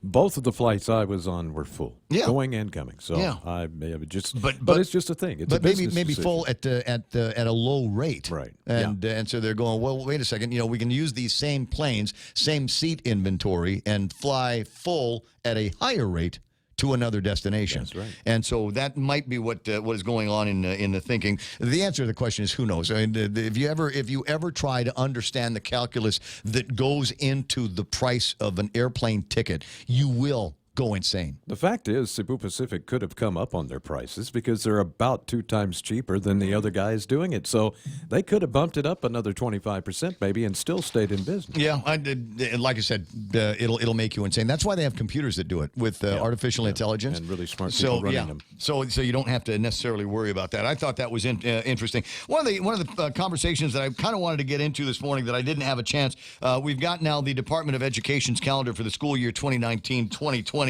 Which in my mind is an indication that, well, I guess we're going to do it. I guess there's going to be school pretty soon. August the 13th, I believe, is going to be the first day of school. Parents of students turning 5 years old by July 31st are also reminded to register children for kindergarten prior to the first day of classes on August the 13th. And here we are, everybody enjoying summer and going on their trips to Korea and Bali and Singapore and Bangkok. And I'm only a little bit jealous because I did get some Singapore in, but that was work. That was work. But I got buddies that went all kinds of places recently, and I couldn't go because I need to be here. Yeah. With the time difference and everything, and they're still sending messages up on the Instagrams and the Facebook. I wake up in the morning at 4 o'clock, and I start seeing some of these images of my friends having fun, doing all kinds of things. They got zip lines, and they're touring these temples and dressing up in culturally appropriate clothes. Eating parrotfish. Just eating stuff we don't got here, right? What'd you have while you were in Bangkok? Oh, Komodo dragon. How sweet. Isn't that wonderful? Anyway, so there's going to be school. They want you to get... you listen to this list of things that you have to get if you want to get your kids registered for school. You'll swear off children. A completed district registration form, the student's official birth certificate, parent and not the one they give you at the hospital. That's a souvenir. They want the one from public health. Parent and guardian current photo identification, court appointment guardianship document if it applies, the official transcripts and official withdrawal from the previous school, proof of residency, including, but you only need one. And if you love going to the mayor's office, mayor's verification, or a copy of a mortgage, a utility bill, living arrangements if staying with a family or friend, somebody provide a notarized letter. IEP, EAP, ESL, or agency letter of placement, if it applies, up-to-date immunization record. Now, that's probably the most important of the things that you've got to get is an up-to-date immunization record, because we don't want your sick kids coming to school and making my kids sick as well. So make sure everybody's had their shots. TB requirements and the physical exam for kindergarten, 6th, and 9th grade, and all new students will require some kind of a physical. And I don't know about you, 13 days isn't long enough, so I just, let the kids stay out of school, and we'll take the year, chip away at some of these assignments that you're supposed to be getting. There might still be, I think there's going to be a job fair for teachers, right? Are they still doing that? Still looking for teachers in the Department of Education? I know they're down, but it's not like a huge no. It's like 30 or 35 or something like that. Truth of the matter is, it's possible that we could leave this show, because we're generally done by 10, unless there's other homework that we've got to do. But technically, we should be able to leave our broadcast confines and go and work with the Department of Education. Would you like to be a teacher? No. I've actually been an English teacher. I was an online teacher, when I was in the Philippines for a while. It's fun to teach the kids, but the problem with teaching is you've got to please about 3 or 4 different sets of people, and it's just impossible to make everybody happy. Yeah. It was actually one of the most stressful jobs I've ever had. My friend Doris, she's a teacher. She's online right now. She's like laughing. Oh my God. Could you imagine can you imagine just how twisted your kids would come out if I was their teacher? Could you see a world, any kind of planet, where I was standing in front of your kids for 45 or 50 minutes at a time? So English would be something you would be interested in teaching. You've done that, right? That would be your thing. I would like, if it had to do with science, I'd like to be the science guy. Oh, okay. I would love to be the science guy. I was fortunate when I was growing up. I went to school at Cathedral, and Sister Elaine was our science teacher. And she was a hands-on science teacher, which meant that more often than not, it was show and tell. Nice. And there'd be all kinds of experiments. She had the whole classroom fitted out like a lab, and so there were things there was colored liquids that were boiling, and we had all 2 or 3 kinds of pets in the building that we could play around with, and it was just fun to be in her class and be exposed to science. And maybe that's why I like all the technology that you and I get to play with around here, is just because it throws me back. It reminds me of when we were doing hands-on science in the classroom. Hey, look, 9:54 in the morning, and a couple of other folks I wanted to say good morning to. I got Debbie Picklesheimer online here, and Smug and Sandra De Leon. There were a couple of other names that were online with me a second ago, and now I can't find them. I'll look again while the commercials are playing. I'll be right back.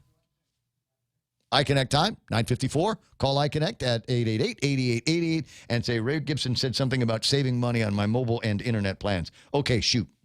Security Title is honored to join in sponsoring Ray Gibson on The Point. My name is Alicia Blas from Agate, and this is where I start my day, listening to the voices of our community and sharing thoughts about issues that affect all of us. It all boils down to our people and our land. Putehi Igumamu. Protect your home. When purchasing or refinancing your home, remember to call the professionals at Security Title, just like you call Ray Gibson in the morning. Mezcla Chamorro Fusion Bistro brings you island hospitality with a true taste of modern Chamorro cuisine. A bistro look that feels like home. Their menu features local and traditional flavors with a twist. From their famous Calaguan Hafa to fresh ahi poke salad and their award-winning barbecue ribs. Mezcla takes your favorite local dishes and serves them with extra flair that you'll only find at Mezcla Chamorro Fusion Bistro. Stop by their newest location in the Grand Plaza Hotel in Tumon. For reservations, call 969-2652. Mezcla, a true taste of Guam.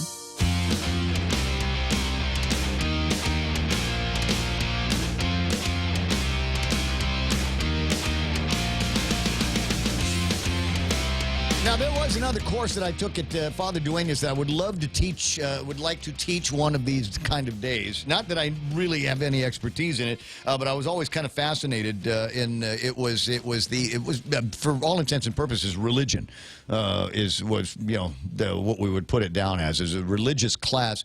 But it was my sophomore year at Father Duenas, and that particular year was Father Dave, not that one, the other one.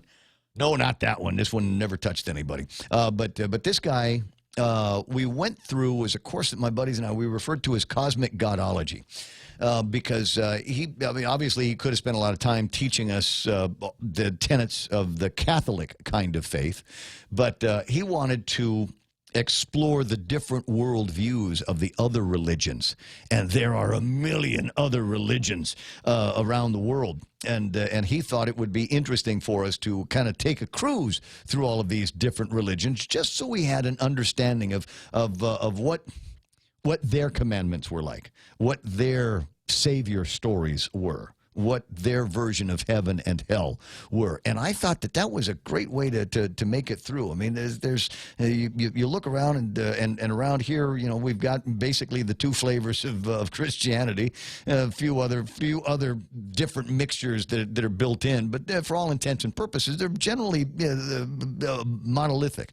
But there are all kinds of other ways that other people from around the world, different cultures and different ages, have worshipped. And that was an interesting course. I don't know that you could get away with that in the Department of Education. DOE does got a job fair coming up, not a job fair, a back-to-school fair this weekend. It's going to take place tomorrow from 10 until 2 at the Agana Shopping Center. Exhibitors will be featured at this year's fair, including people from Special Ed, Guam Head Start, Second Chance Project, College Pathway, Career Pathway. Sodexo Food Services is going to be doing a product sampling down there. Sodexo's the guys that generally feed everybody in our school system. So they're going to be having food samplings. There's going to be truancy, school-based behavioral health. How important is that in 2019? Put the phone down and learn some manners. That's what we need to teach the kids. Nick Perlowski with this. Home economics needs to be taught. Oh, boy.